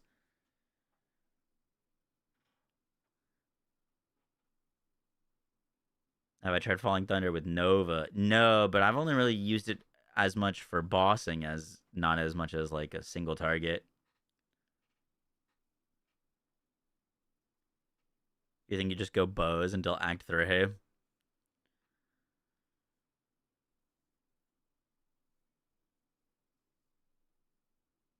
Needs to test it. Yeah.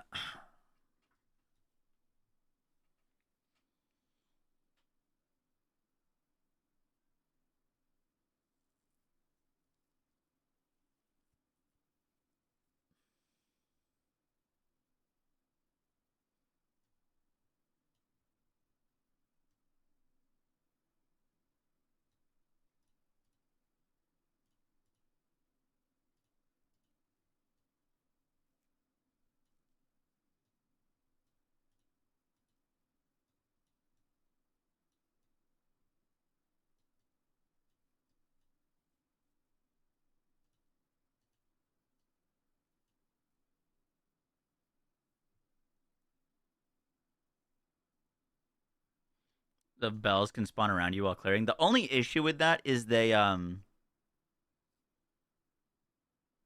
only issue with the bells spawning is they kind of spawn behind you in all of the footage.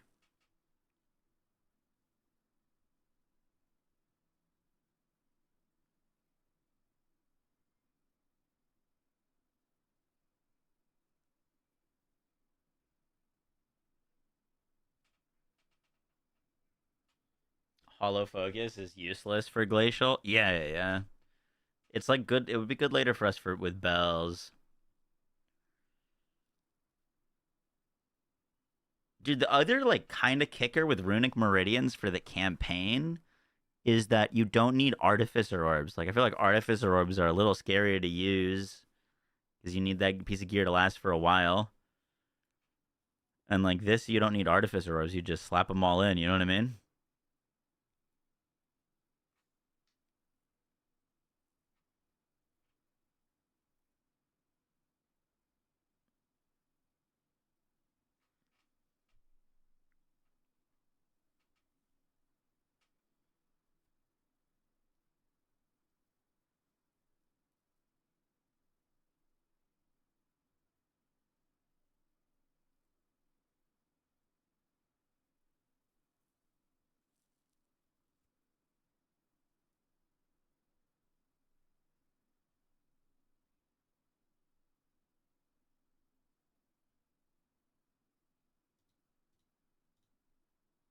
Okay, let's talk about this again.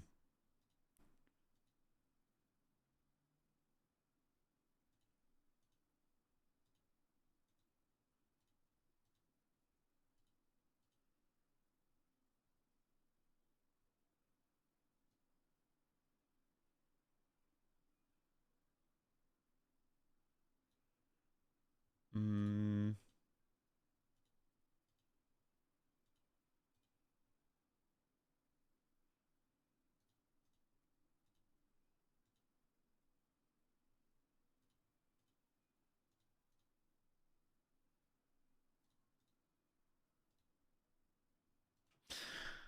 Okay, now let's talk Ascendancy nodes. Now, I don't think you could go wrong with really anything on Martial Artist. Like, all of the nodes are pretty good.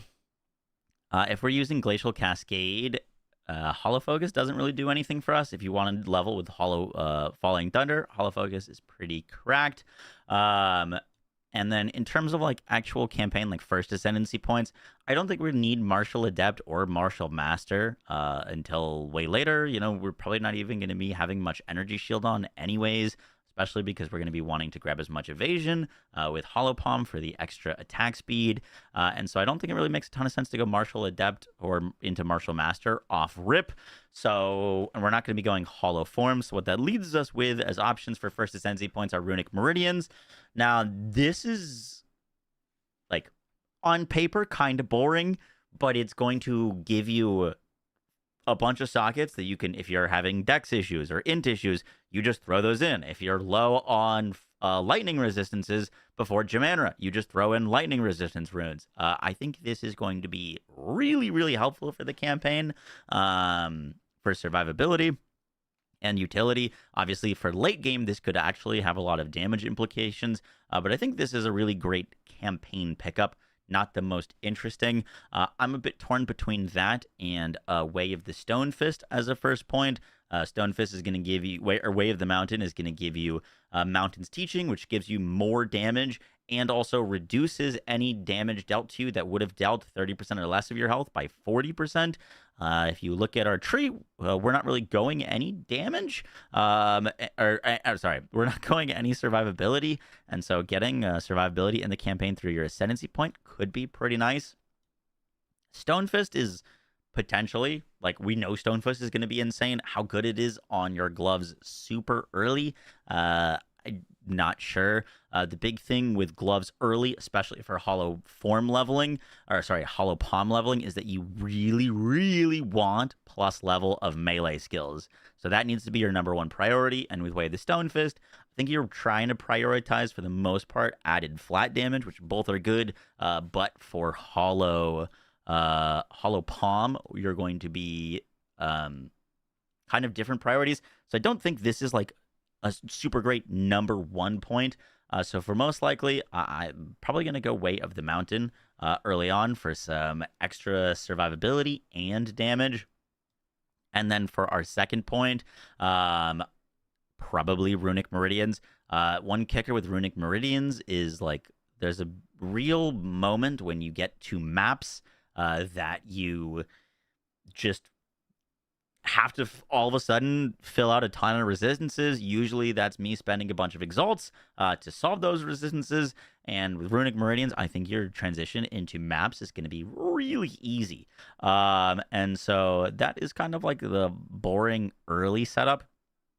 And then once we get to our third Ascendancy point, that is when I would respec. And at third Ascendancy points, that is when I would fully respec into our, like, real true build with Martial Adept, Martial Master, and Way of the Stone Fist. And then for a last point, potentially Hollow Focus, potentially Runic Meridians, or potentially Way of the Mountain. Could mess around as well with Hollow Form Technique. I think this is going to be really crazy with the interactions we're going for. Just having, tons of bells plus a bunch of whirlwinds to trigger all those bells could be really fun. But that's kind of my current, like, idea is go for, like, Way of the Mountain / Runic Meridian, then pick up the other one, and then when we get a third Ascendancy point, respec into Martial Adept, Martial Master to get really crazy with our, like, combo and combo payoffs.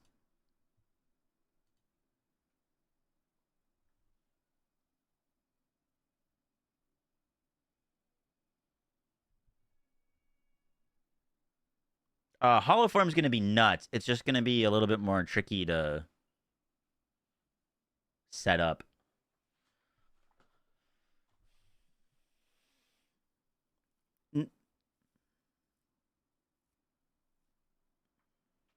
But, like, I don't... The thing is, if we go Hollow Form... I don't know. Hollow Form would work really well with what we're trying to do. Oh, fuck. Wait. Hollow Form... You think this works? Pause. Do you think this works? Do you think you get combo from Hollow Form? clones.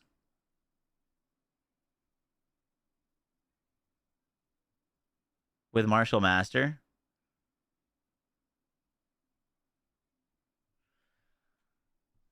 Because then we could just like hollow form. Don't clones never give combo points? It's weird. So like if I was using a Mirage Archer and my Mirage Archer crit something that had a sniper's mark on it, it wouldn't give me a frenzy charge. So normally your like Mirages can't give you things, but I think Martial Master overrides that.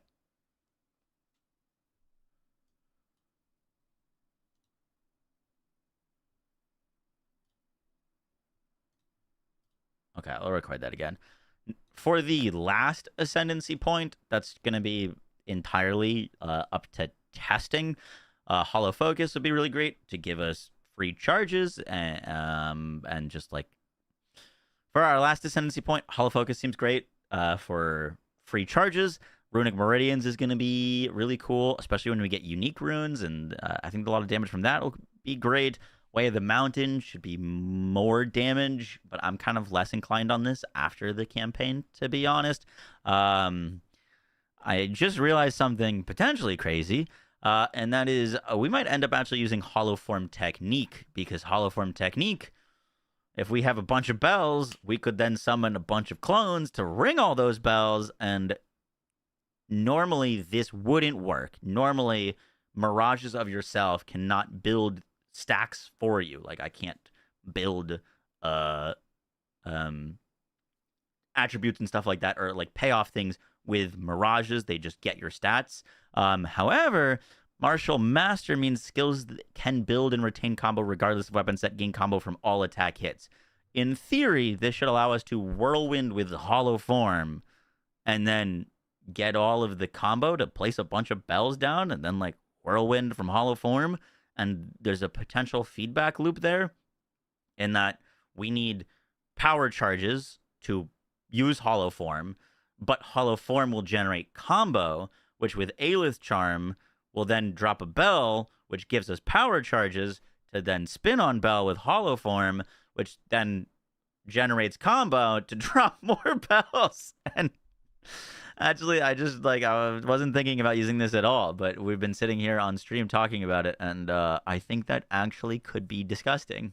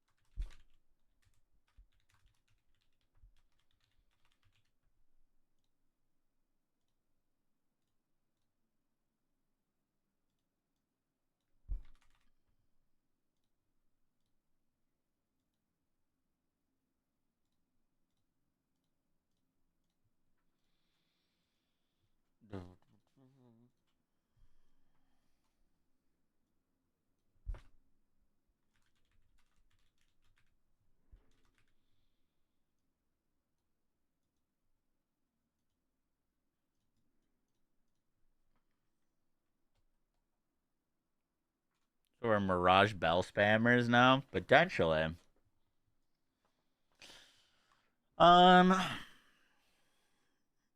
You think we can go crit a little bit earlier on the monk.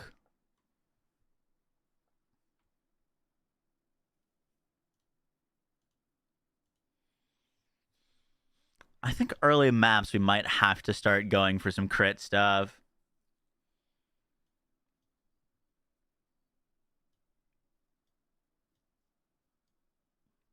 Thoughts? Needing a quarterstaff with crit? I'm not sure.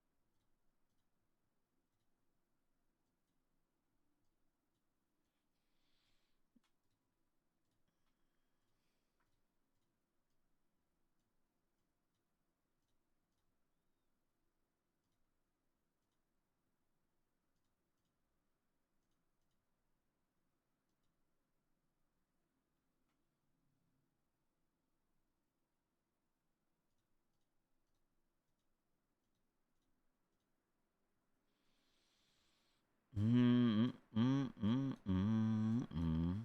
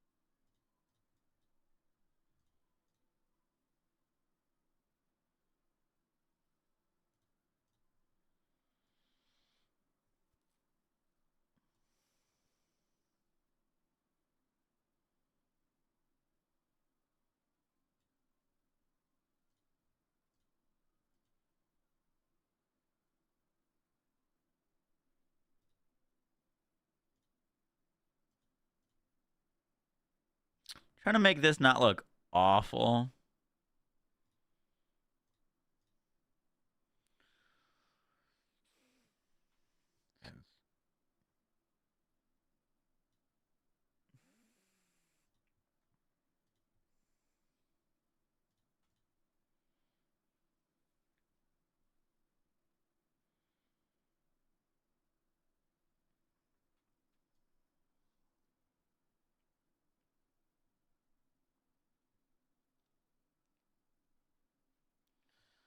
Society.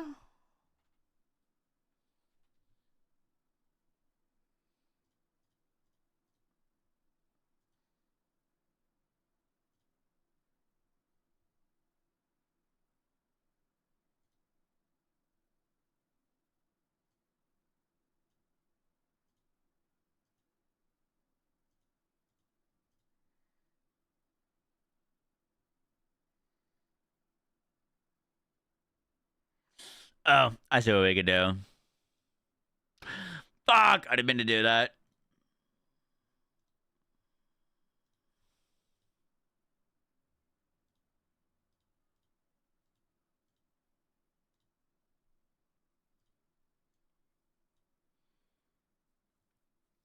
We don't really need to go through the middle once we don't need hollow. That's how we make that cleaner.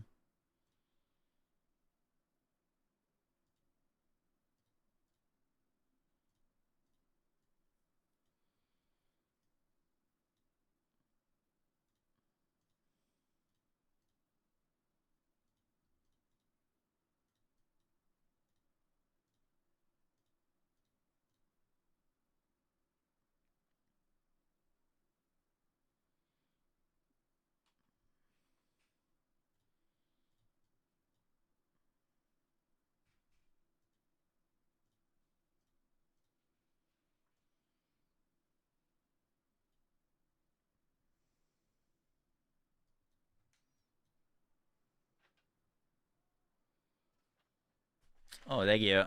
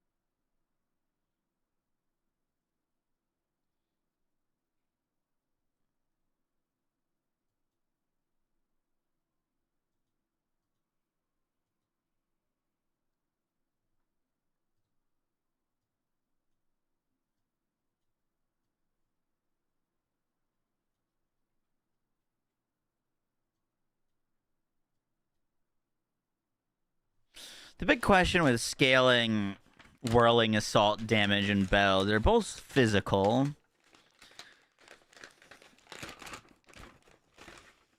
Right?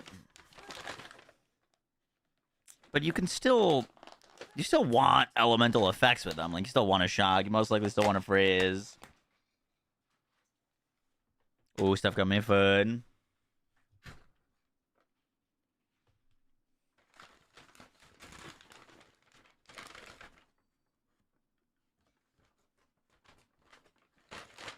Like,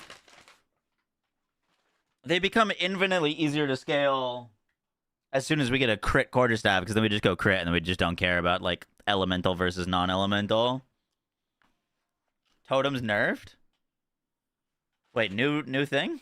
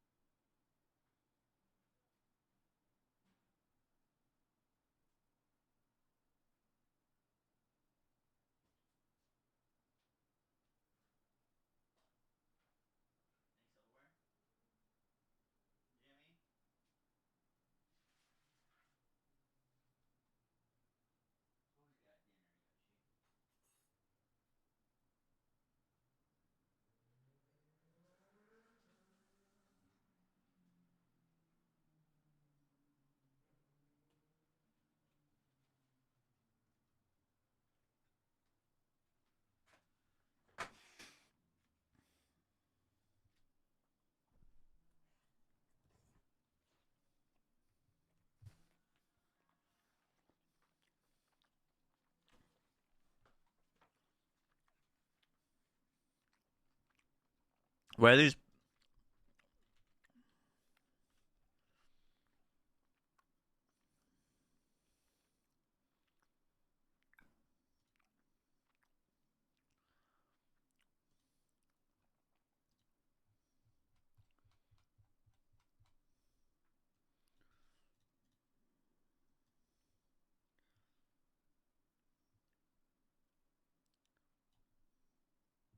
$28.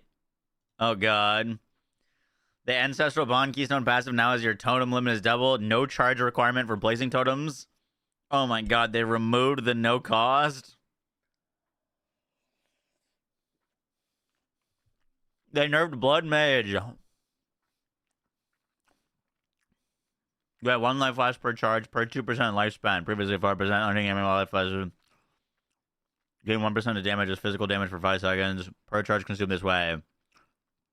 Flash do not recover life previously. 50% life, less life. Flash do not recover life?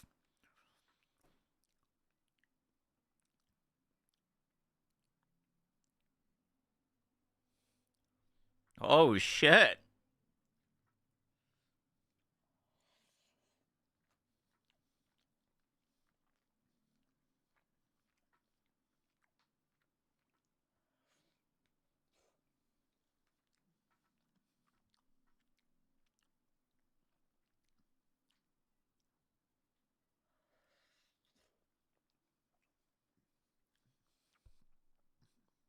Is that a W?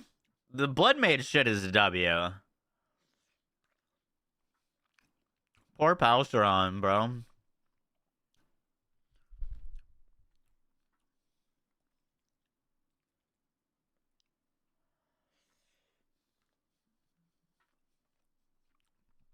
Big minion buff. Fixed bugs that cause minion damage bonus against non-unique enemies introduced in version 0.3 to function incorrectly.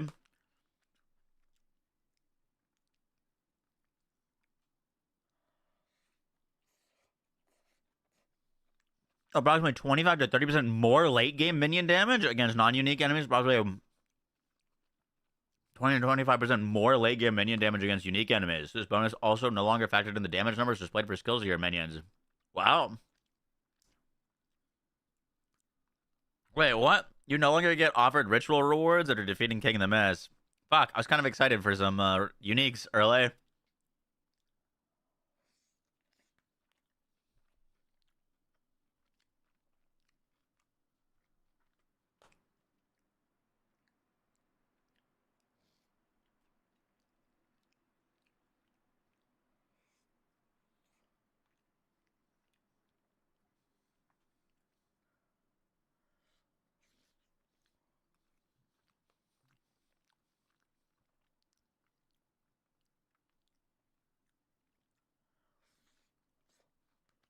I did 2 new prefixes to strong boxes.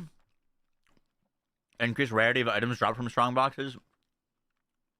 More rarity contained items. That's good.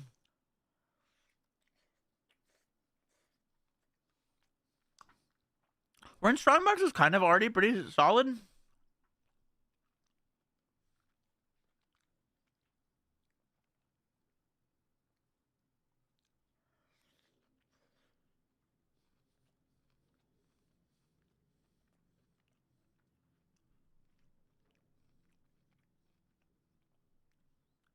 Alright, this is awesome. I can make a video about this and then have our League Start Plans video tomorrow. Are you still planning on League starting Ice Shop Martial Artist? I have a new idea. A new idea. I've been working on it all day.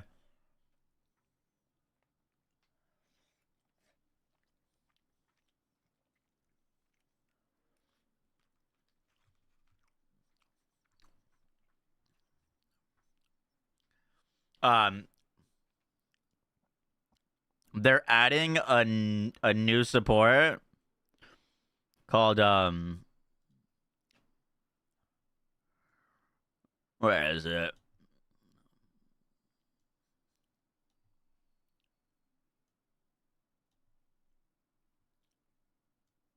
Oh, it's only the biggest one.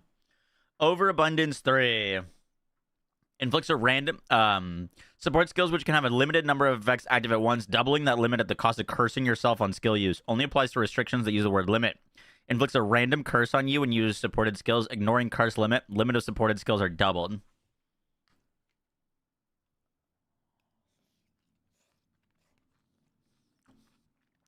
That gives us 6 bells. 6 bells. But we curse ourselves every time we use a bell. But we can use the Hollow Keeper node, which is getting added this patch. 50% reduced effect curse on you. With Creation's Rune of Warding, 50% reduced effect curses on you to become curse immune. And now we can drop 6 bells with no downsides. But how the heck do you build enough combo to build 6 bells before something's dead already? That's where Martial Master comes in. Skills can build and retain combo regardless of weapon set. Gain combo from all attack hits. This should allow our bells to generate combo. So as we put down bells, which we can now put 3 bells down at once, they should be able to generate their own combo. We just ding them, slam a bunch of bells down. We can hollow form to ring those bells with more whirlwinds. And there's a new thing that they're adding to the game called Warding Fetish that gives us 30% increased damage per curse on you. So we're slamming bells down, cursing ourselves, and increasing our damage on every time we curse ourselves. While also being curse immune.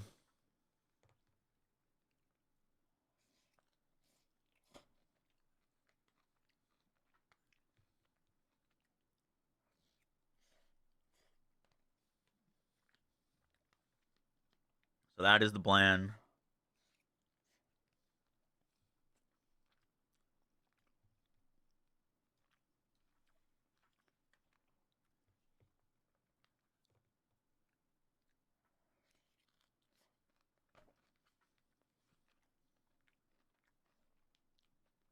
How expensive are those emotions going to be? Fear, suffering, envy.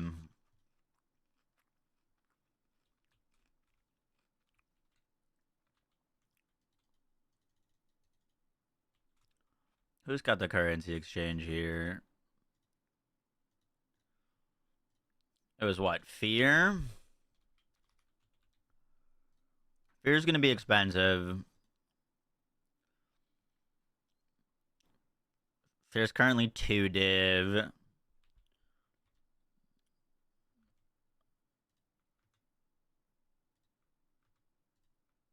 Fear... What was the other one? Fear, suffering, and envy.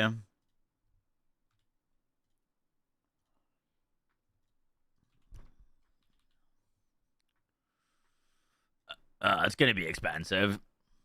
It'll be expensive to do that. Those are 2 of the more expensive ones.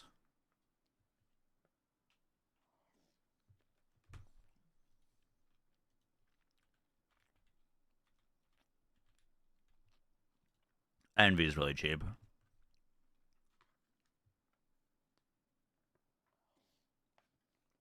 We don't need that for the build to function, though. It'll just give us 180% increased damage.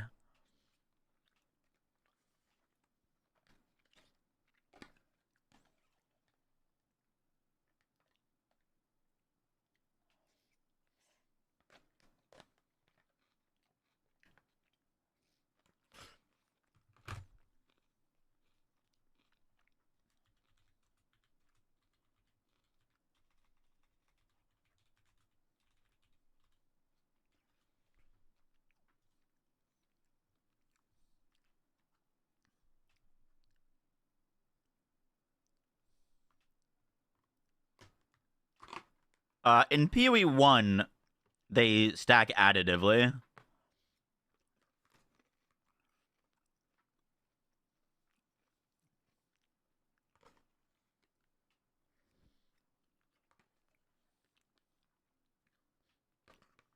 Okay. Here's how it works. reduced and increases curses effect stacked additively. So if you have a 100% reduced curse effect, that does not make you immune to curses. It gives you a 100% reduced effect, which makes you effectively immune to curses that have a 100% curse effect. Certain monsters and effects can curse you, like inflict temporal chains with 40% increased effect. If you get hit by that and you have a 100% reduced curse effect, then you have a temporal chains curse at 40% value. You would have it at 100% less curse effect to be completely immune to all curses. Remember, the Path of Exile is multiplicative modifiers and additive. So we would be curse immune to our own curses, but we wouldn't technically be curse immune to all curses in the game. But we're not going to be inflicting curses on ourselves with curse magnitude.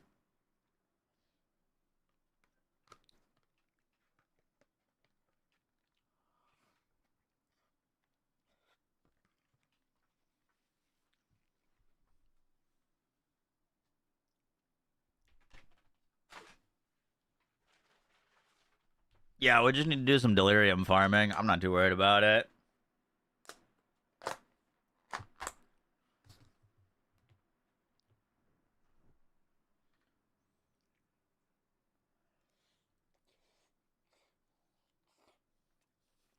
Olros. I've never gotten an Olros.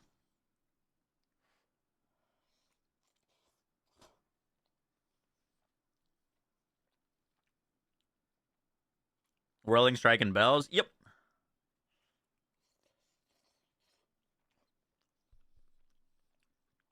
Is block chance capped at 75? No.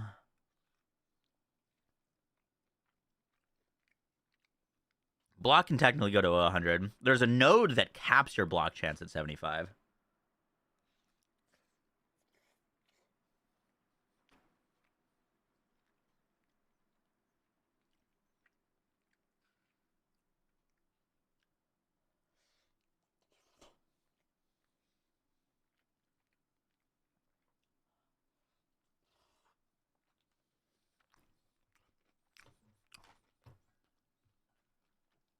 %100% block chance with Cherno Bogs. Nice.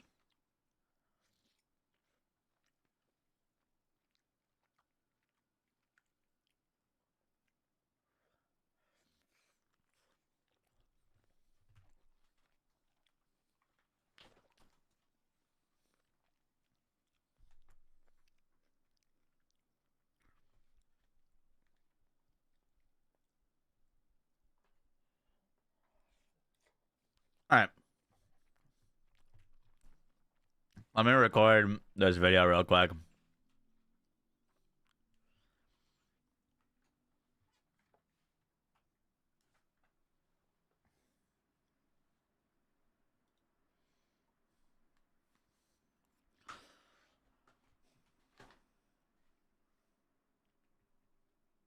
A 100%. If we, on self-inflicted curses, we would be immune to curses. They stack additively. The league start 2 days.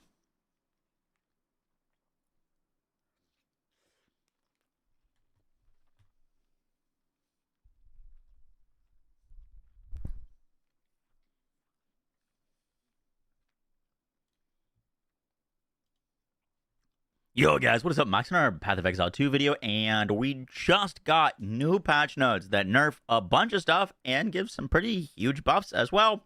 We're going to be going over everything you guys need to know.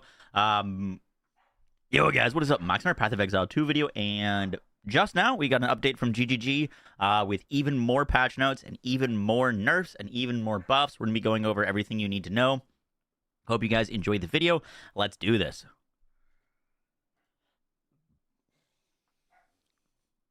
So they updated. So they pretty heavily nerfed the totem build. This keystone that they added read that your Ancestral Bond keystone passive was going to allow you, which... so to start, they nerfed the totem build pretty massively, actually.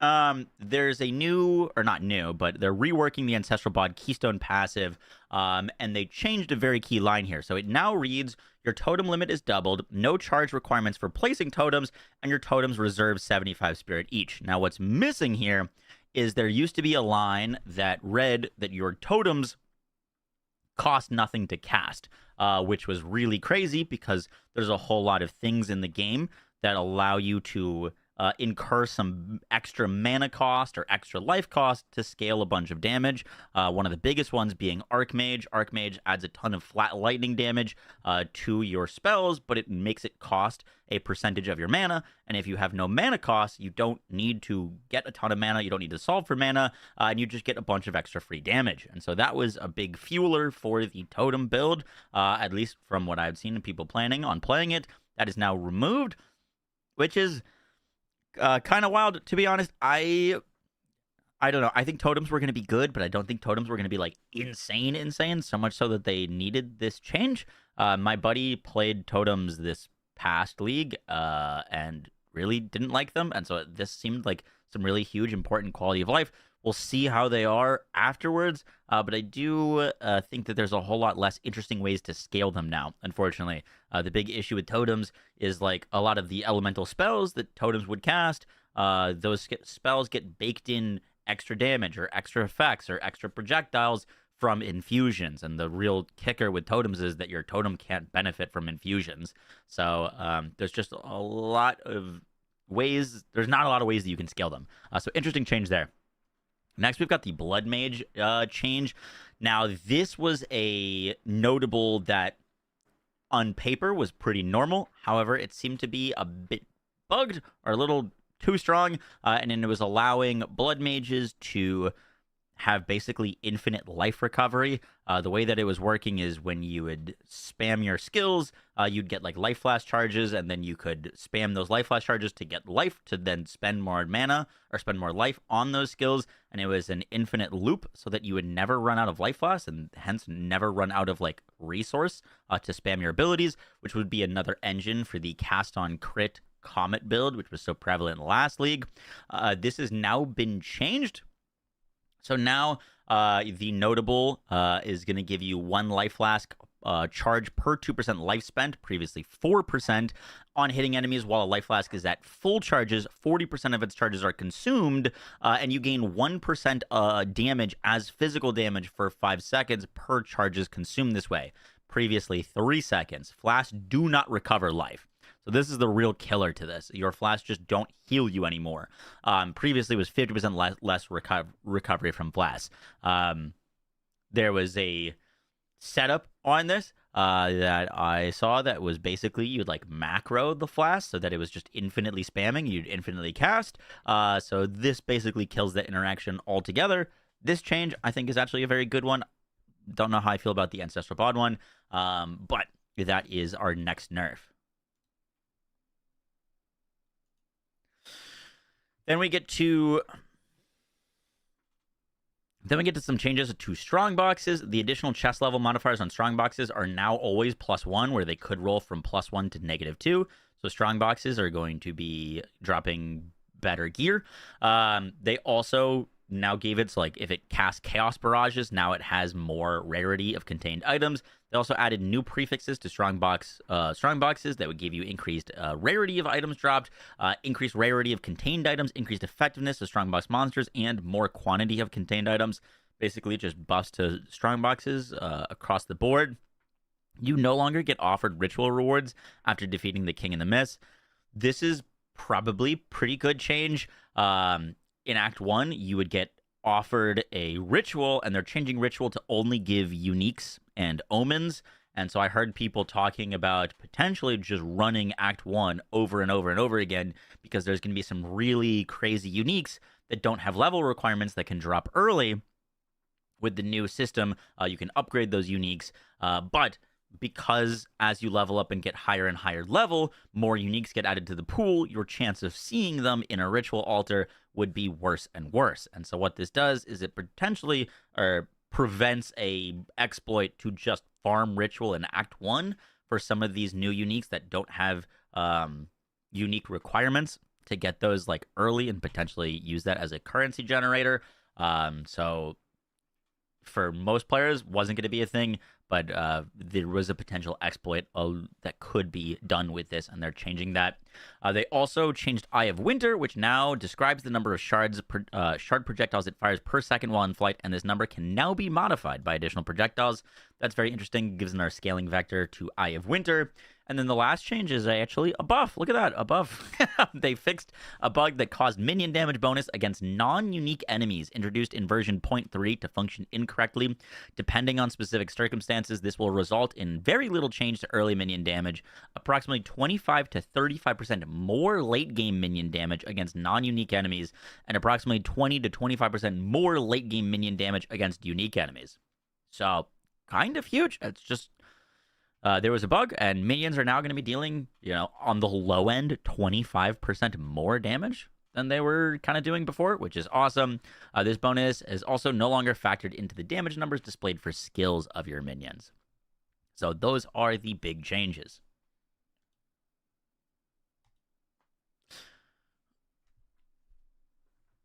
Now I will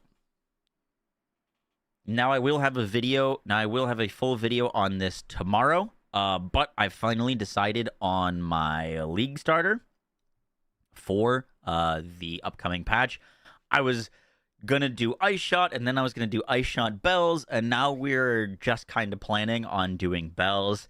I'll have a full video explaining this tomorrow, but I just kind of want to mention how cool this is going to be with what I'm planning on doing, and I'll have more in-depth tomorrow. But there's a new support gem that's going to be added called Overabundance 3.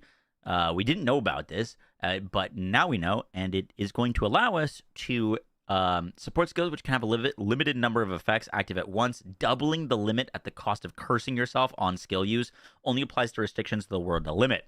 This is going to mean that instead of getting 3 bells in the new patch, we can have 6 bells, which is crazy.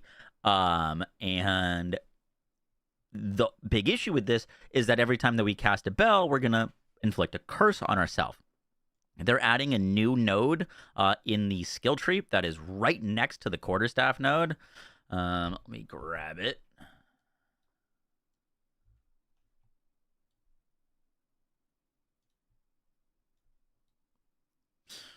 Right next to the quarterstaff node, the Hollow Keeper.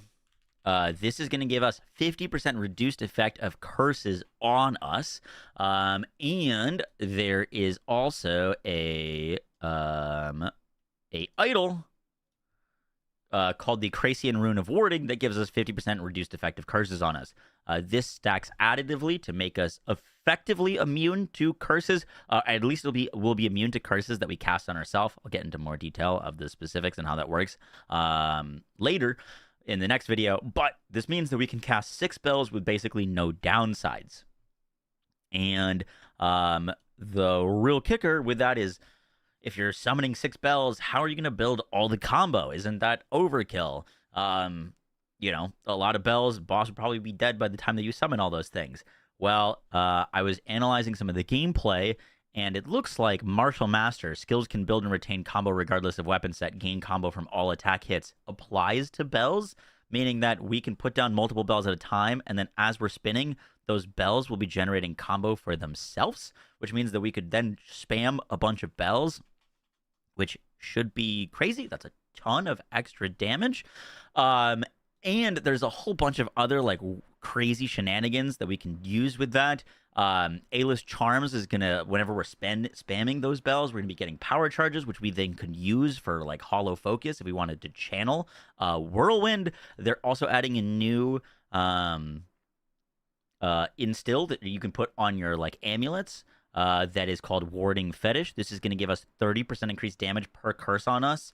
We ignore curse limits on curses that we apply to ourselves with our bells, which means this is 180% increased damage for us. And there's a whole lot of other things that I've got cooking. I'm working on a whole planner for it. Not going to be something that you'd want to get into immediately. That's why I want to have a planner that transitions into this, because this is going to take a bit more setup and a bit more gear and a bit more currency, but this sounds like the synergies are just kind of insane, and so this is what I plan on using.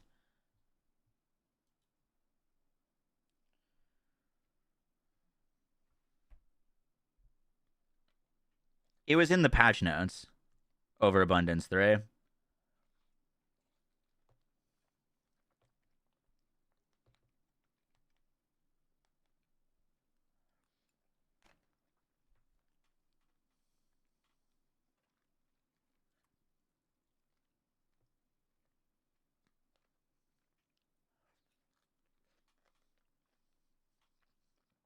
Totems is dead, so I've heard. We just went over it. I gotta put this away. I gotta stop eating.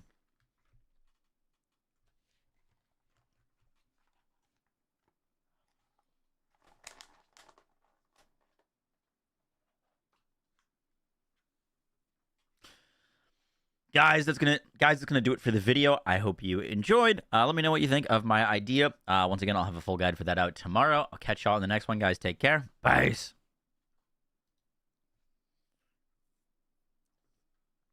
What map clear? Whirling Assault. Hollow Keeper node on the tree. It hasn't been updated yet. Maxwell's tree is unfortunately quite behind. Like, for example,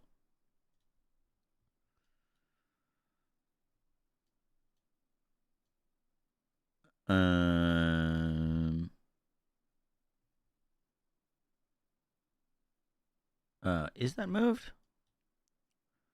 Nature's Bite's over here now.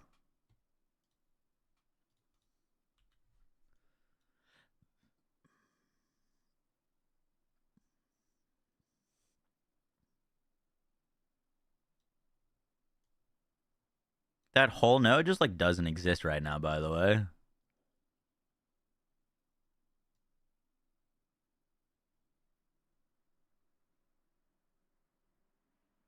It does exist somewhere else, if I'm not mistaken.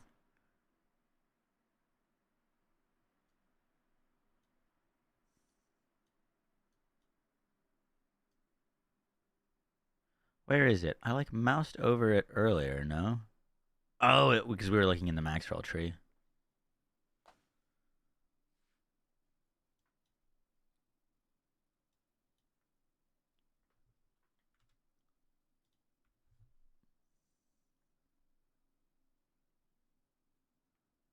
New in 0.5, new in 0.5.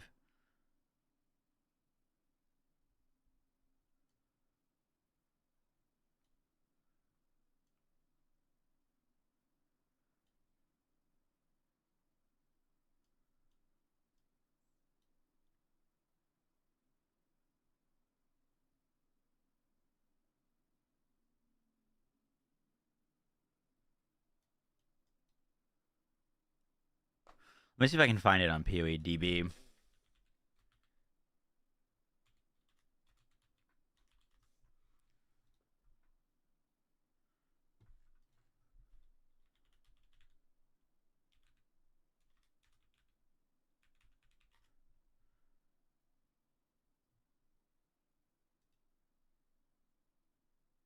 The Hollow Keeper.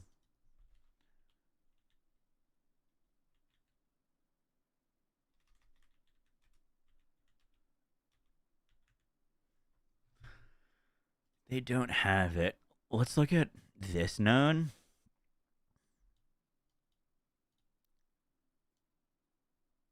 Warding Fetish.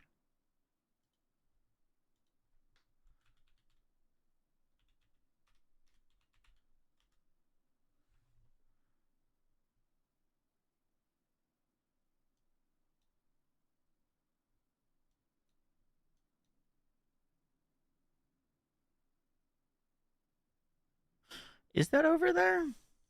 Can we just instill that normally?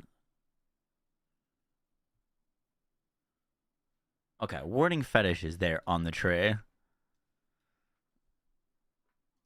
Yo, you're very welcome. Appreciate that.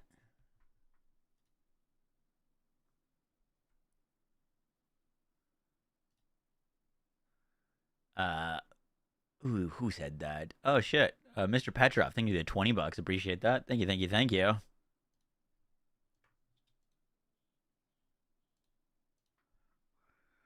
What I'm hoping that isn't is like a Oracle node, but it wouldn't make sense for it to be an Oracle node and be all the way over there.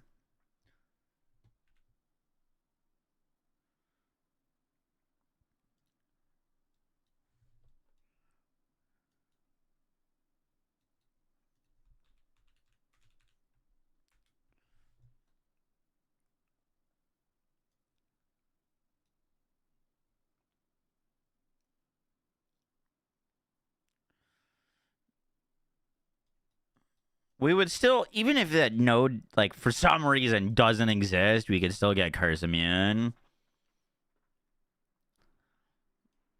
It would just be trickier. It's, like, kind of insane that it's, like, perfectly right there for us. Underneath the quarterstaff node.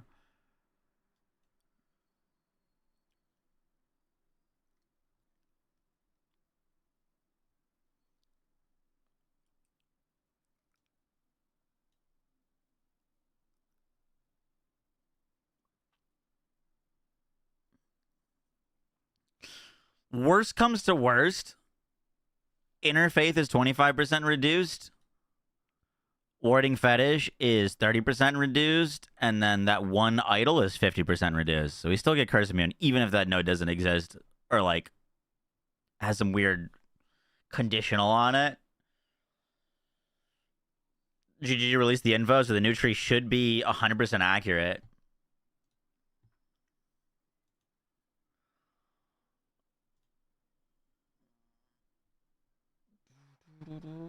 You are correct. It was released by GGG themselves.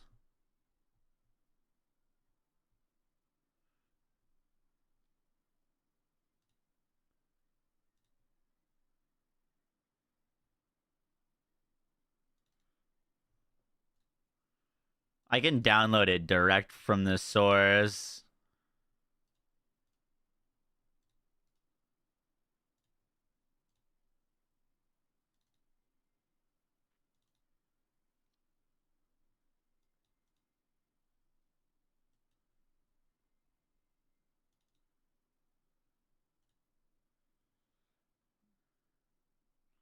How to read it? I have no idea. But I just downloaded it direct from PoE.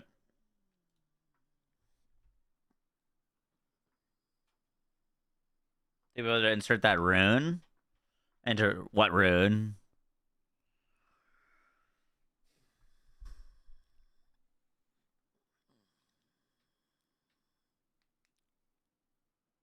Green is swapped and purple is brand new. Oh, you're right. Because we went over that these were all new. Those were all brand new nodes. Okay, so this whole thing is brand new.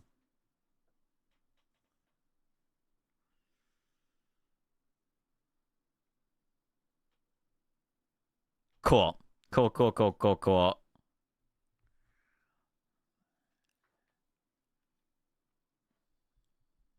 Wow, they even show what the difference of the node is. That's pretty crazy.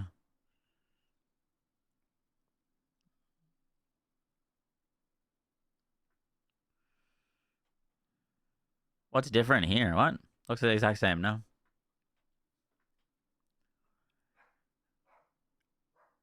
That's the same. Interesting.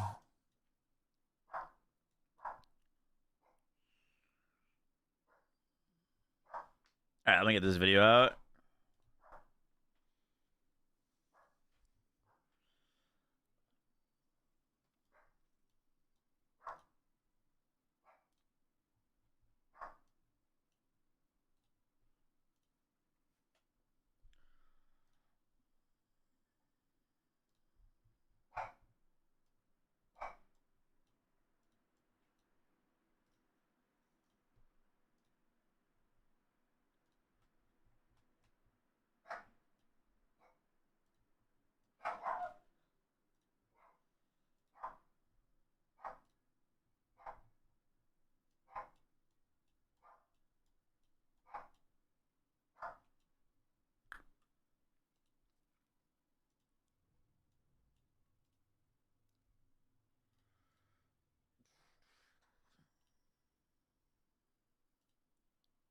It's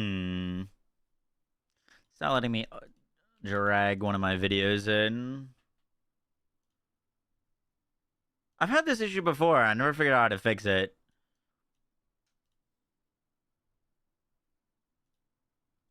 Any tech whizzes know how to fix this? Look, I've got my videos and my timeline. But I can't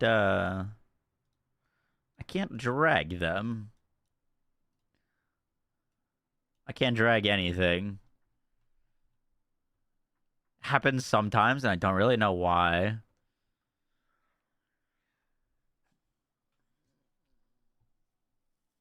Wasn't too bad.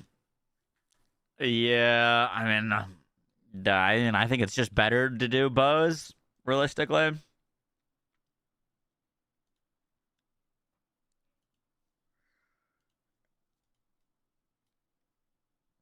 I think it'd be impossible to go bows or any other leveling method into like Falling Thunder power charge generation because that needs so many skills.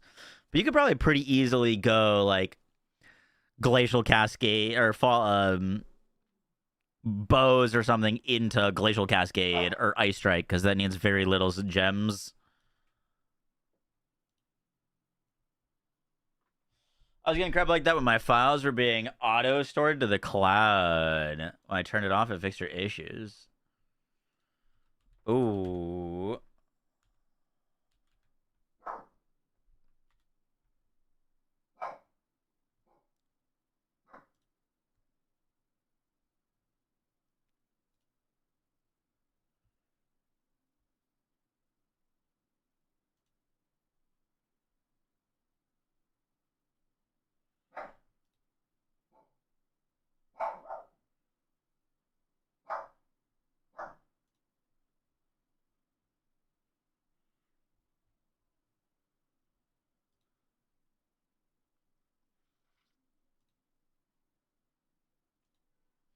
How do you turn off OneDrive?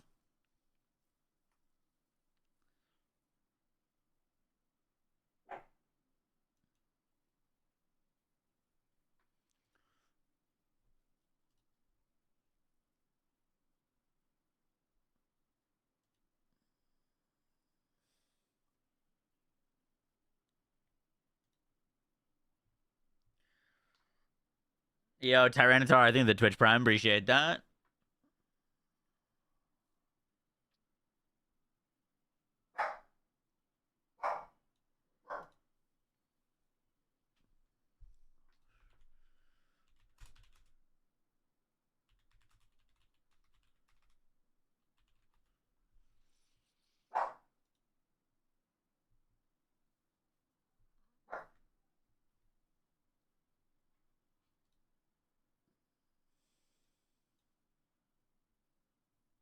Okay, I just unlinked it. Let's see.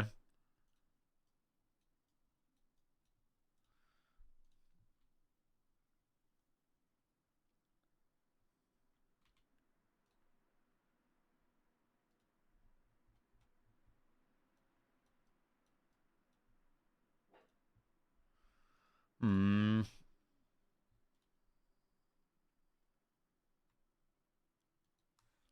Fortunately, didn't fix anything.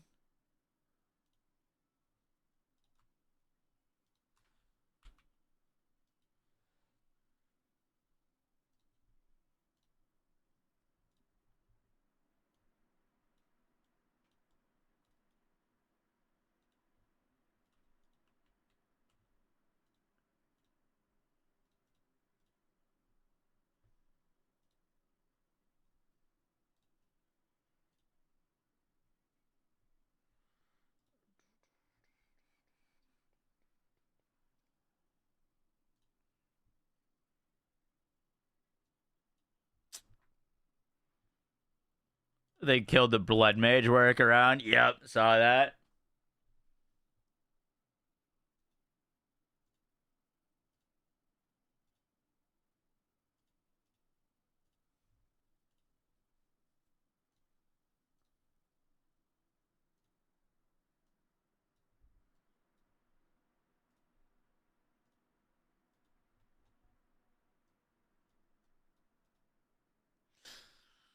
Hmm. The only issue with this is I can't dragging it's my only way because if I go to videos, it tries to load typically too many things that it crashes.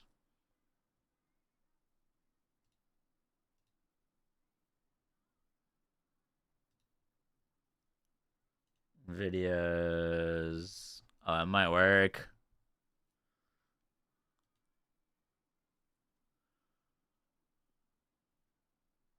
It's gonna crash.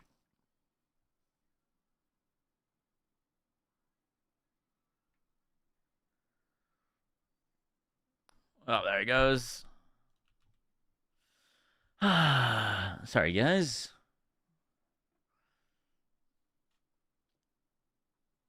I just want to get this video out so we can keep playing. I can't fucking drag and drop files, though. The issue with this is it always just fixes as soon as I close the reboot the PC.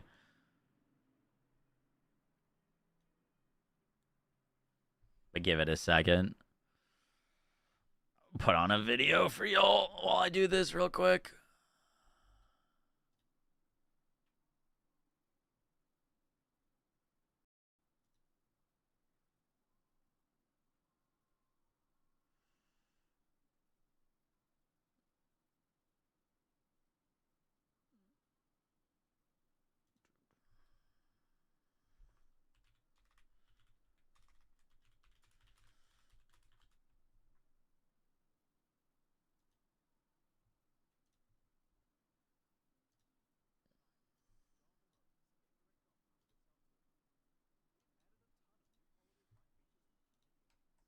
Here's a couple you'll find useful in the endgame. The Atlas now has a search box that updates live as you type. If you have a specific map you'd like to run, just key in the name of it and you'll be able to locate it instantly. Hitting enter will move you from map to map, allowing you to easily move between them. As in it needs this works on more than just map names. You can find biomes, powerful bosses, or even specific mods. Really anything about a map you can think of. And this can come in handy if you get specific tablets that you want to use with specific mechanics. So for example, if you get a tablet that adds extra essence encounters, you might want to run it with a map that boosts essences.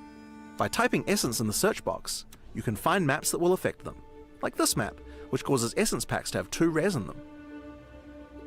Now that we have trade market search built into the game client, we've also added the ability to price check items you find more easily. Shift-Alt clicking an item will now instantly search for it on the trade market, showing you the current prices. I wasn't running it as admin. For rare I'm gonna try items, running it's handy it to as exclude admin, some see if it mods, drags. so we've added the ability to enable and disable each modifier individually, letting you see exactly how each one affects the item's price. And that's not all. The Fragment Stash tab is finally coming to Path of Exile 2, and with it comes some serious tabception. It's This now tab letting is a me dedicated drag, but storage not for onto the various boss timeline. fragments. There's also a tab for all your precursor tablets, with each tablet type receiving 6 tabs of storage. Finally, there's storage for your Jinn barriers and inscribed ultimatums, both of which also get 6 tabs each. Speaking of changes to stash tabs, with the Runes of Aldo League, there's a ton more runes that have been added to the game. Alright, that fixed it, thank In you. order to I fit just them, ran it as we've admin and modified then the unran it socketable as stash admin tab. and then fixed. There are now Thank 5 you. substashes Good to know. for runes, Kalguran runes, Oh, soul cores, hallelujah, idols, bro. I thought I was going to have to do and all the ancient inventory portals. management of this, which Give does you not much go more well. space for all those runes. All these features and much more are available in Return of the Ancients launching May 29th. Thanks for watching, and see you at Only launch. kicker is you gotta own that stash tab, I think, but still very cool. Oh, you guys want to watch a painted picture frame for 2 hours? Hi, I'm Jonathan Rogers.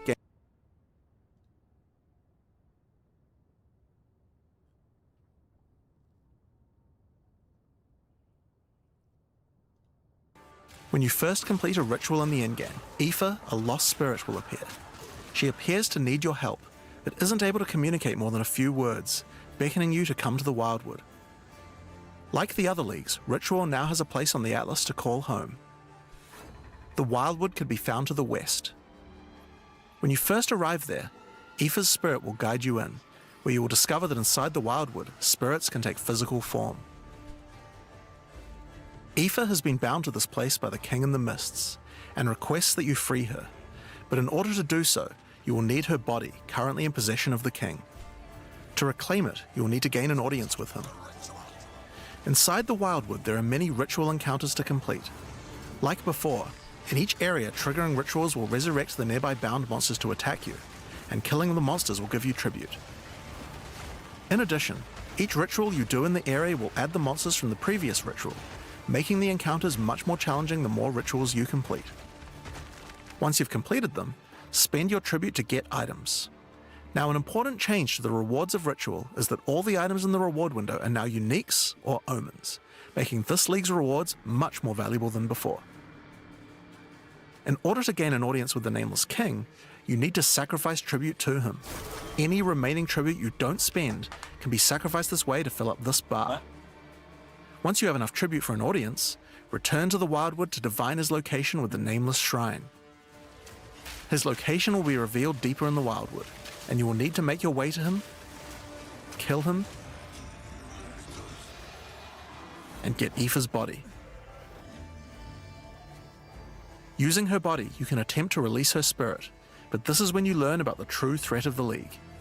The Wildwood is built on top of an ancient prison. The King in the Mists didn't gain his power out of nowhere.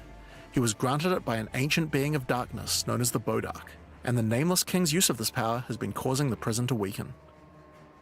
In order to prevent the Bodark from entering the world, a champion will need to enter its prison and beat him back, but those with a name are unable to survive there. In order to do so, you will need to transfer your name to another with a new mechanic in the Ritual League, the Rite of the Nameless. The rite will begin in a nearby forest. At first, it appears to be a regular ritual encounter, but that will soon change. The final ritual of the area will include the map boss, and defeating him will give you a piece of the effigy onto which you will transfer your name. But the ritual is still not complete. Once the map boss is defeated, the atlas will open, and you will need to pick another adjacent map to continue the ritual. During the rite, each adjacent map will have different rewards to tempt you. So for example, if you go in this direction, you gain significantly more tribute, but if you go in this direction, the uniques in the reward window will turn into currency instead. You can also sometimes get offered specific items that will be added as rewards, so in this case, you'll have to choose if you want to get 5 Chaos Orbs or a Mage Blood. A difficult decision, I'm sure. Reward window will turn into currency instead. You can also sometimes get offered specific items that will be added as rewards, so in this case, you'll have to choose if you want to get 5 Chaos Orbs or a Mage Blood. A difficult decision, I'm sure. Now, as this is one continuous ritual, the encounters in the next map won't start from scratch. They contain all the monsters that were gathered from the rituals of the previous map as well, making them harder and harder. And that includes the map boss too. You will need to defeat both map bosses in the final encounter for your next effigy piece. And it still doesn't end there. Pick another map, another reward, and add another map boss to continue until the ritual of the Nameless is complete. It will take 5 maps in all, and will be an incredible challenge. But once complete, you can return to the Wildwood to perform the final rite. Transfer your name to the effigy, adorn the crown of the Nameless King, and enter the prison. Now of course, once the Pinnacle boss is complete, the League doesn't end there. As you do rituals on the Atlas, you can continue to give tribute to the King in the Mists for another audience.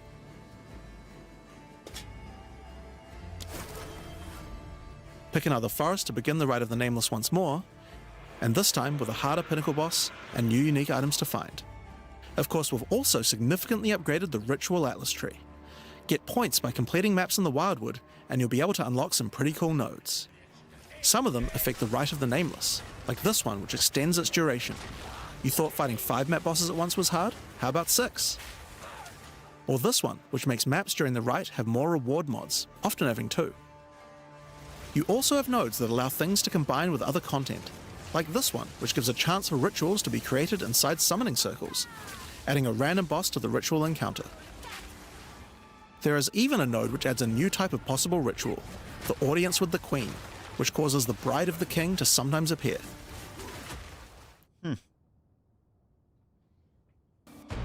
When you first do a breach in the endgame, you will find Aelith, one of the Keepers of the Flame, an ancient order of monks dedicated to preventing the Hiveborn from entering the world.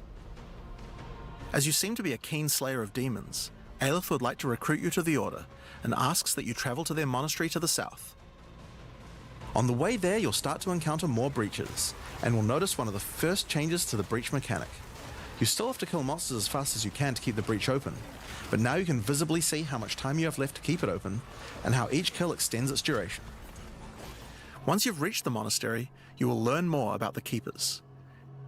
In the 25 years since the events of Keepers of the Flame in Path of Exile 1, the war with the Hiveborn has not gone well, and they have managed to establish a foothold in the world nearby. A gigantic area has fallen to the Scourge, and the Keepers are unable to get inside. Inside the monastery is the Genesis Tree, a powerful asset to the war effort, stolen from the enemy and gifted to the Keepers by the Dreamer himself. Using the tree, Aelith could create a breachstone and penetrate the Hiveborn foothold, but without Hive Blood, the tree has withered. To get Hive Blood, you will need to take advantage of another new mechanic of breach. If you can keep the otherworldly portal open for long enough, the breach will stabilize and will enter a new phase. The Hiveborn will send their toughest miscreations to defeat you, and the breach will not close until you can annihilate them, dropping Hive Blood that you can use to restore the Genesis Tree.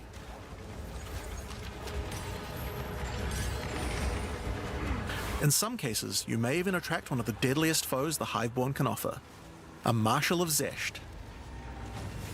These monsters also drop womb gifts, and if you take these to the Genesis Tree, they can be used to craft items to help you in the war against the Hiveborn. Given that 25 years have passed since the beginning of the war, the tree has grown and withered many times, but with each cycle it learns and expands its abilities. When you first open the Genesis Tree, you will notice these holes into which you can place your womb gifts. Each womb gift can be used to create a different type of jewelry and must be fertilized with Hive Blood. So for example, you can place this amulet womb gift into the tree and it will give birth to a random rare amulet. But the Genesis Tree is capable of much more.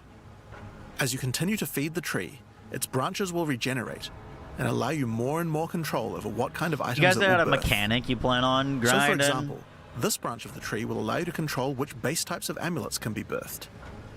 Shit's gonna be so overwhelming with all the things to do, man. And as you go deeper, it will even allow you to create new base types that you can't get anywhere else.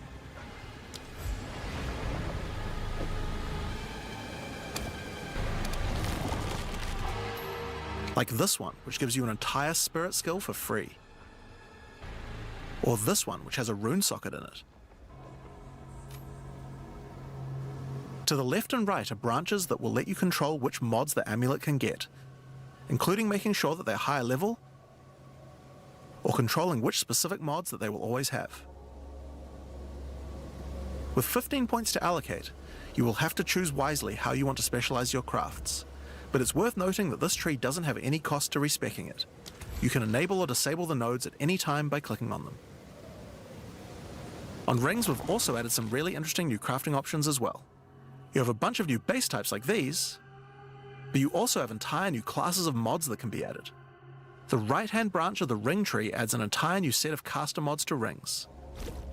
From basics like extra elemental damage for spells, or more niche options like this mod that increases the rate you gain seals for Unleash.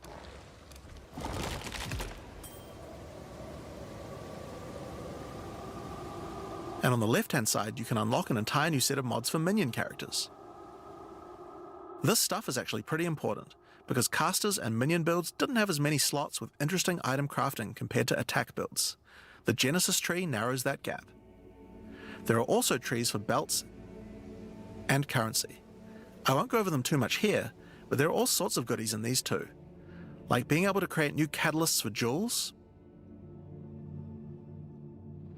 or a belt that gives lightning damage. Once you've done enough breach encounters, you may finally get a womb gift capable of birthing a breachstone.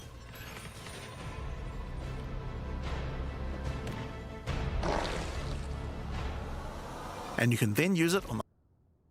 I'm sorry, what? Gift capable of birthing a breachstone.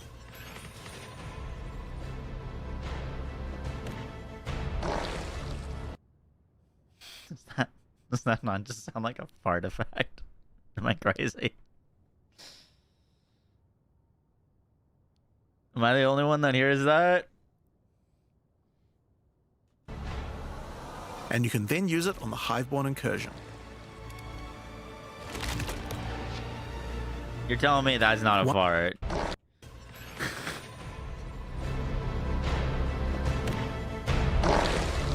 That's someone ripping ass and they put a mic to it. And you can then use it on the Hiveborn incursion.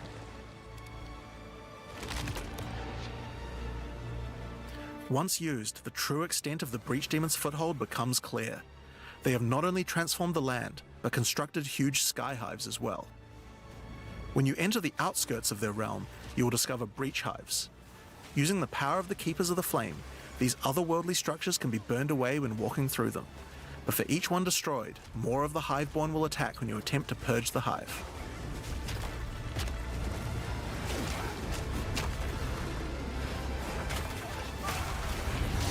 These encounters are particularly rewarding for womb gifts, so you'll want to do as many of these as you can. But your real goal are the sky hives deeper into the domain. These twisted creations are securing the demon's entry into our world. Inside the very center are the Breach Lords Tool and Ash, and you will need to defeat them if you want to get rid of the foothold once and for all. Now, once you've completed the questline version, there is still more to do.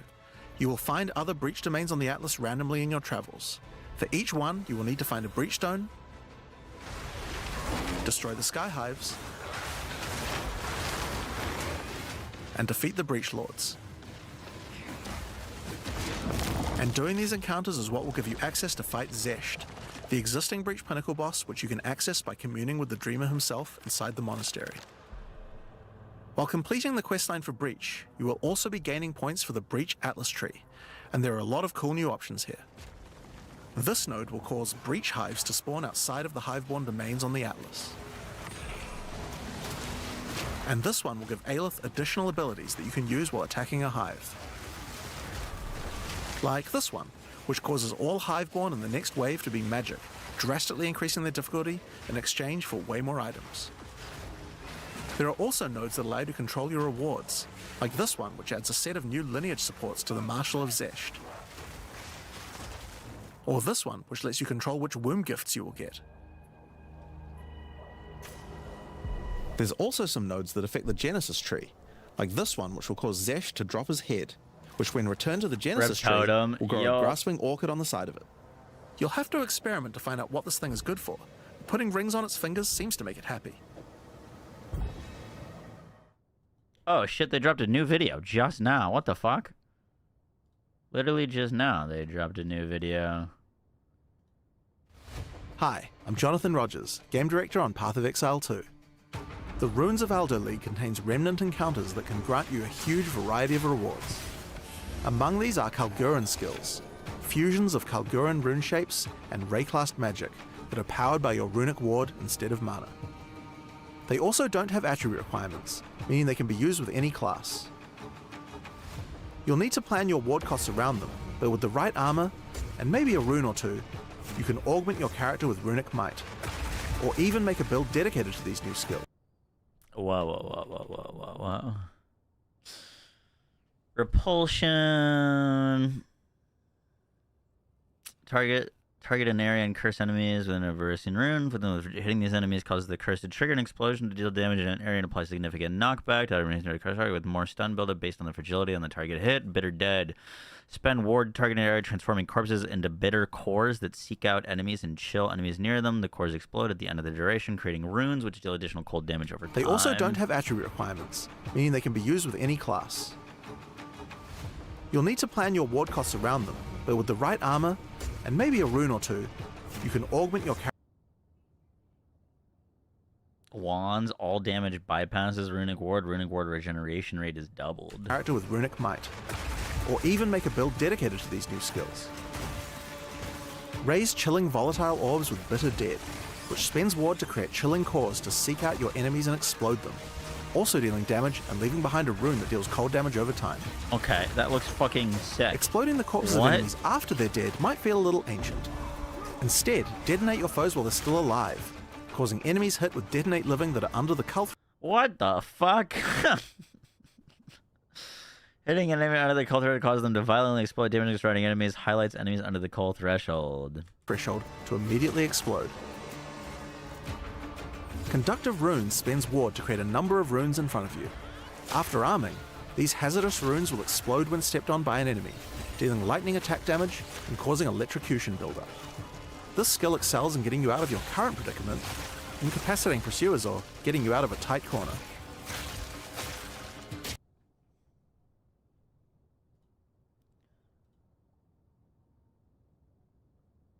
Does that not just kind of look like our very first trap build? On by an enemy, dealing lightning attack damage and causing electrocution buildup. This skill excels in getting you out of your current predicament, incapacitating pursuers. It seems like our first trap build in VOE. BOE, technically. Runeforged Blades spends ward to make supported skills fire projectiles. Sorry, bro, what the fuck is going on? Runeforged Blades supports attacks you use yourself, causing them to consume fully broken armor on enemies to fire a nova of runic projectiles at the cost of runic ward. The projectiles cannot hit the enemy from which they originated. Cannot support skills that consume broken armor. Runeforged Blades. The skill will copy the level of the gem. Attack damage 150. Fires 7 projectiles.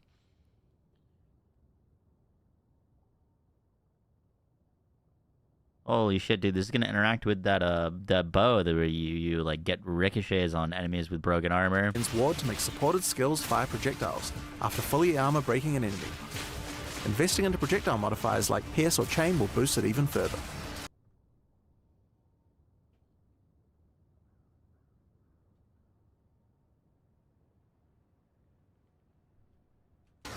Ice crystals were better than basically. Eternal March taps into your reserves of runic, boost it even further.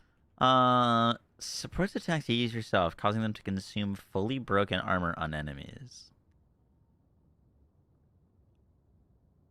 Fuck.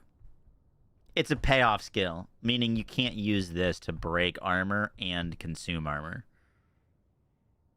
So you'd have to break with something else and then shoot with something else. So not like armor breaking an enemy. Not as crazy. Investing into projectile. You could break with poison gas arrow and like then chain shoot, and then that would consume and create a bunch of things. But you couldn't just like one button this as Eternal March easily. Taps into your reserves of runic ward. Spend up to 800 runic ward to revive minions with total maximum life equal to 20 times the runic ward spent.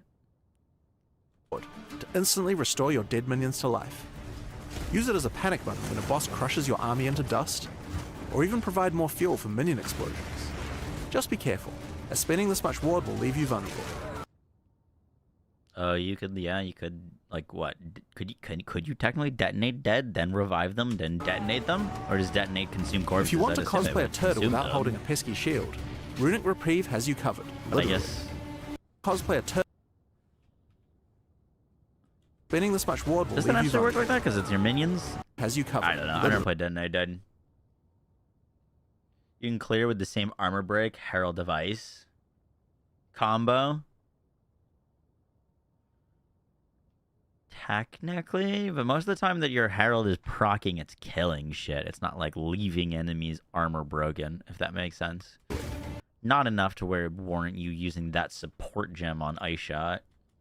This channeled spell behaves quite similarly to raising your shield, blocking all hits you take. It even protects your back.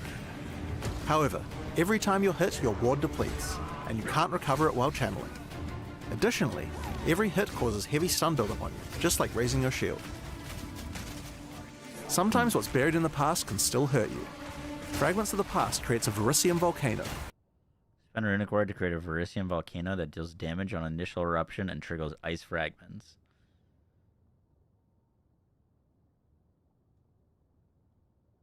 Which spews ice fragments around you for a duration. These skills like this visually is an excellent look way very to augment cool. your ice fragment builds, complementing your Wolf's Cross Slash or a Feazing Salvo ice build, as well as others. Try out these Feazing Salvo ice build as well as augment your ice fragment builds.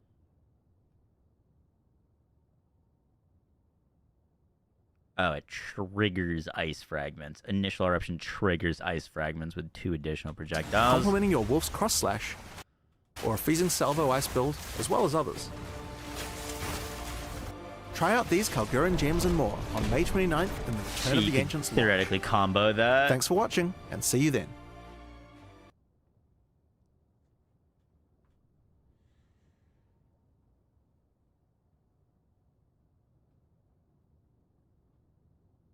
No, you decided martial artist.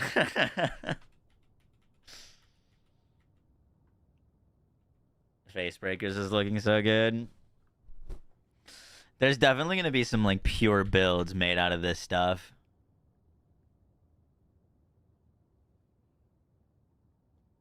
They added Facebreaker runes to the list.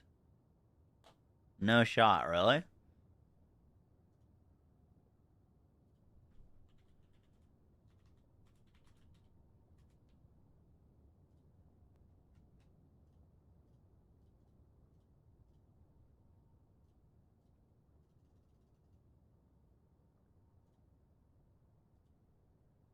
Do we know what they do, or you just said that they added them?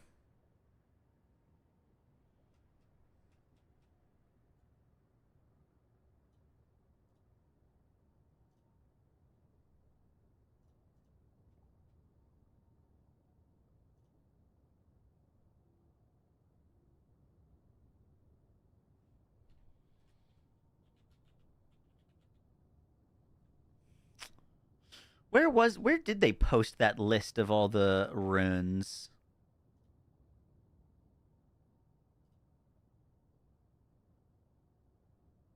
Because they only mentioned once in the patch notes, and just that they're getting added. It was in filter information. Can you send me the screenshot that someone sent you? Is it just that there's a rune for them, or does it say what the rune does?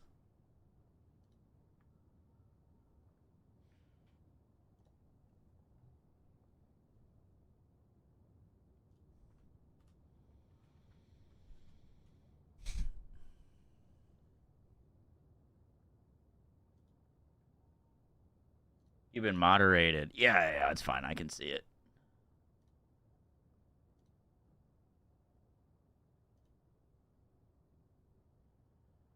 Facebreakers are now extractable. Legacy of Facebreaker. Sheesh. That's very good.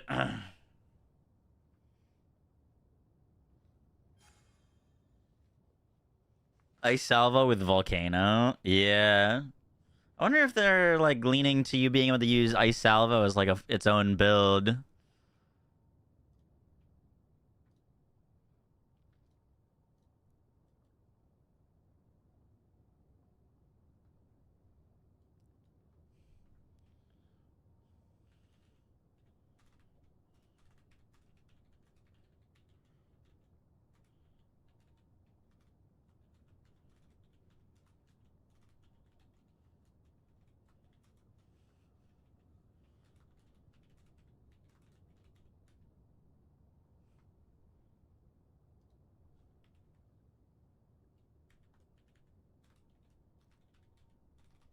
New badge.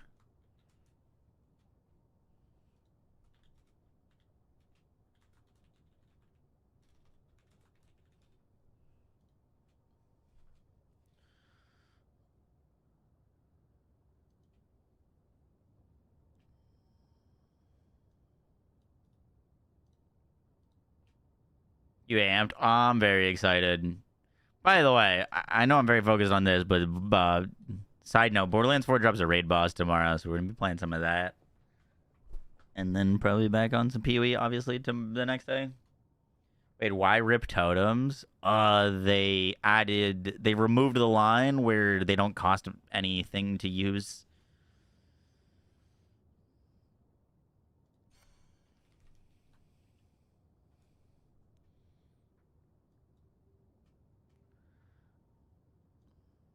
So now they cost mana that you can't like super easily scale them with Archmage and all that. Unfortunately.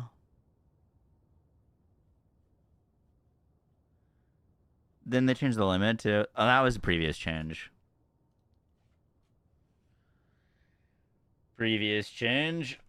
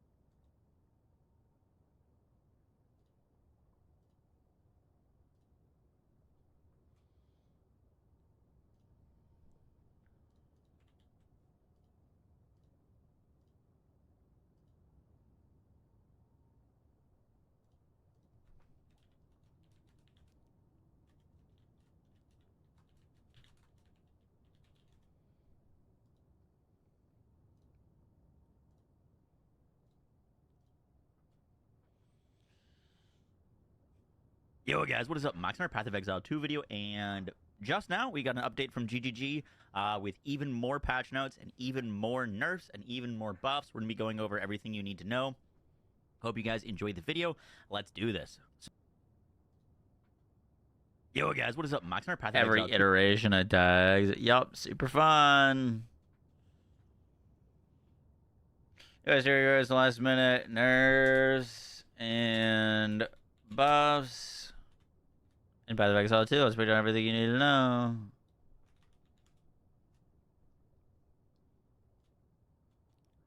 Cool.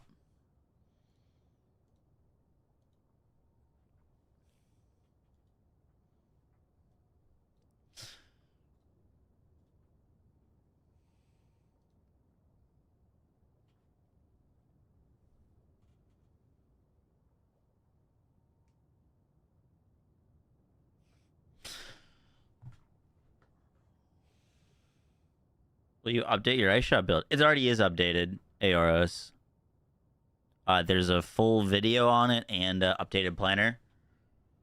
Are there new patch notes? Yup, just now. Even more patch notes.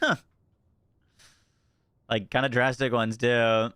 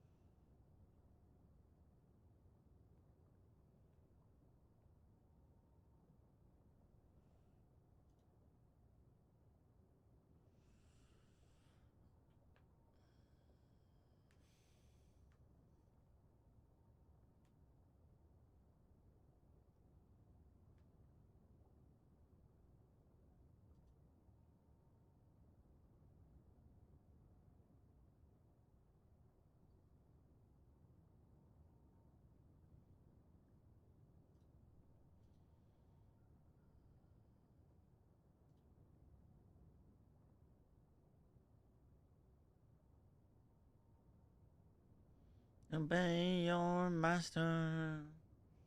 Alstron's gonna be sad. Yup. Alright. Oh, sorry. It's a big video night.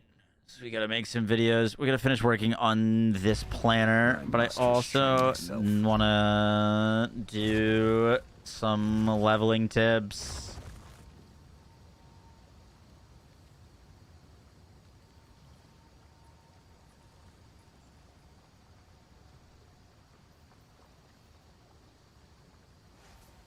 You can't hear music? Ah, my bad.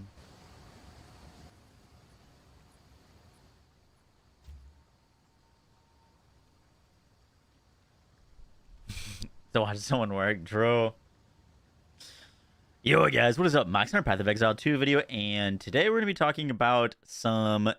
Yo guys, what is up? Max on our Path of Exile 2 video, and today we're going to be talking about how to have the best league start possible, and a big part of having a good league start is having a smooth campaign.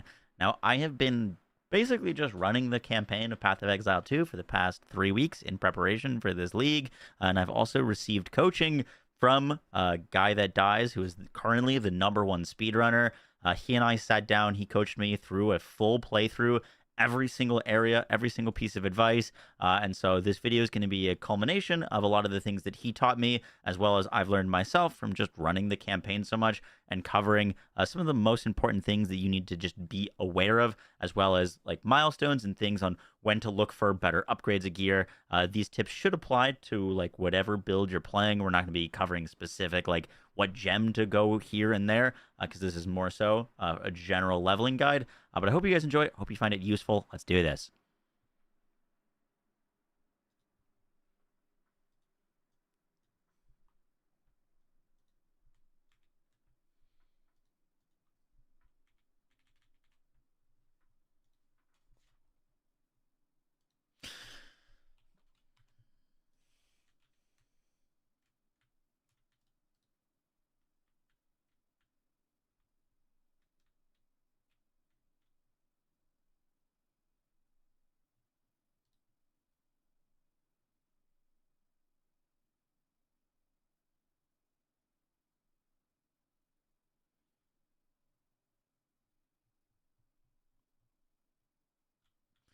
Fuck. I'm gonna have to change these to default.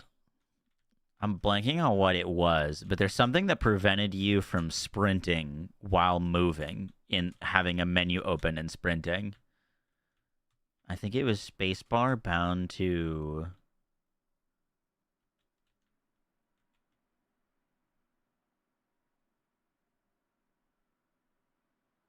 smooth. What's that?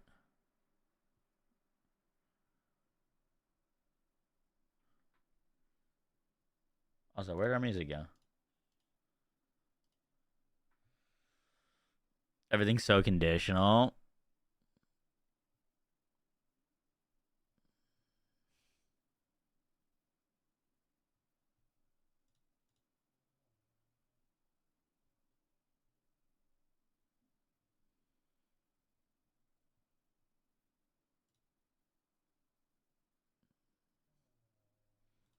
I'm trying to remember what we changed.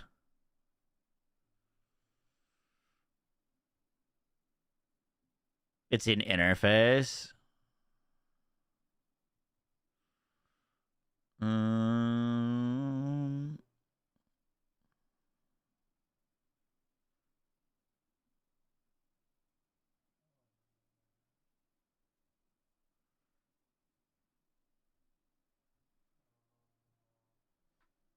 Under gameplay. Hide life. Show monster resistances. Is it this? Continue sprinting even after losing the dodge button until you stop or moving. Attack in place key stops move. Oh, it had to have been this.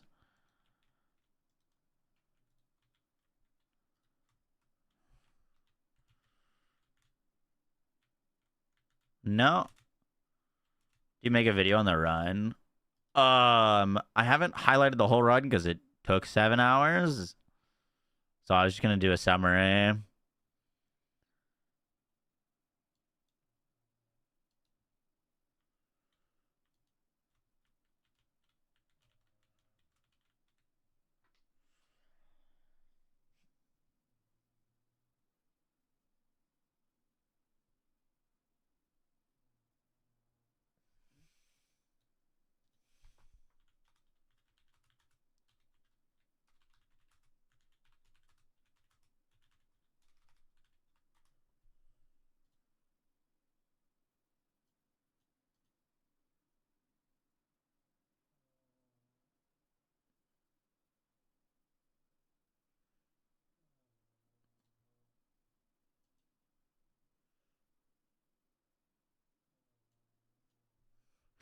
Keep sprinting while moving.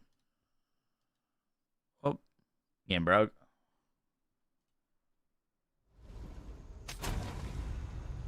Classic.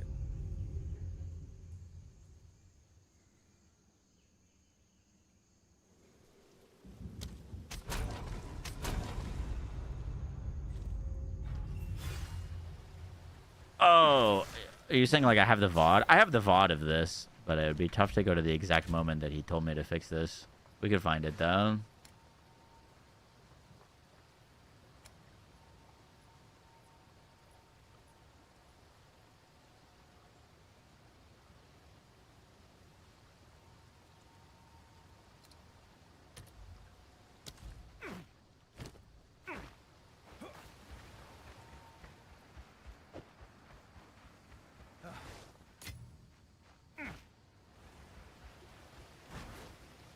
Oh, I see what that's doing. Oh, I don't like that at all. That wasn't it though. There was something else. It was like an actual binding is what I'm talking about by default. Something is bound to your mouse or to your space bar.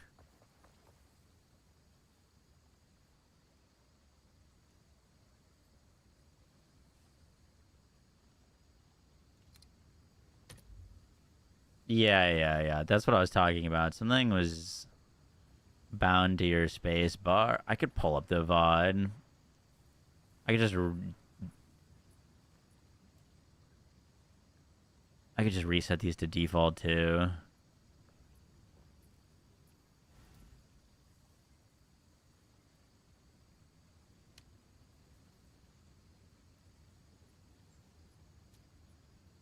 Close all user interfaces? No, that wasn't it. Was it attack in place?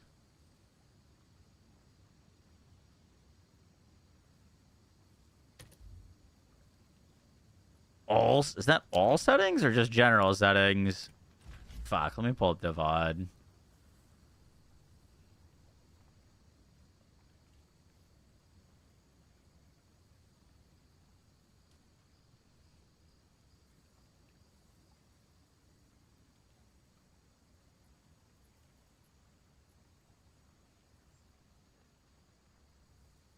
Word. Would you like one run and that's it?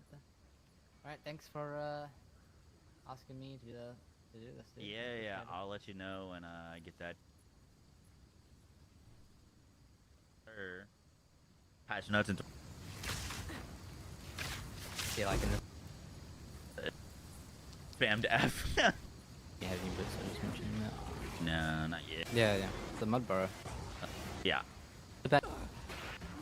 Well, you probably know this, but you want to do 4 lightning. Interesting. That's how it is in the world map. Yeah. If L is on your map, if you just run in that direction, but it will hug the wall that has the... Oh, really? You wanna do it? Oh, yeah. Like... Is that already doing it there? Corruption claims another victim. Level 4... Yeah. The focus that you've got, in general, like any magic item that you... It just gives you a level 2 skill gem. Who you want? Yeah, like way back before. I would. Continue good. Chat. And yeah. The magic item. Hardly getting anything. Yeah. Oh no, I wouldn't TP back.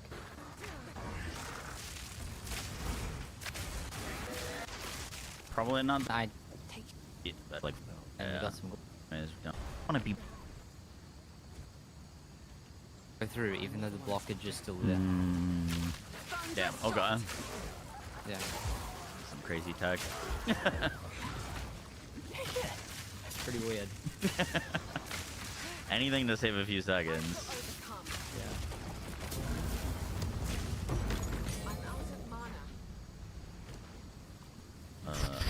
Did you a level 2 skill gem? Do you guys know what I'm talking about, though? Nah, am I crazy here? By default, something is bound to space that prevents you from sprinting while you have a menu open.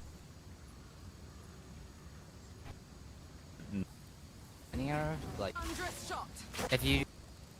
I could just reset all my settings to default to figure it out, but... Yeah. A little bit of a... You won't have enough gold to buy something. You're gonna replace the bow. How much is this skipping by? 3, 30, 40... A layout? I am not finding... 10 10 seconds. Yep.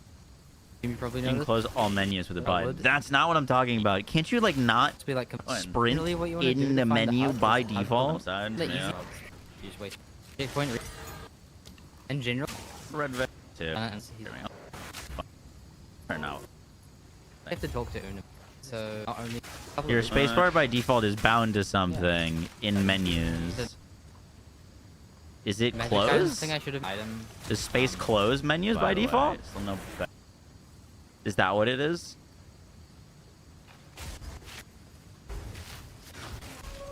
Yes. ID Just self. I see.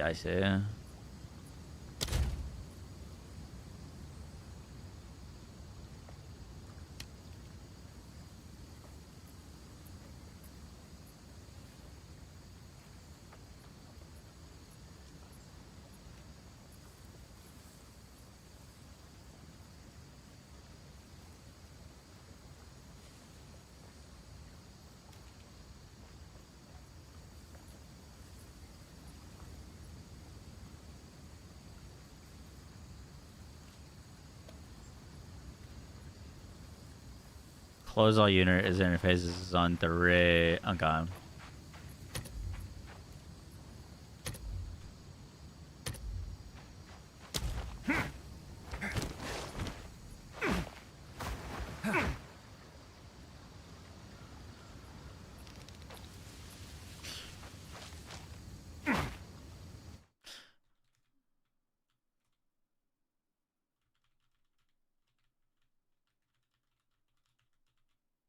So so the bir- so the big so the first big piece of advice has to do with So the big first piece of advice has to do with how much time you spend in town and in your inventory. Now, this is just like a general rule of thumb for speedrunners, but your inventory, when it gets very cluttered, will slow you down. And so keeping your inventory clean, which I'm not good at, is definitely a skill. However, what some of the players that are clearing the campaign very quickly are doing are they're doing a lot of their managing of their inventory, and they're doing a lot of their kind of busy work that they would be doing crafting while they are moving and even while they are sprinting. Now, by default, if you go to your options and go to input, your button to close all user interfaces is on the space bar.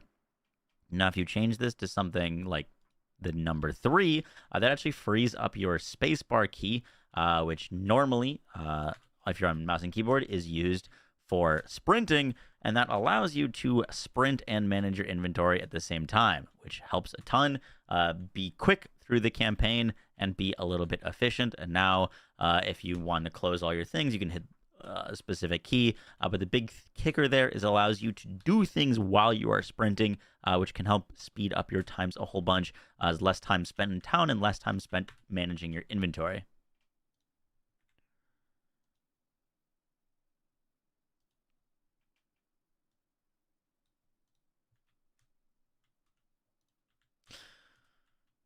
The next tip, and this one was the biggest one for me personally, is having to do with navigating maps. Now, the number one thing that I feel like slows me down in a campaign run is just getting lost. Path of Exile's maps are really windy. There's tons of dead ends. I constantly find myself looping back on myself, so I'll like have missed a spot that I needed to search, and then I've got to go run all the way back, and it's a huge pain in the butt, but it more specifically will slow you down massively. Now, when you watch some of these speedrunners that are super fast in the campaign, a lot of the time it looks like they know exactly where they're going and they know exactly where the exits are. And for some maps, that is true, but they also follow a rule of thumb.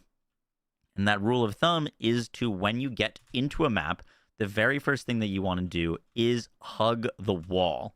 Now, you don't need to be like directly on it, but by hugging a wall, most of the time, it's going to be impossible for you to loop back on yourself. You'll, if you stay consistent and you don't swap walls, when you get through a map, you're going to get through it and clear an entire section. And most of the time, the exits are going to be on the outskirts of the maps. And so, when I was talking to a guy that dies, he was telling me that even if he knew 0 map layouts, he thinks that he would be faster than most players in the campaign just by following the strategy of following the walls. In practice, this has helped me a ton. Just not getting lost and finding the exits. It seems like they just kind of come magically. Now, there are some objectives that might be in the middle of a map, but most of the time, if you just employ the strategy of hugging walls, like I just did this map while we were live talking, and I found the exit. I've missed 99% of this map. I've missed probably a lot of this stuff, but it doesn't matter because I found the exit, and I did that just by hugging the wall on this, and I hugged the wall all the way until either we found an exit or we start going back around, and then you'd want to like hug the downward wall or the wall that you haven't hugged yet. But it's a really, really efficient and like super simple strategy to implement that will make your pathfinding a whole lot better.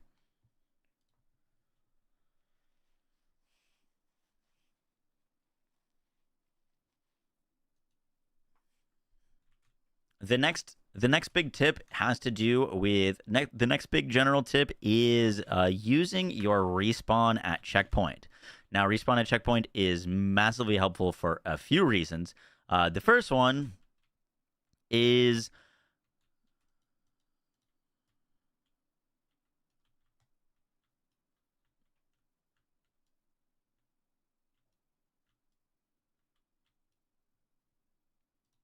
Our next big tip has to do with using your respawn at checkpoints and your exit to character selection. Now, these are both very, very useful. I will talk about the exit to character selection first. So, if you are sprinting, which, you know, if you're trying to do the campaign quickly, you're going to be sprinting a fair bit. If you are sprinting and you get knocked down, see if I can get knocked down. I almost always get knocked down. So, surely when I'm trying to get knocked down, someone will knock me down.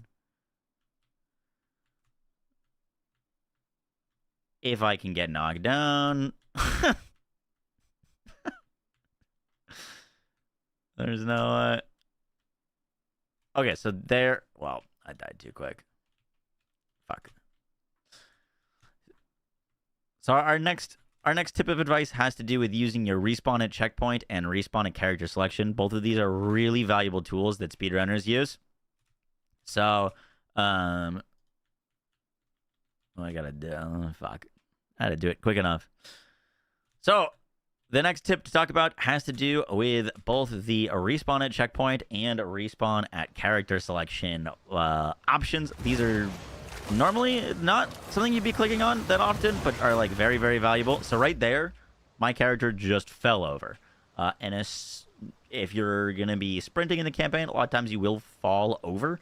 And if you fall over, 99% of the time you will die. Now, the issue with dying in a campaign run is it respawns the entire map.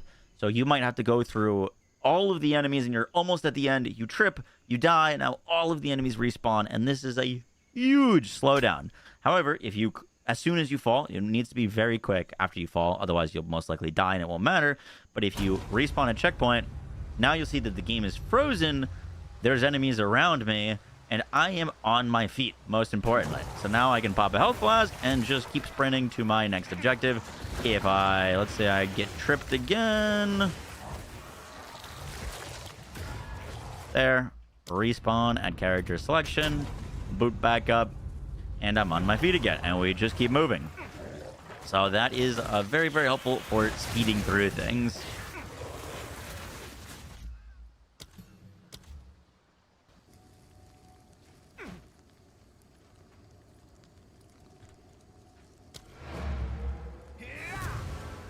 They absolutely nuked Blood Mage. Yep, from orbit.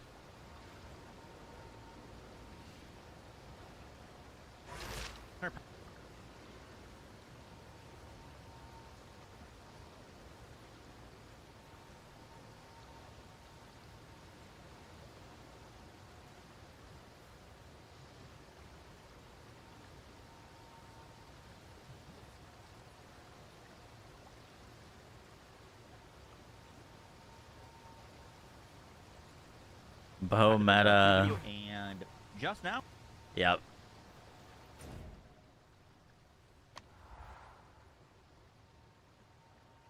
Oh, I never grabbed Una's loot on this run. Whoops.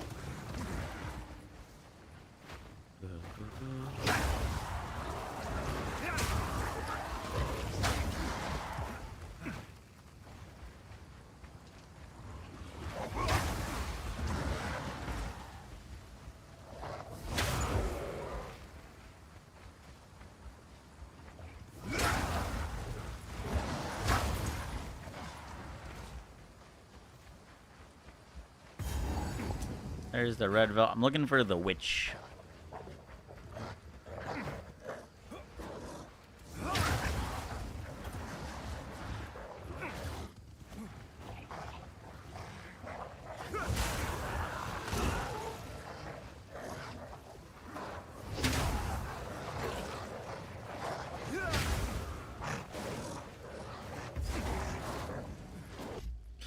So, the other part of that is the respawn at checkpoint. Now, a lot of times this game will have you go out and venture and like grab an objective, and then you need to like find an exit. A lot of the times you can just, if you're not near a checkpoint, you can just click respawn at a checkpoint to get around faster. But it's also very helpful for a lot of situations in the game. So, for example, right at the start of Act 1, you have to find this hut with this witch in it, and you need to kill her, and she gives you a support gem. But at level 1, it's going to be really, really hard to fight her and all the wolves that follow you to the hut.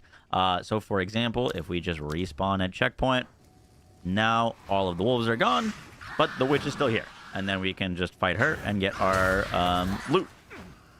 So that is something that speedrunners use all the time, just so they can either get around the map faster. Respawning at checkpoint will respawn the enemies, but it can get you to your destination faster, and it can also reset instances if something is going wrong.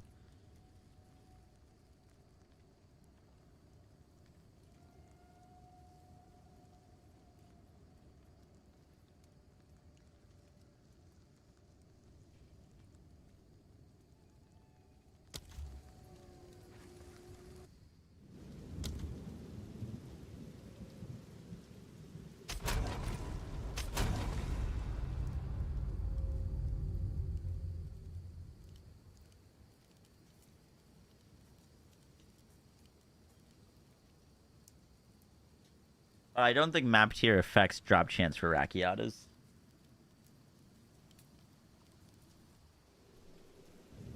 Are the servers dying for y'all, or is it just me?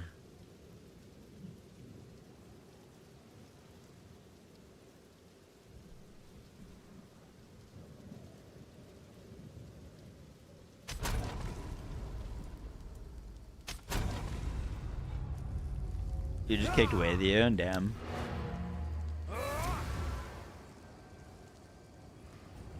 Can I get a little, oh yeah? Hi, Johnley.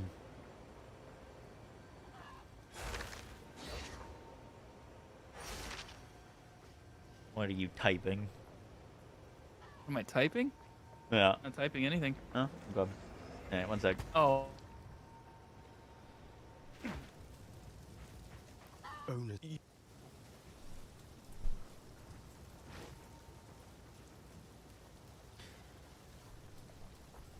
Take a pun.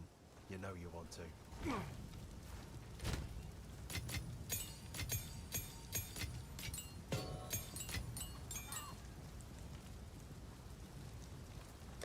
My gems tab is full. Woo!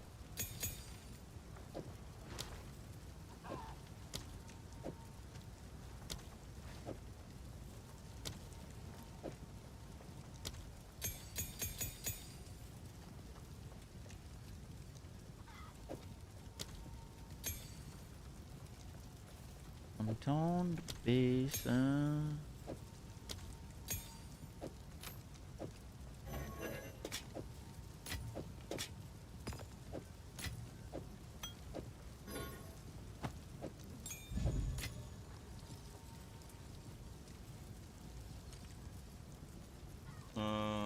What do we want to talk about next?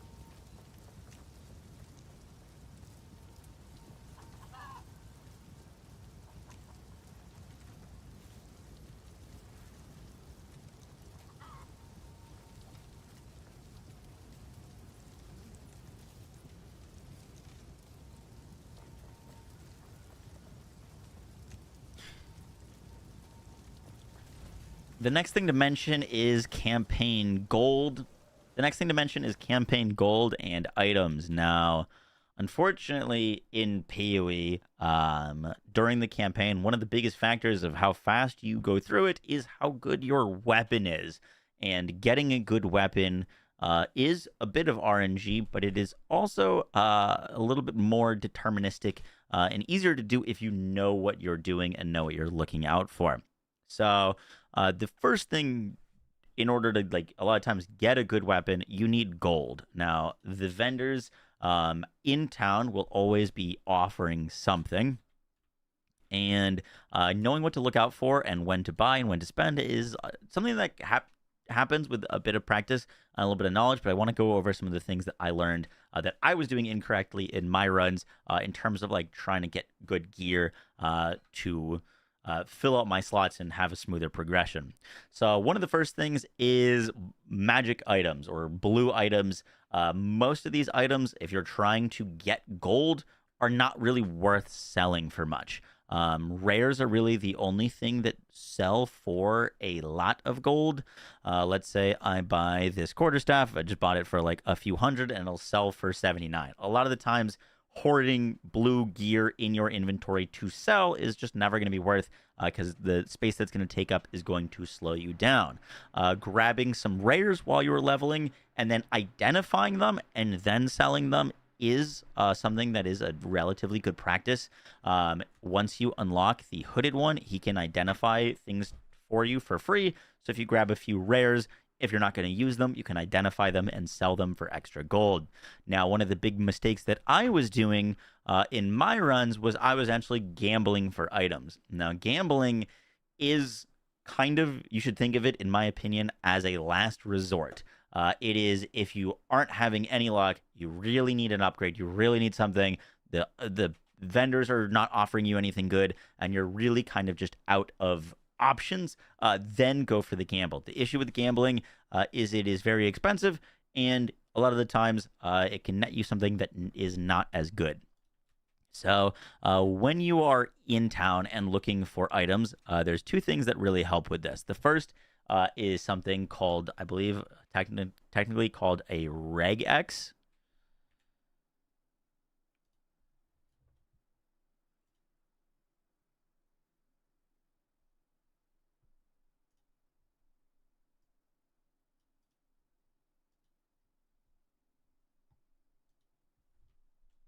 Now, this is a code that you can copy into any vendor that will highlight things that are worthwhile.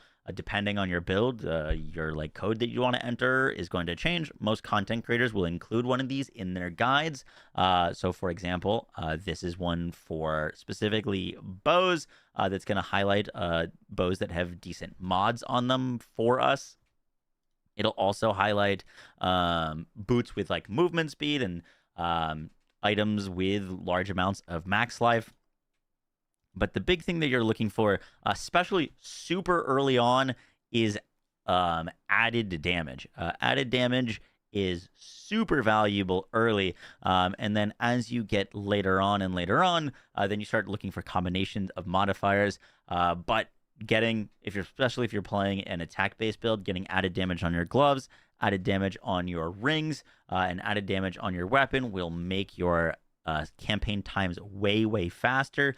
Even if a weapon doesn't have an affix on it, if it's just a white base, you can still buy white bases. If there's, I don't know if there's any here, but you can still buy a white base item if it's something that's interesting to you. Let's say, let's describe this better. Regex, more J. Regex. Yeah, we did. It looked really cool.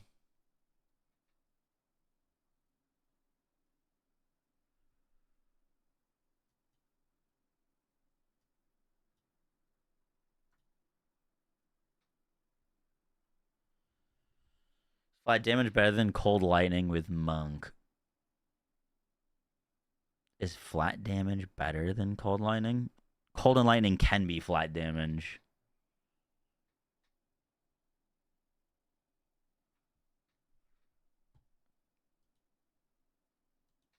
Damage on your weapon, though, is very important. Once you're in maps, you're going to be looking at the overall summary of the weapon, as in what is the weapon's total DPS.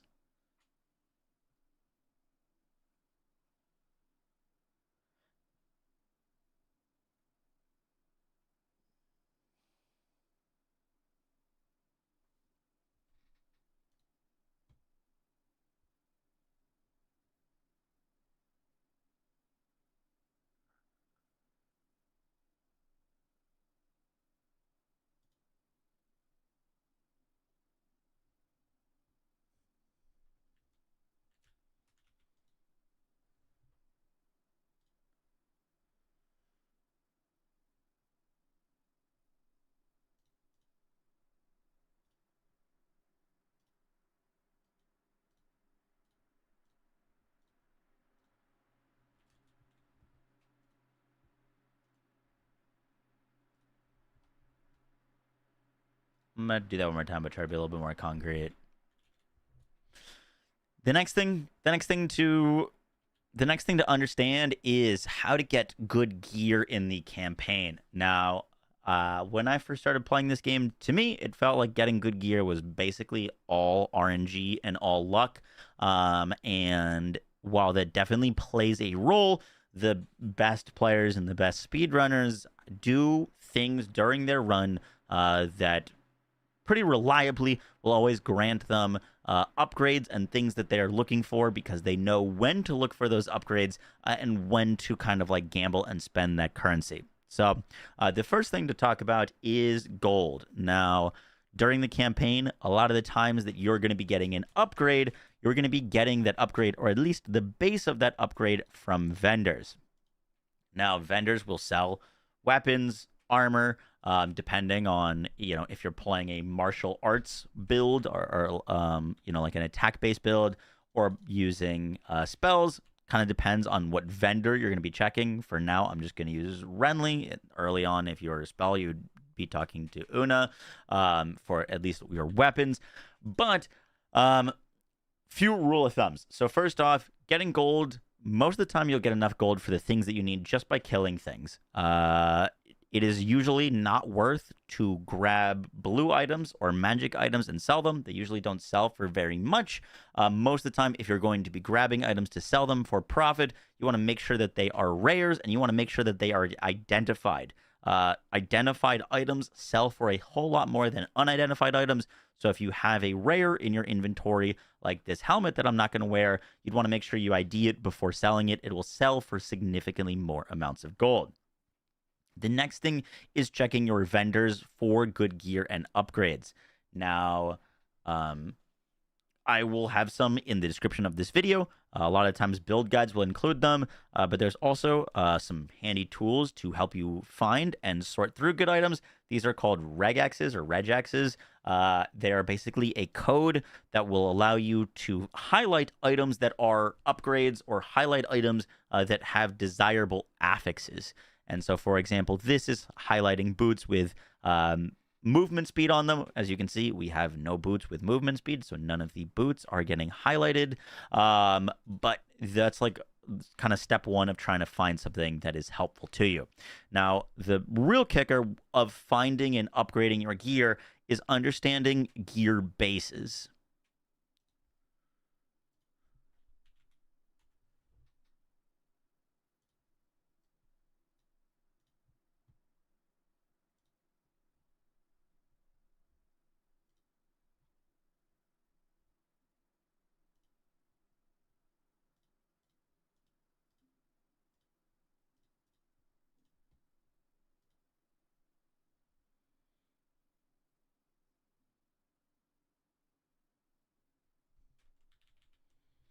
Now, we're going to use bows for this example, but it works for quarterstaffs, maces, whatever. And similarly for wands as well, or scepters, whatever you're using. So, for example, when we start out, if you're playing a bow build, you're going to start with a crude bow. This rolls with 6 to 9 physical damage. It's got 9 damage per second. And then the next bow, the short bow, is going to start dropping and requiring you to be level 5. And so this alone is going from 9 DPS to 13. That's a pretty sizable upgrade, and you can find short bows at level 5. So once you're level 5, you can use the max roll as a guide sheet, but you're going to want to always kind of be looking for the next upgrade. Once we're at Warden Bows, once we're at level 11, so, not playing for too much longer, you can find a base Warden Bow that's going to be 18.4 DPS, so more than double the damage of your crude bow. The kicker here is not getting tricked by modifiers. So, for example, if you get a crude bow to drop and you get added damage and a little bit more added damage and some attack speed, that might look really good, and you might get a Warden Bow that has nothing really great on it. Maybe it's got some like life on kill and maybe like a little bit of added fire damage. You're playing a lightning build, you might not think that's very good. However, just about any Warden Bow will be a very high chance to be better than like even a good rolled crude bow, for example. And it just gets more and more insane as you go. Now, when do you look for these, and when do you know to kind of go and get an upgrade? It'll be up tomorrow, Balance.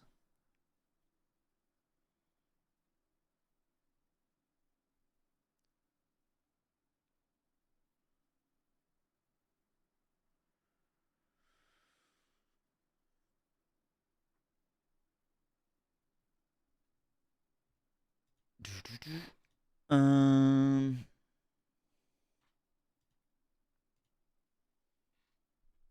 So every time that you level up, the vendors will reset. So every time that you're coming back to town, most of the time it's worth to check your vendors and see if they have something good for you. If they don't have something good, don't stress it. When you level up, those vendors will reset.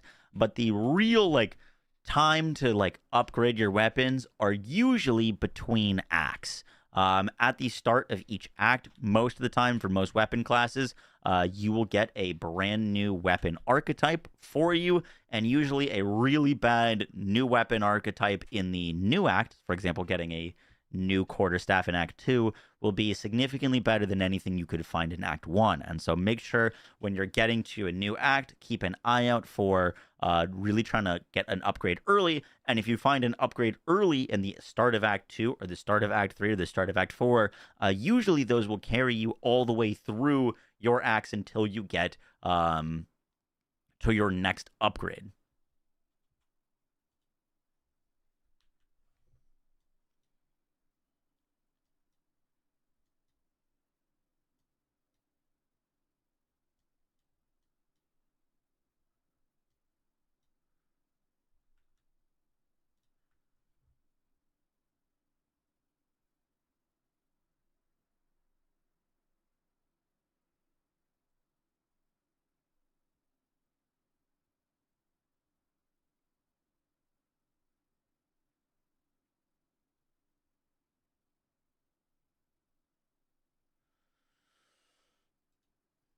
Now once you get into a new act or find a really good base to kind of craft on, that's when we can do something that I am dubbing currency dumping.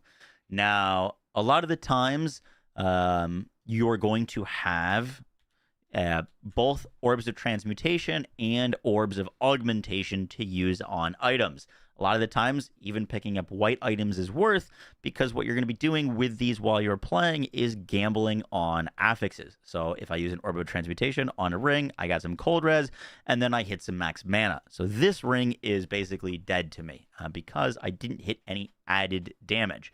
And so I wouldn't use any more currency on this thing. I would just get rid of it. I could just drop it and delete it. That is fine. However, let's say you do gamble and upgrade your item and you get something that you're looking for. If you're an attack-based build, you always want to be looking for added flat damage, added physical, added lightning, added cold, added fire.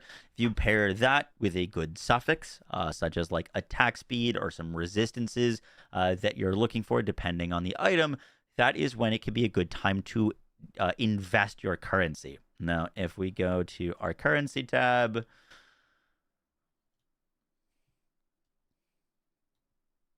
the like higher end currencies that you're going to want to hold on to are Regal Orbs and Exalt Orbs. Now, these are items that you only want to use on items that are already good. And they're kind of a bit of a check. So if you use a Regal Orb, which transforms a blue item to a rare, so let's say this ring hit life and resistances, and I liked it a lot. It was a really high roll on life or really high roll on flat damage. I could use a Regal Orb to upgrade it. Then I hit and I got cold res or lightning res on this. I wouldn't normally do this on a max mana, but just for example, this got cold and lightning. If I really needed it and I wanted to see what else this hit, I could use an Exalt. Then I got added cold damage, and now this is a pretty good ring that would last me for quite a while. Now, The kicker here is you only want to use exalts on items that you regal if the regal is good. A lot of the times, if you regal and you hit something bad, it's not worth to use an extra exalt on.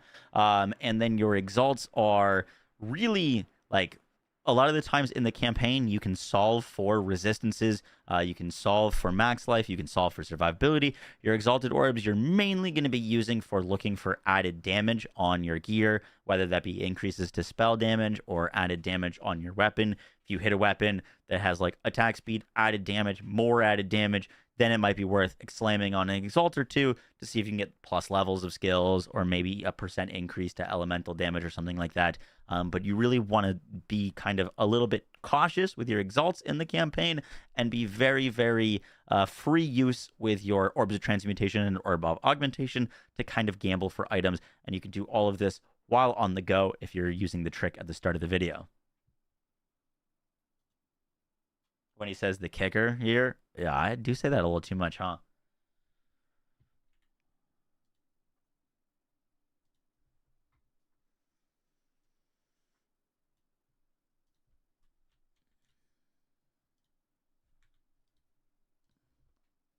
The last thing to mention is gambling for items. Now, from my time talking to a guy that dies, he really doesn't recommend gambling on items unless you're out of options. These are usually very expensive, super RNG, and sometimes you can get something good, sometimes not. But most of the time, if you're using your currency, if you're checking your vendors, you can get all of your items without ever really having to gamble. And so this is more of a last-ditch effort. But once again, it's very easy to sink a bunch of money in to gambling, and then all of a sudden, you don't have the money that you need when a good item actually shows up in one of the vendors. So usually the risk isn't always worth it. If that makes sense.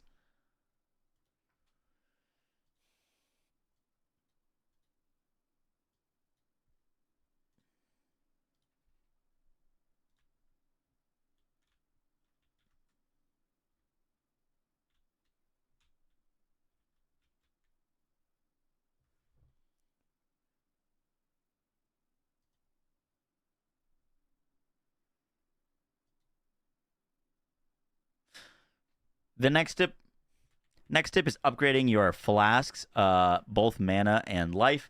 Now, your flasks for the campaign on a lot of builds and a lot of characters are going to be your number one and only source of mana sustain and also survivability.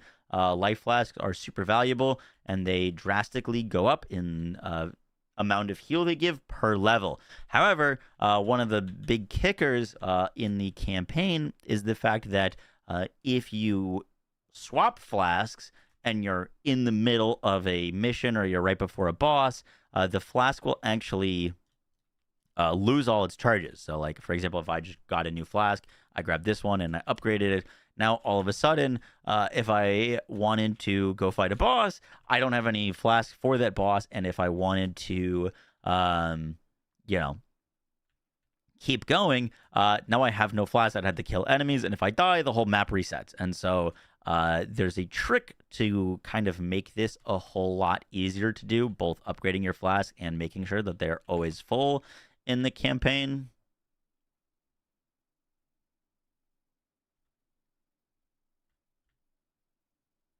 Trying to get to this exit.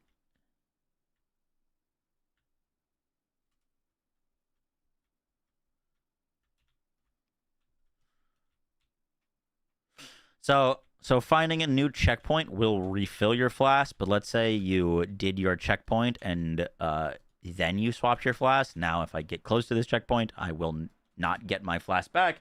If I get closer and walk away, I don't get any flask back. You could technically portal to town, but you can also just portal to any waypoint.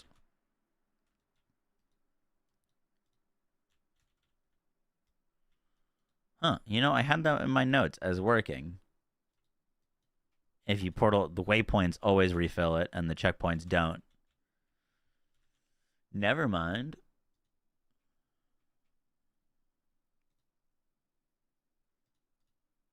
Well, let's not include that. I guess you could technically town. I thought there was a way to do this. I guess you could respawn at checkpoint, right?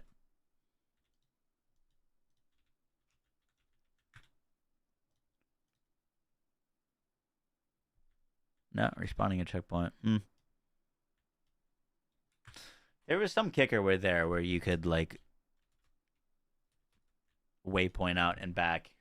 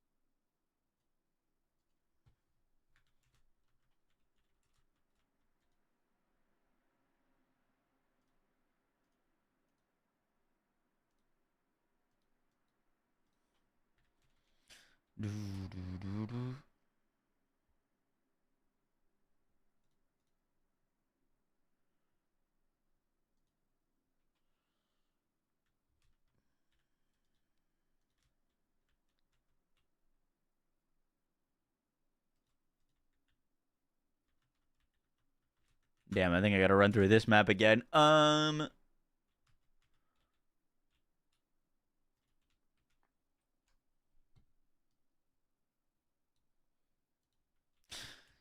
The next big tip of advice has to do with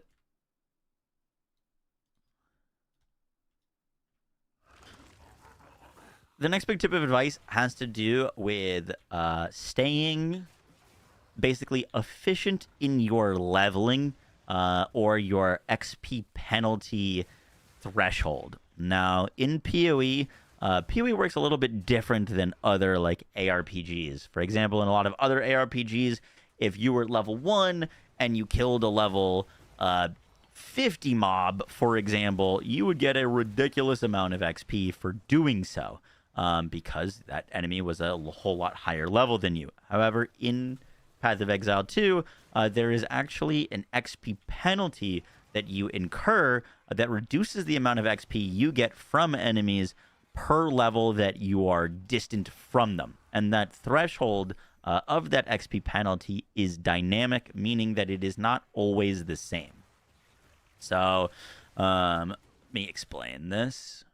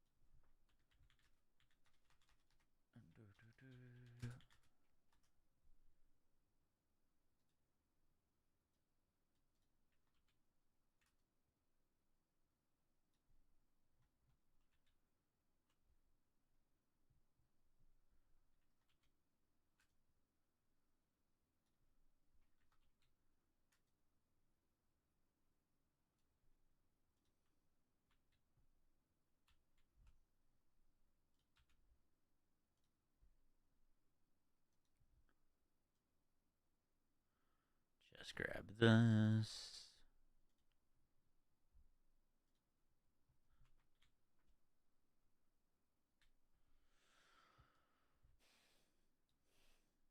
So when you're first starting out, you can be within.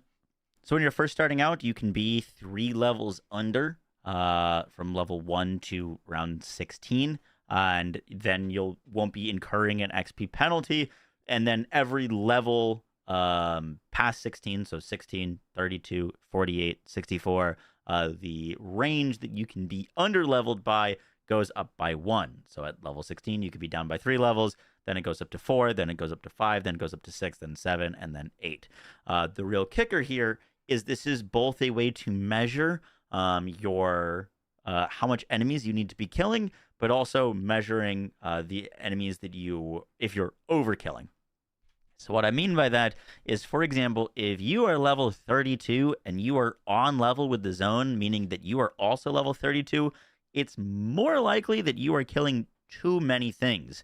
One of the big ways to be efficient in the campaign is to kill the right amount of things. And by the right amount, I mean prioritizing targets that give more XP, such as rares and magic mobs. Those will give you substantially more XP than white mobs. And if you're dwelling on those enemies for too long, it can slow you down. And so there's a little bit of a middle ground of... What? Oh, okay. Go to town, fill from well. Yeah, I thought there was a way to not do that. Yeah. Bye, Yoshi. Careful with the cord.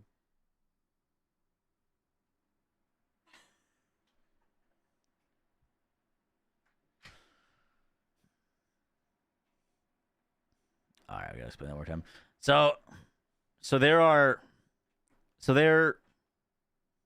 the way it works in Path of Exile 2 is there is basically an XP penalty if you are more than said number of levels underneath the level of the zone. So every area that you go into Path of Exile 2, in this zone, if we look in the corner, it says it's a level 54 zone.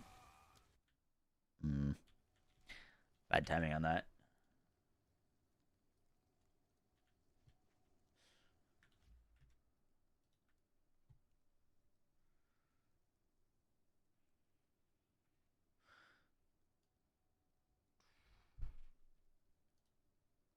Do you believe that blue beam is real and things are going to ramp up after the Spielberg movie? Disclosure.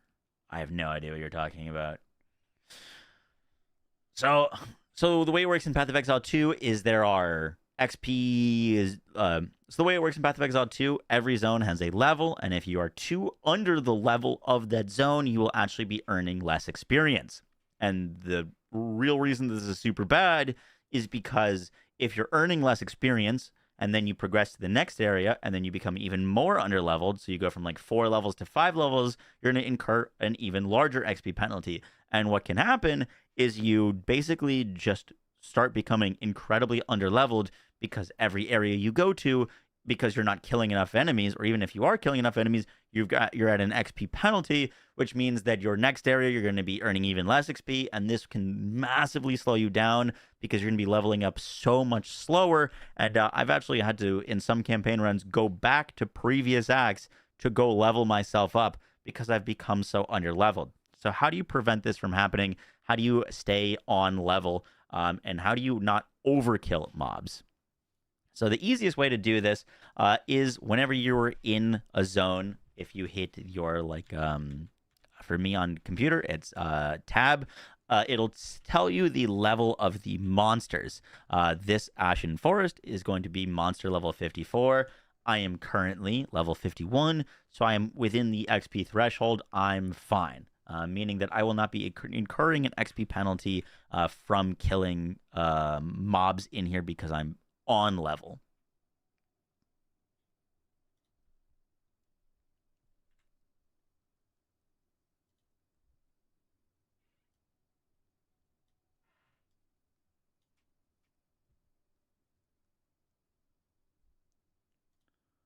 Where the heck were we looking at this?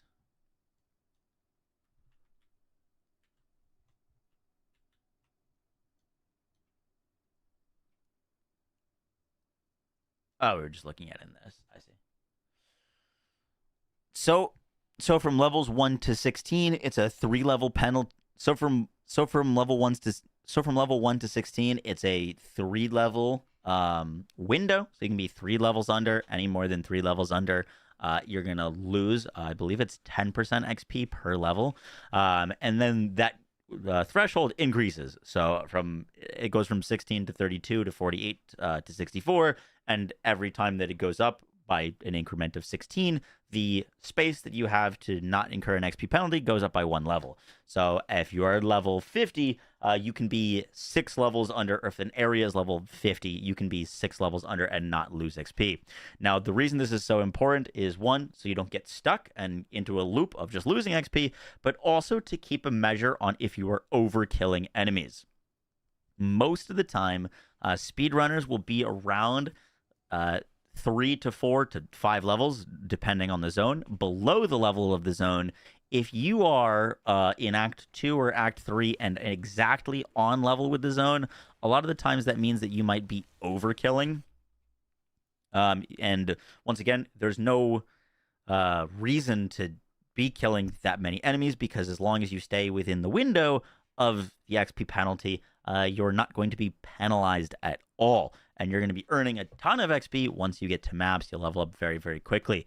So, for example, if you find yourself over-leveled with the zone or on level, usually I will use that as an indication of, hey, you know what? I've been killing a lot. I'm probably slowing down a bit. I can just kind of run through this map because I'm on level with it, and just get to the next map where I'll be a little bit under-leveled, and then I'll be a little bit more efficient in my leveling. So if you ever find yourself over-leveled or on level with a zone, most of the time that means that you don't need to kill as much. You can kind of skip a lot of enemies, and you'll be perfectly fine.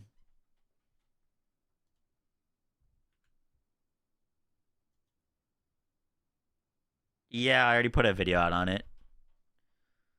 We put a video out on the patch notes.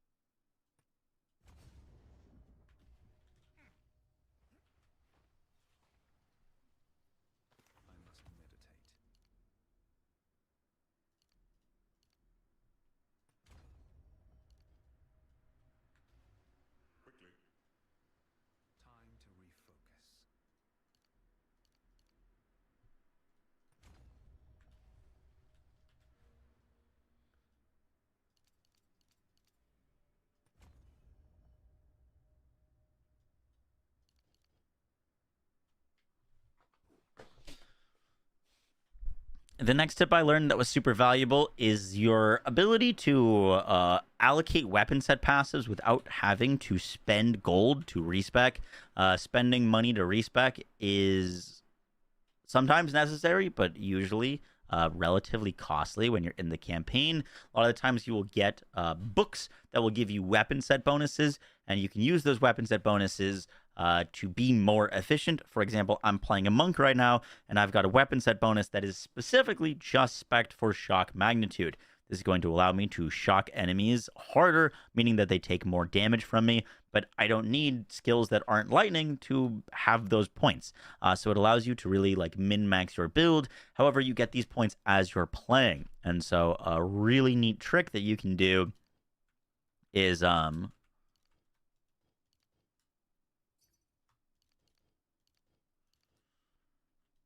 swear, this works sometimes, and then sometimes it doesn't.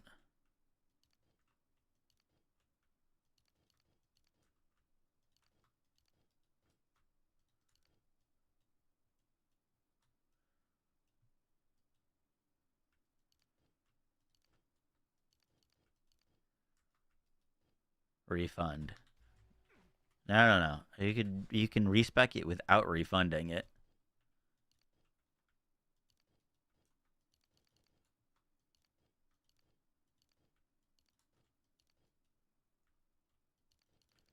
How are we doing that? I think it was shift click.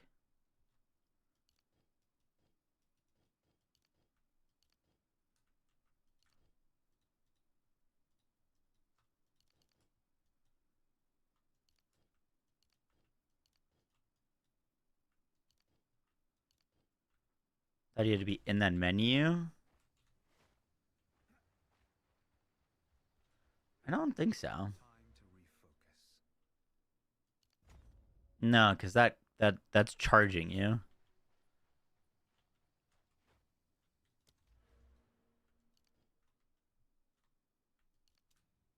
I think as long as you have a skill point to spend.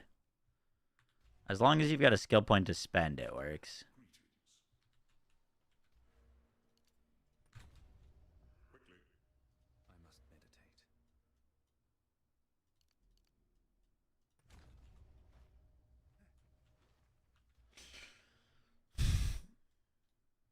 The next super helpful tip has to do with respecking your points.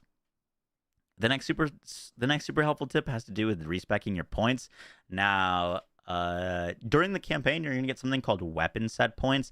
These you can use as normal skill points, but you can also allocate them to a weapon set. So, for example, right now, I've got alternating current, which increases the magnitude of shock I inflict. Shock is a multiplier to enemies and how much damage they take, and so I can use things like Tempest Flurry and Charge Staff, which are lightning skills, and allocate them to weapon set 2, so that when these are hitting enemies, they are getting my points from my shock nodes. However, I'm also using a physical attack in Whirling Assault and a physical attack in Tempest Bell, so it'd be incredibly inefficient for me to spend points on increases to shock magnitude and have those skills be spec'd into them, because they won't be shocking enemies, really, unless I add shock or lightning damage to them. But I can then put my Tempest Bells and my Whirling Assault on weapon set 1, which allows me to min-max those and have them deal more damage.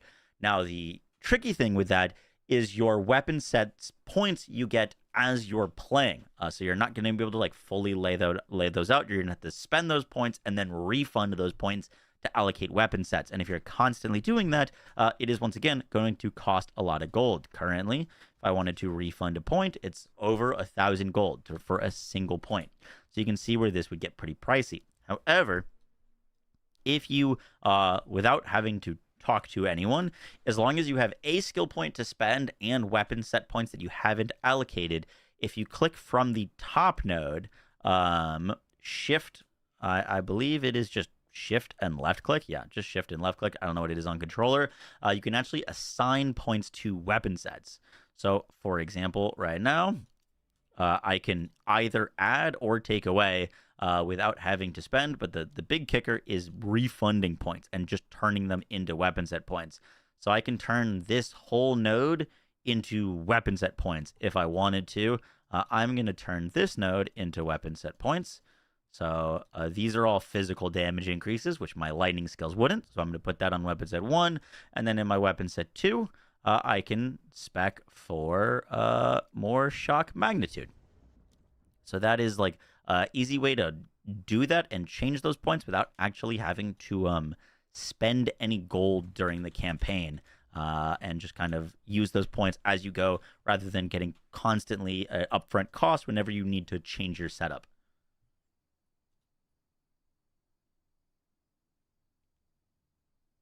He put ads in his recording process in the final video. What do you mean? Is the Xfinity overlay playing in this scene?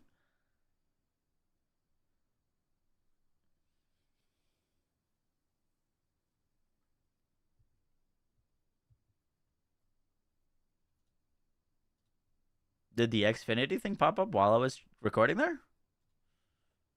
Or what are you talking about?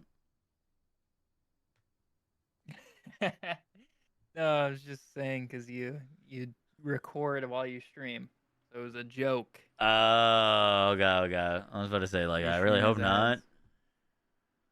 I'm pretty sure my name popped up, though. My character name. Oh, yeah. Pog. At some point.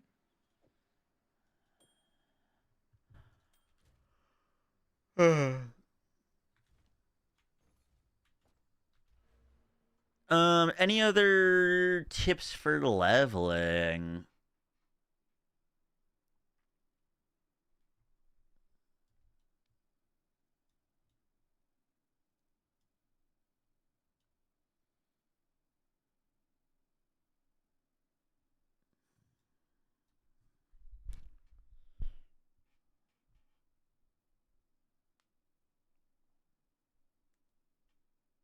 Makes my butt sore. Oh, I got one. That's an interesting way to lead the conversation. My freaking right butt cheek, bro. Thank you for sharing. Drink beer while leveling. It'll help take the pain away.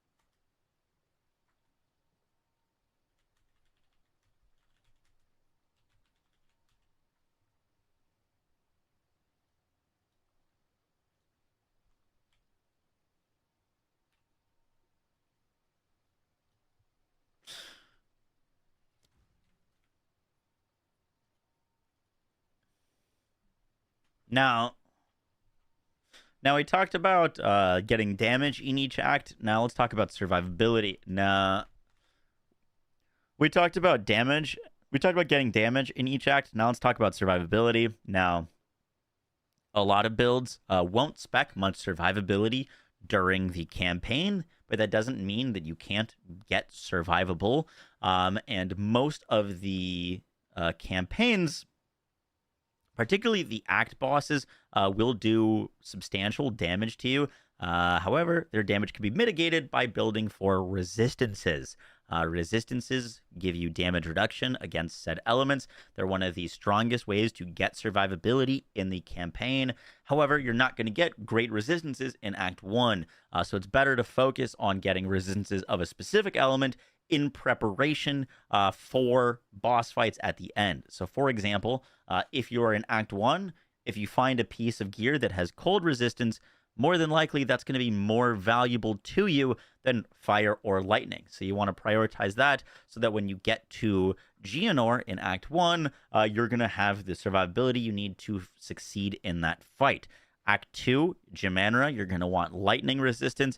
Act 3 is a bit of a mix of fire and lightning, and the end of Act 4 is a bit of cold and fire. Now, by the time you're in the interludes, I would really try to recommend having your resistances relatively sorted. You don't need the 75 of each, but trying to get around at least 30 of each resistance with resistance penalties. That gets harder and harder, but by the interludes, you're going to be going against a whole bunch of different elements. But if you prepare successfully for the different big act bosses, they become a whole lot easier. For example, when I'm going through Act 2, I will just keep an eye out for topaz rings. Topaz rings have implicit to lightning res.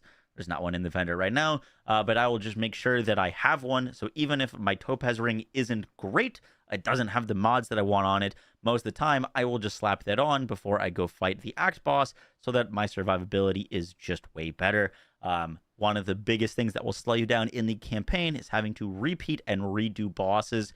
And so getting your preparation not only in damage for them is really important, but your survivability as well. Now, the last thing to mention with that is runes. Now, runes are going to be dropping like crazy in this league because the runes are kind of the whole theme of the league, but they're also going to be, just something you can find normally without the league mechanic. And these runes vary in their usefulness, but most of the time that you're going to be putting runes in your gear in the campaign, for the most part, are going to be to solve attribute requirements and resistance requirements. As long as you have a socket in your gear, you can freely throw these on and socket them. As you'll note that in my current gear, I'm just using a bunch of resistances, and you can use those to solve for whatever your res is lowest. I definitely need to work on mine currently. 1% fire res, not very good. But those are an additional tool that, if you get a cold rune, maybe save that for the gear that you're going to be wearing for Geonor so that you have resistance to him for that fight. Chicken liver, thanks for the 11 months. Appreciate that.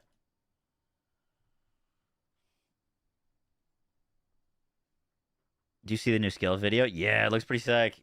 There are some definitely cool ones in there.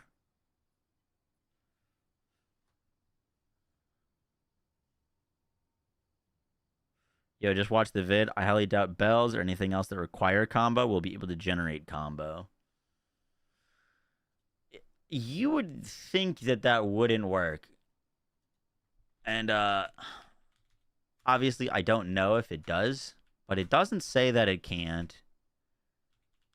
And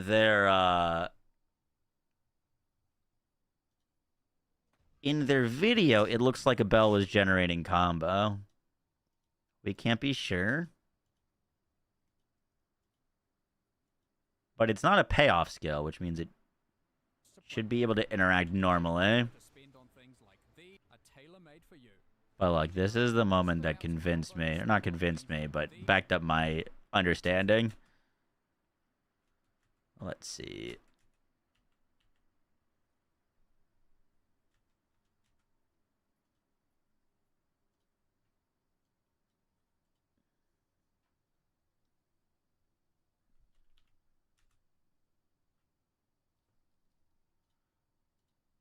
Trying to get this to go away. So he's got, I don't know, like YouTube things kind of blocking it.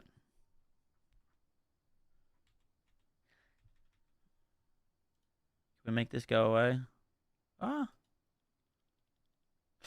He's got 0 combo here.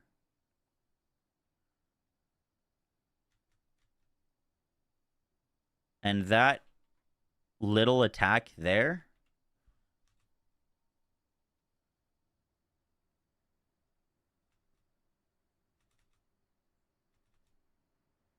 the other bell didn't ring. He did 1 whirling slash, 1 impact of whirling slash, and the bell rung, and he got 4 combo. That should be giving him, you know, technically 1 combo. But if you spec into Martial Adept, when you gain combo, you gain additional combo, then every hit of Whirling Assault would give 1, and then the bell hit's giving 2. We could test this in-game right now, actually.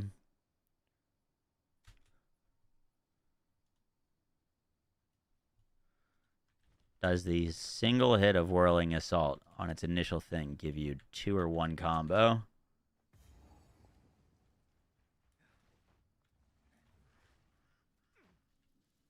I kind of need to get an enemy alone.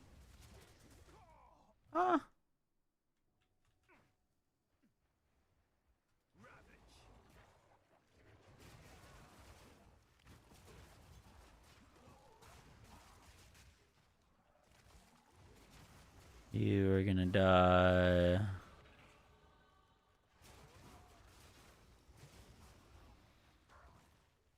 I need someone alone.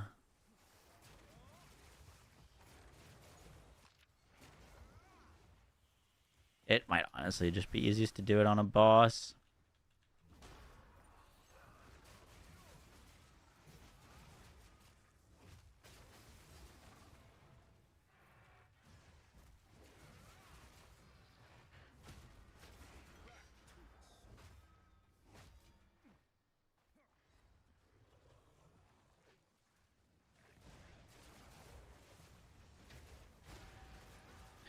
You don't fight things without other enemies nearby in this game much, do you?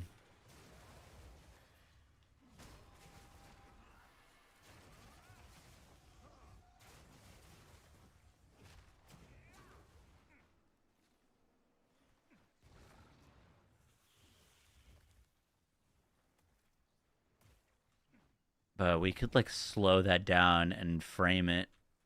Is this a boss? Does something spawn out of this? Or am I crazy? Okay. Fell down over there. Fuck. Okay, that's 1 enemy.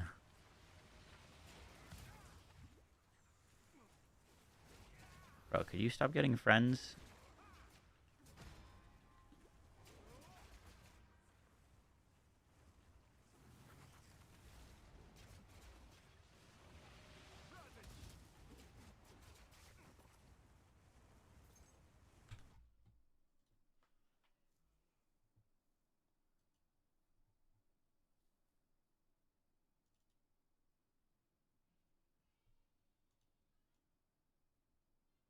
Yeah, I mean, it's not conclusive, but...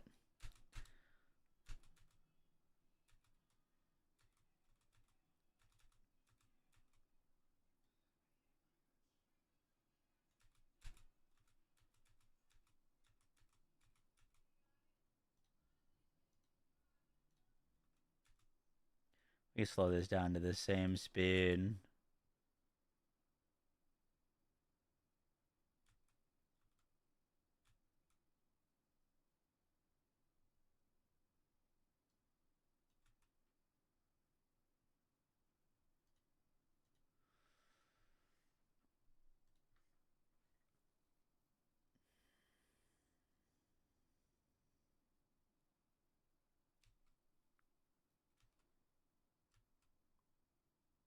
So the initial hit gave me 1 combo.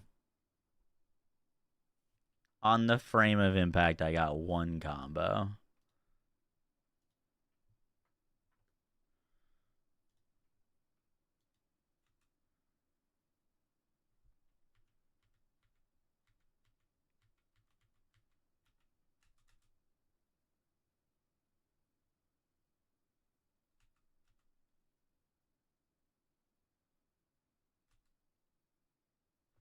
Okay.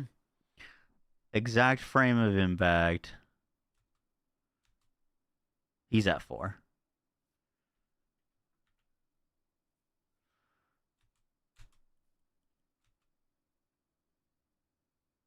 He puts the bell down. Frame of impact. He gets, there's a second where he's at 2 and then he's at 4. But I don't know, man. It looks like the bell is giving him that second bit because it's as it rings. His motion hasn't started the next hit yet. If it doesn't work, we do something different. But I break that down in the upcoming video.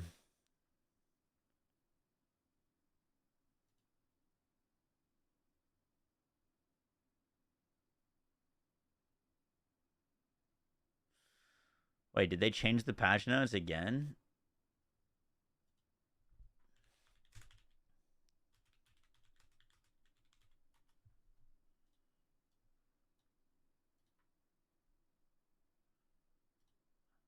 No way.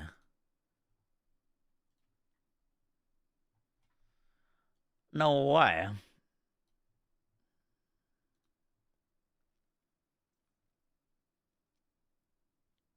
Oh, they added more words to this.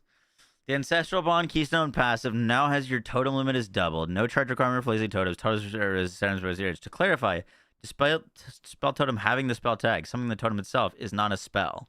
So costs added to spells are not added to summoning a spell totem.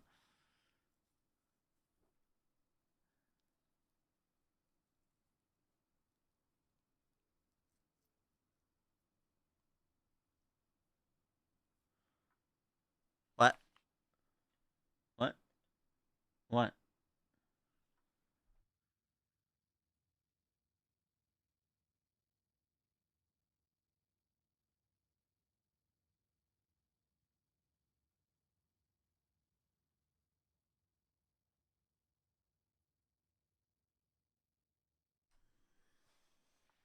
The Ancestral Bond Keystone passive now has your totem limit is doubled. No charge requirement for placing totems. Totems reserve 70%. To clarify, despite spell totems having the spell tag, summoning the totem itself is not a spell.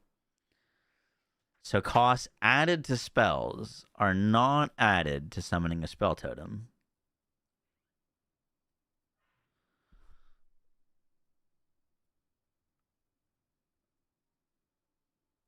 Okay. So if I'm understanding that correctly, it'll cost mana to put the spell totem down. Is this not just a change of wording? So the nerf is that it now costs mana to put totems down. Yes. But increases to cost will not increase the cost of putting the totem down. Yeah. So still good. You just don't have infinite mana with them. But you have some mana to solve for. That's fine.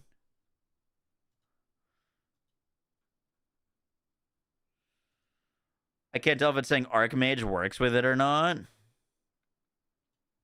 Does Archmage work with spell totems currently?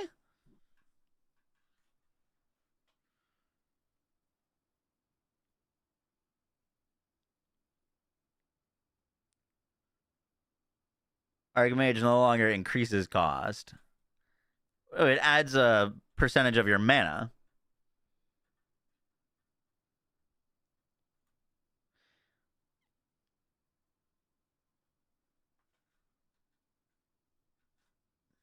It increases cost of the spell in the totem. It works with totems from my understanding.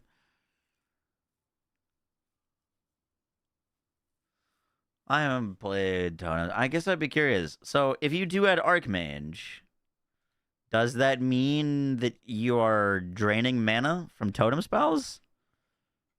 Oh, that's Charlie. Charlie played totems literally 2 seconds ago. Charlie. Yeah. When you put a totem down, does the spell casting from the totem drain your mana? No, right? No. Okay. Just the totem. Did you try Archmage? Yeah. Okay. When you put on Archmage, did Archmage make it cost more mana? It costs the what, 5%, right? Yeah. What is Archmage's number? Archmage is a percentage of your mana. Yeah, but when you added that to the spell totem, did that make the spell totems all of a sudden start draining mana when they were shooting? No, right? No. Okay. It was just when you place it. The Okay. only reason I had mana issues with Archmage was because I had to generate power charges on hit, so I had to cast sparks, which were all juicing my mana, and then I was also using what the hell is this? Couldn't you Archmage weapon slot 2 with the same weapon slot as totems and then not use Archmage on Spark? Probably. I didn't get there. Oh, I'm cooking. I don't know. I did like what, 1 map on that character? Spell totems with Ancestral Bond won't trigger the extra cost of Archmage. Correct. Yeah, but you can still use Archmage with it.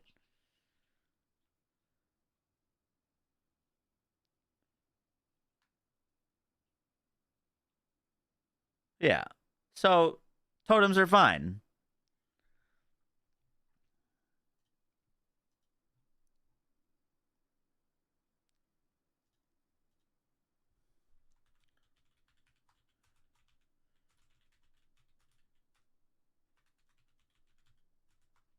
I mean, that's literally what that video that we watched the guy was doing, is just Archmaging out the wazoo with like 5-6k mana, whatever the hell he was at. Yeah.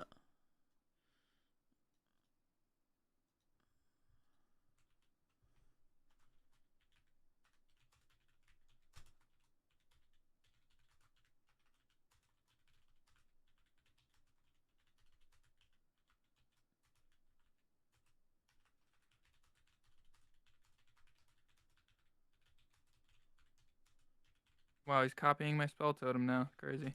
I'm not doing totems. I'm just updating my update video. You're updating an update video? Yeah, like putting a pinned message saying, hey, they changed it again.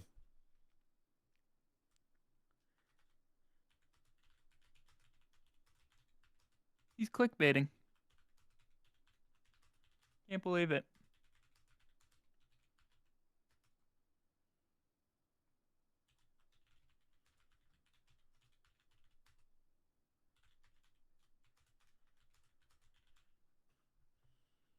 Why don't you just turn your pinned message into an 8-minute YouTube video? True. More changes? Can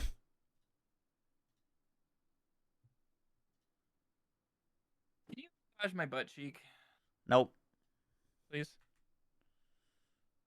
My leg is so tired. It's so tired and it makes my butt sore.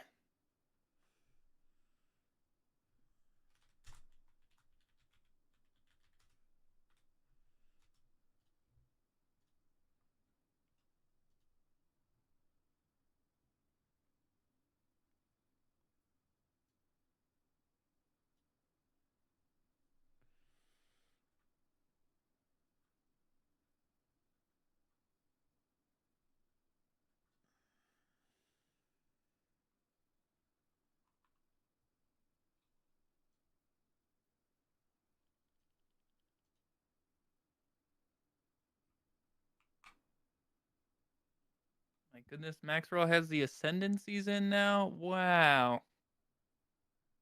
Crazy.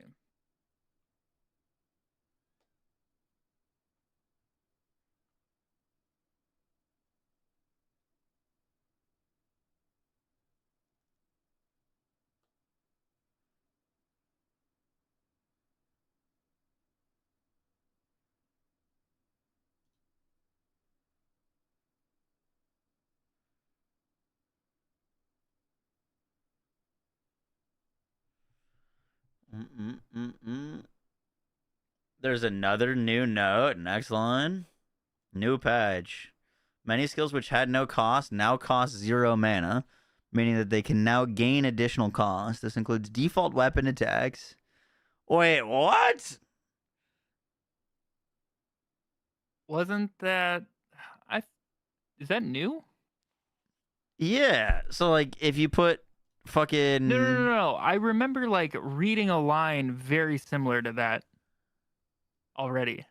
Like, did they just mess with the wording of it? And I think it was specifically on crossbows. Oh, okay. Does that mean you could run out of mana basic attacking a boss in the campaign? That's insane. Does rapid attacks have a cost multiplier? Well, wait, how would a cost multiplier work? Would it just be... What the fuck would be a 120% increase of cost on something that costs 0? Well, maybe it's for percentage. With Archmage, would it still eat 5%? If you used like a wand skill, like Bone Blast or whatever, I mean, they can would now Archmage still eat 5%? Or would it be 0 right now in the game? What, Archmage on a basic attack? Yeah, if you just put it on like Bone Blast or some shit. I think it would still consume the mana, no? I don't know. Doesn't Archmage just consume 5% of your mana for whatever attack it's used on? Or like 6% of your mana? It's not like a multiplier to the skill's mana cost. It's just a flat mana cost. Doesn't it say additional 5% of your max mana? Oh, fuck. I know what this is nerfing. No. Oh, I'll show you exactly what this is nerfing.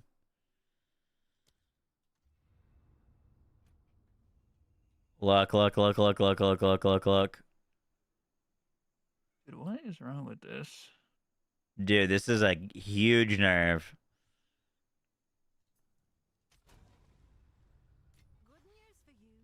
Look at what I'm currently doing on my Deadeye.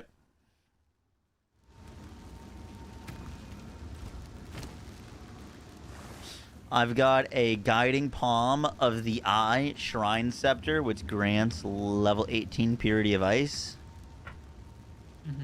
Purity of Ice is given to me for free. It's a aura. Yep. And I can put Herbalism in it, which costs 15 spirit. My spirit doesn't go down. Cannibalism, which costs 15 spirit. Vitality, which costs 20 spirit. And Clarity 2, that costs 20 spirit. My spirit doesn't change. So I've got Clarity 2. I have 57 spirit. I took it off. Put Clarity 2 back on. 57 spirit. Any spirit supports socketed into something that is a free spirit. Cost nothing. Oh, gotcha. So what that means is that those would now cost things. Many skills which cost 0 mana, meaning they gain no additional cost. This includes default weapon attacks, item inherent skills, and any triggered skills from support gems and other sources. I think that also means that if you got that necklace that gives you like cast on crit for free or something like that, and you or like gave you maybe Herald of Ice for free, if you put like Deadly Herald in it, which is like 30% Herald damage but costs additional spirit, it wouldn't be free. It would actually cost more spirit to put it in.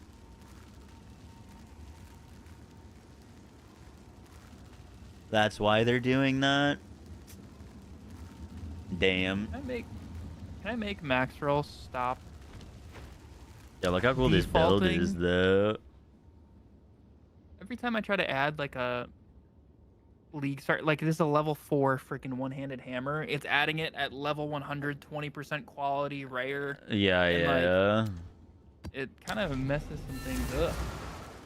And they just supposed to... Well, the new ring would still give you a free aura. But that aura you couldn't add more auras to for free.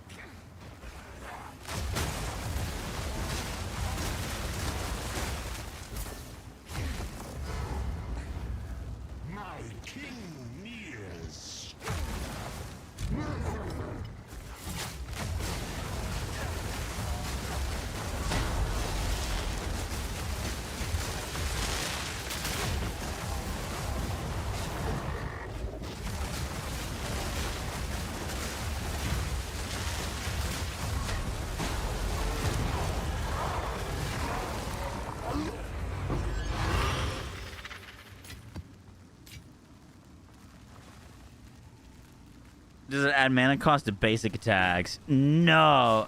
Cost multipliers and things that increase the mana cost of something on 0 should still be 0.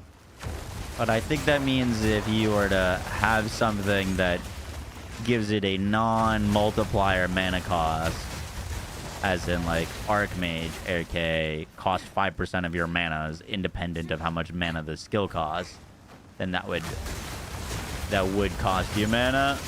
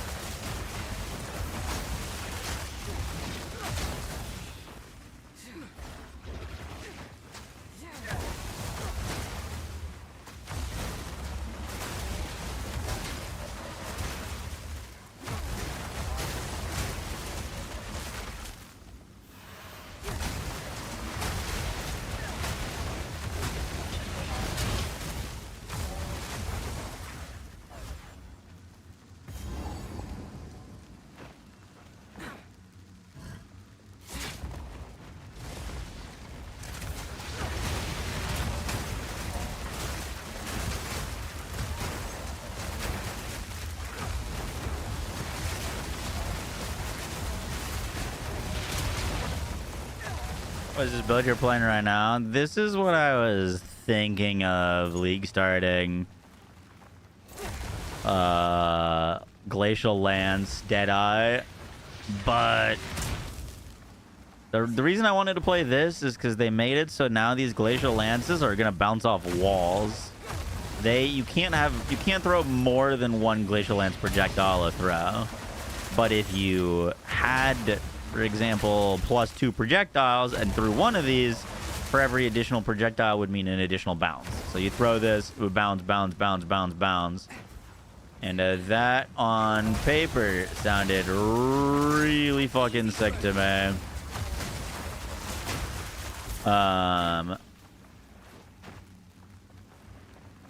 And like technically, or as I thought, would potentially, you know, double the single target damage of these, because you could just, you know,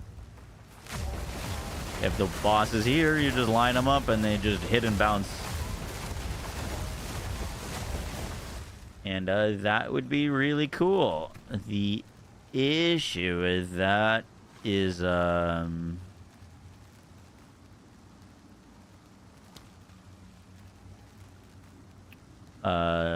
keyword on chain.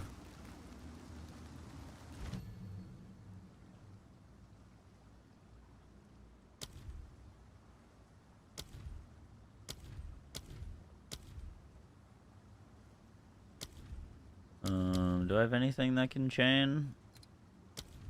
Here.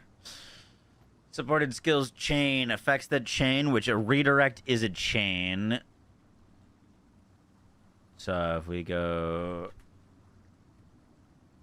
ricochet, projectiles from supported skills 50% to chain. An additional time from terrain. Effects that chain are redirected to another target after hitting an enemy.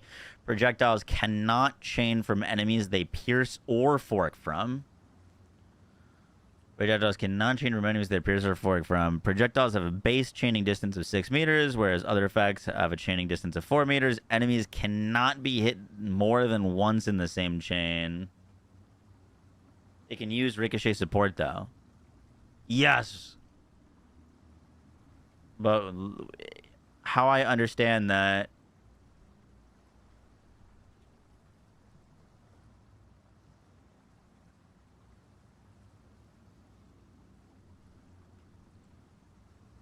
Okay, that's fine. How I understand it is if this is you, this is the boss, they're in a corner, you throw the glacial lance, it hits them and then hits the wall, and then ricochets back at them. This doesn't register damage.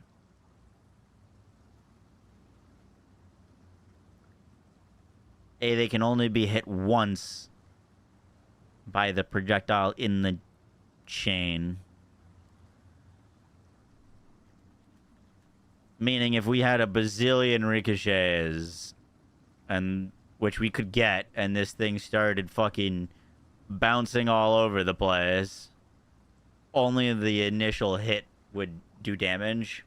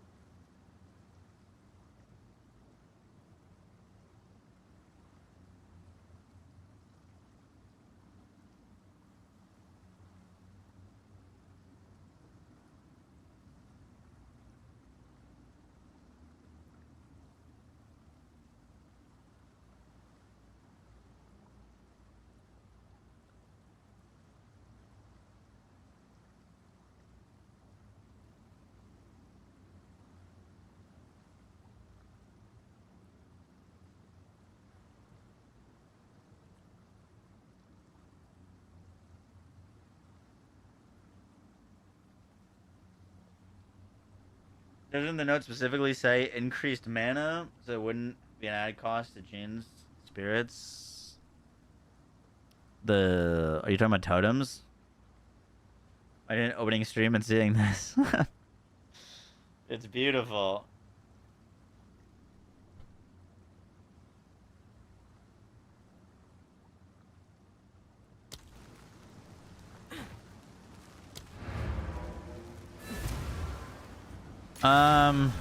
You've received a shipment. I've messed around with it a bit more, and I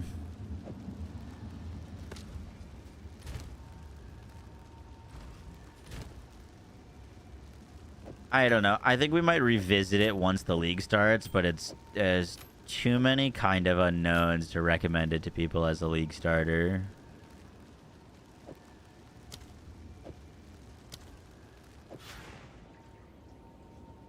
You know what? I could just put this on weapon set 1 and 2.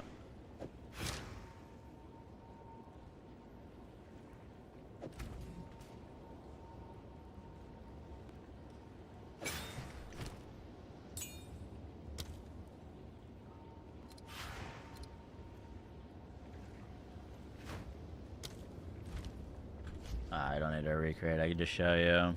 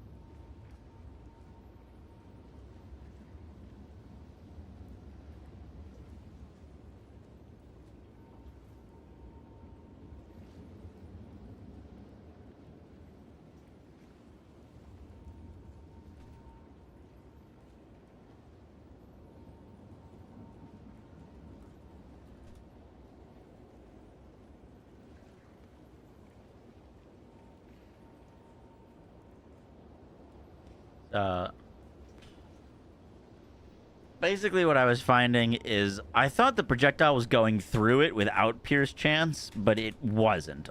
All the projectile is doing on a bow shot is it hits the bell and it sends out its projectiles. So you get the projectiles splitting into its shards and you get the bell ringing, which can definitely deal considerable amounts of damage. But it isn't any, like... It isn't necessarily any better than just using Tornado Shot, if that makes sense. I thought it was going through the bell, ringing it, and carrying through without Pierce Chance, which with Pierce Chance, it does do that. But 1 Pierce Chance, or 100% Pierce Chance, means we only pierce 1 bell. So, like, for example, if you wanted to put down multiple bells, we would need to, like, for it to, like, actually work, you would need, like, 300% Pierce Chance, and for all the bells to line up. If that makes sense. And then you gotta get all the bells to line up with the enemy in the right spot, and, like, in testing, it works the best with 1 bell, not 3. So, like... The thing that kind of killed my motivation to do it is, like, you don't really need to play martial artist to drop 1 bell. It's not going to get much better. It's very good with 1 bell, but it doesn't get much better with 2 and 3 bells, right? Unless you're at, like, 300% pierce chance. It just rings the bells. But it works, like, you know, it basically works as well with Tornado Shot. This is just Tornado Shot, you know, just shoot the boss and kill him. That's 1 Tornado Shot. So it's like, you could just play Deadeye and not have the mess of the bells, and then, I don't know, I think the original Deadeye build is just better.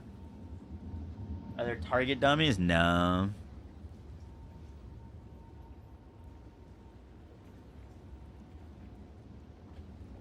Reap Staff Chronomaxer. That sounds cool. That was build last league, what, right? Would Indominus Grasp support be great for this? Indominus Grasp. UV2.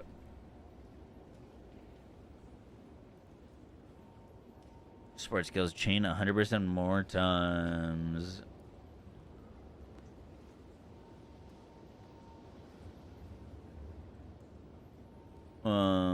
That would be good for Glacial Lands with Retreat. Still doesn't increase its single target damage. That's kind of why it's like hurting my plans on doing Glacial Lands, is that more ricochets don't mean more damage. And the skill is... It, like, kind of needs the ricochets for clear. It's not a very good clear skill, but it's also not the greatest bossing skill either. And so the extra bounces would mean insane things if it was good at, if that made it extra boss damage, but it doesn't.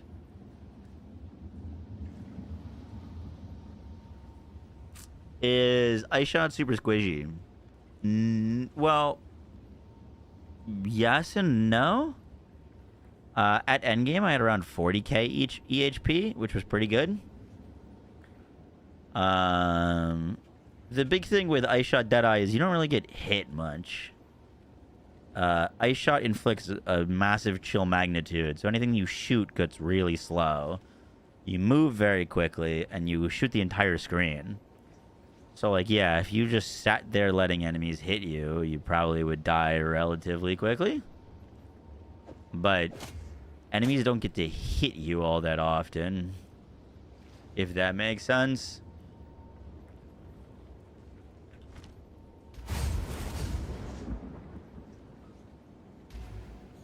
Time to learn Here, something I'll just show you. I could literally just show you. I'm not on my, like, full setup. I've got some, like, weird things spec'd for spears.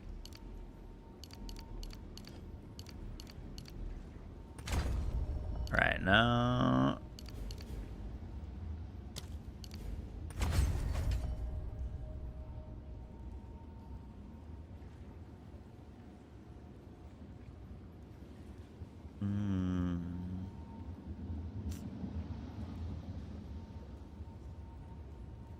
That projectile, none.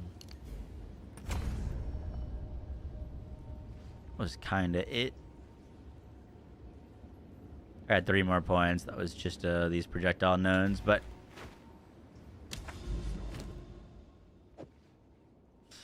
I'll just show you. I'm not attacking here.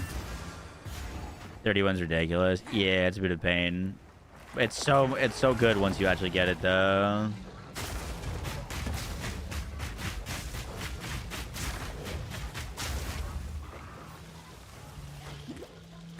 So, like, you know, we could take some hits. But yeah, if you stand there, you'll eventually die.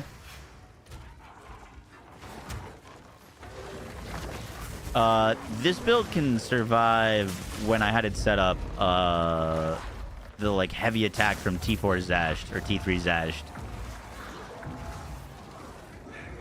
So...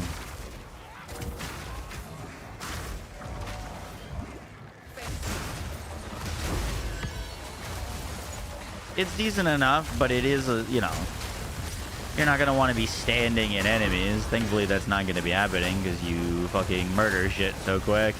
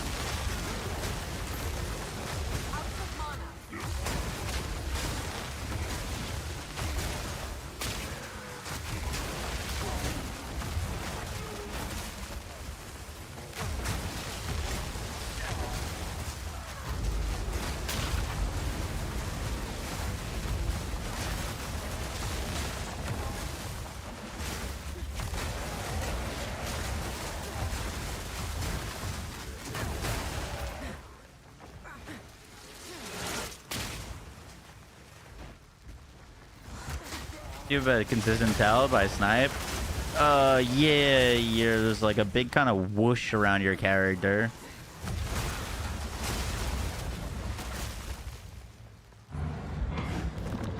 The ground below you, your character kind of like glows white.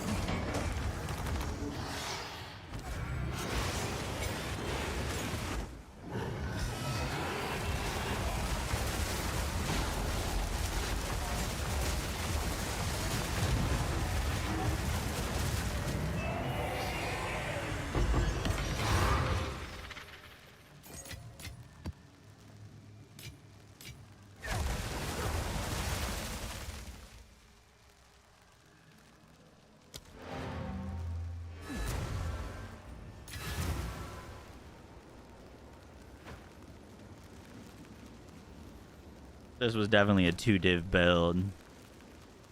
Yeah. I mean, that's not an example of what League Start would look like. When your character is still...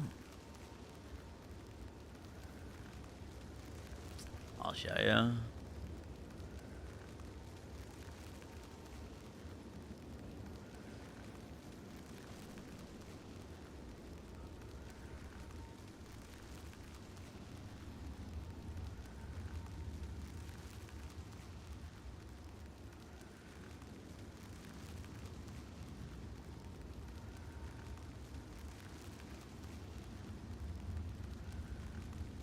See this little,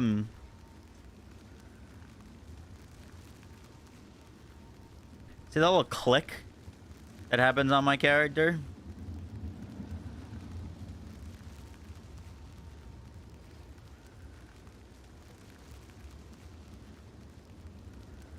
Charging, click.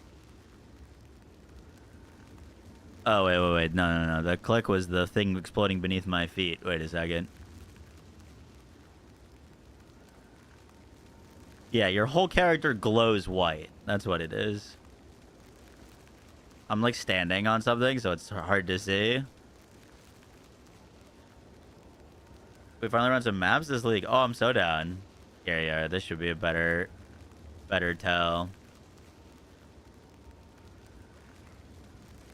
See that? That right there, your whole character glows white. That's when you release. It takes a little bit getting used to.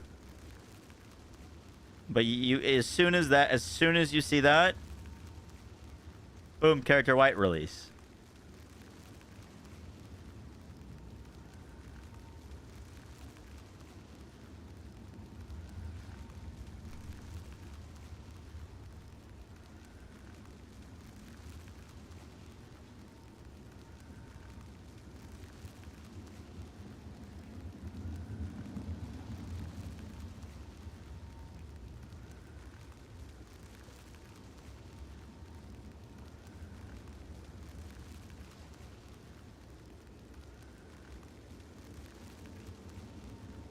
Whole character flashes white. Like, Isn't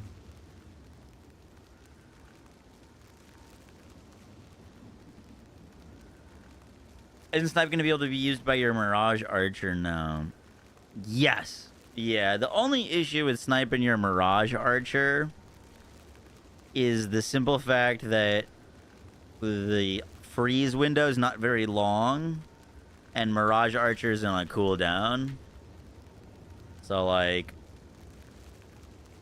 I wanted to mess around with it, but, you know, I don't think it'll work 100% of the time, if that makes sense.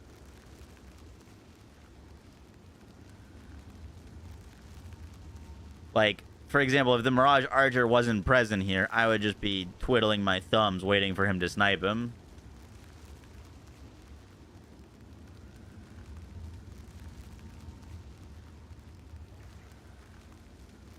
Will he be able to block while holding down snipe skill? With that bow, yeah, technically.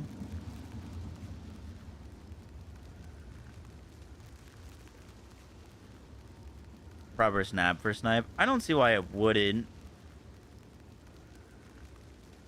Snipe can be held infinitely. Like it's like a channeled skill that's held infinitely. So I would imagine it would just hold it until the moment it's supposed to release. Otherwise, it'll just stand there holding it and never actually shoot. If that makes sense. You can't, like, miss the perfect timing window and then it fires off. You just stand there holding it for forever.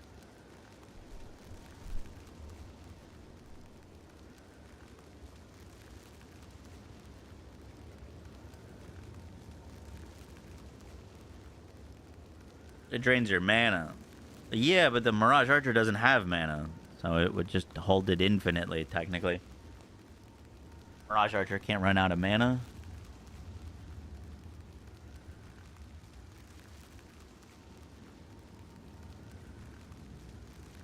Oh.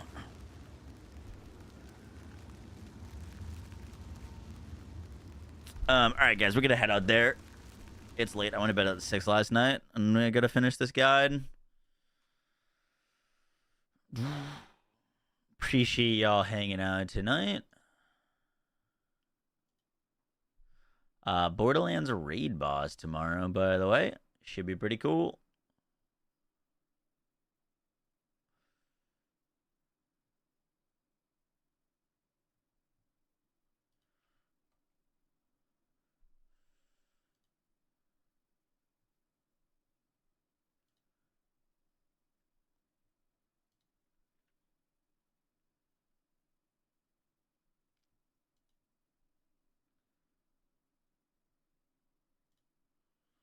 Maxi, yeah.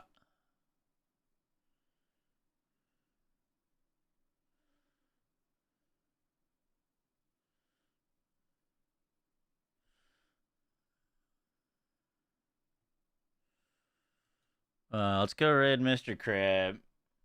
How it going? Yes, sir. You too.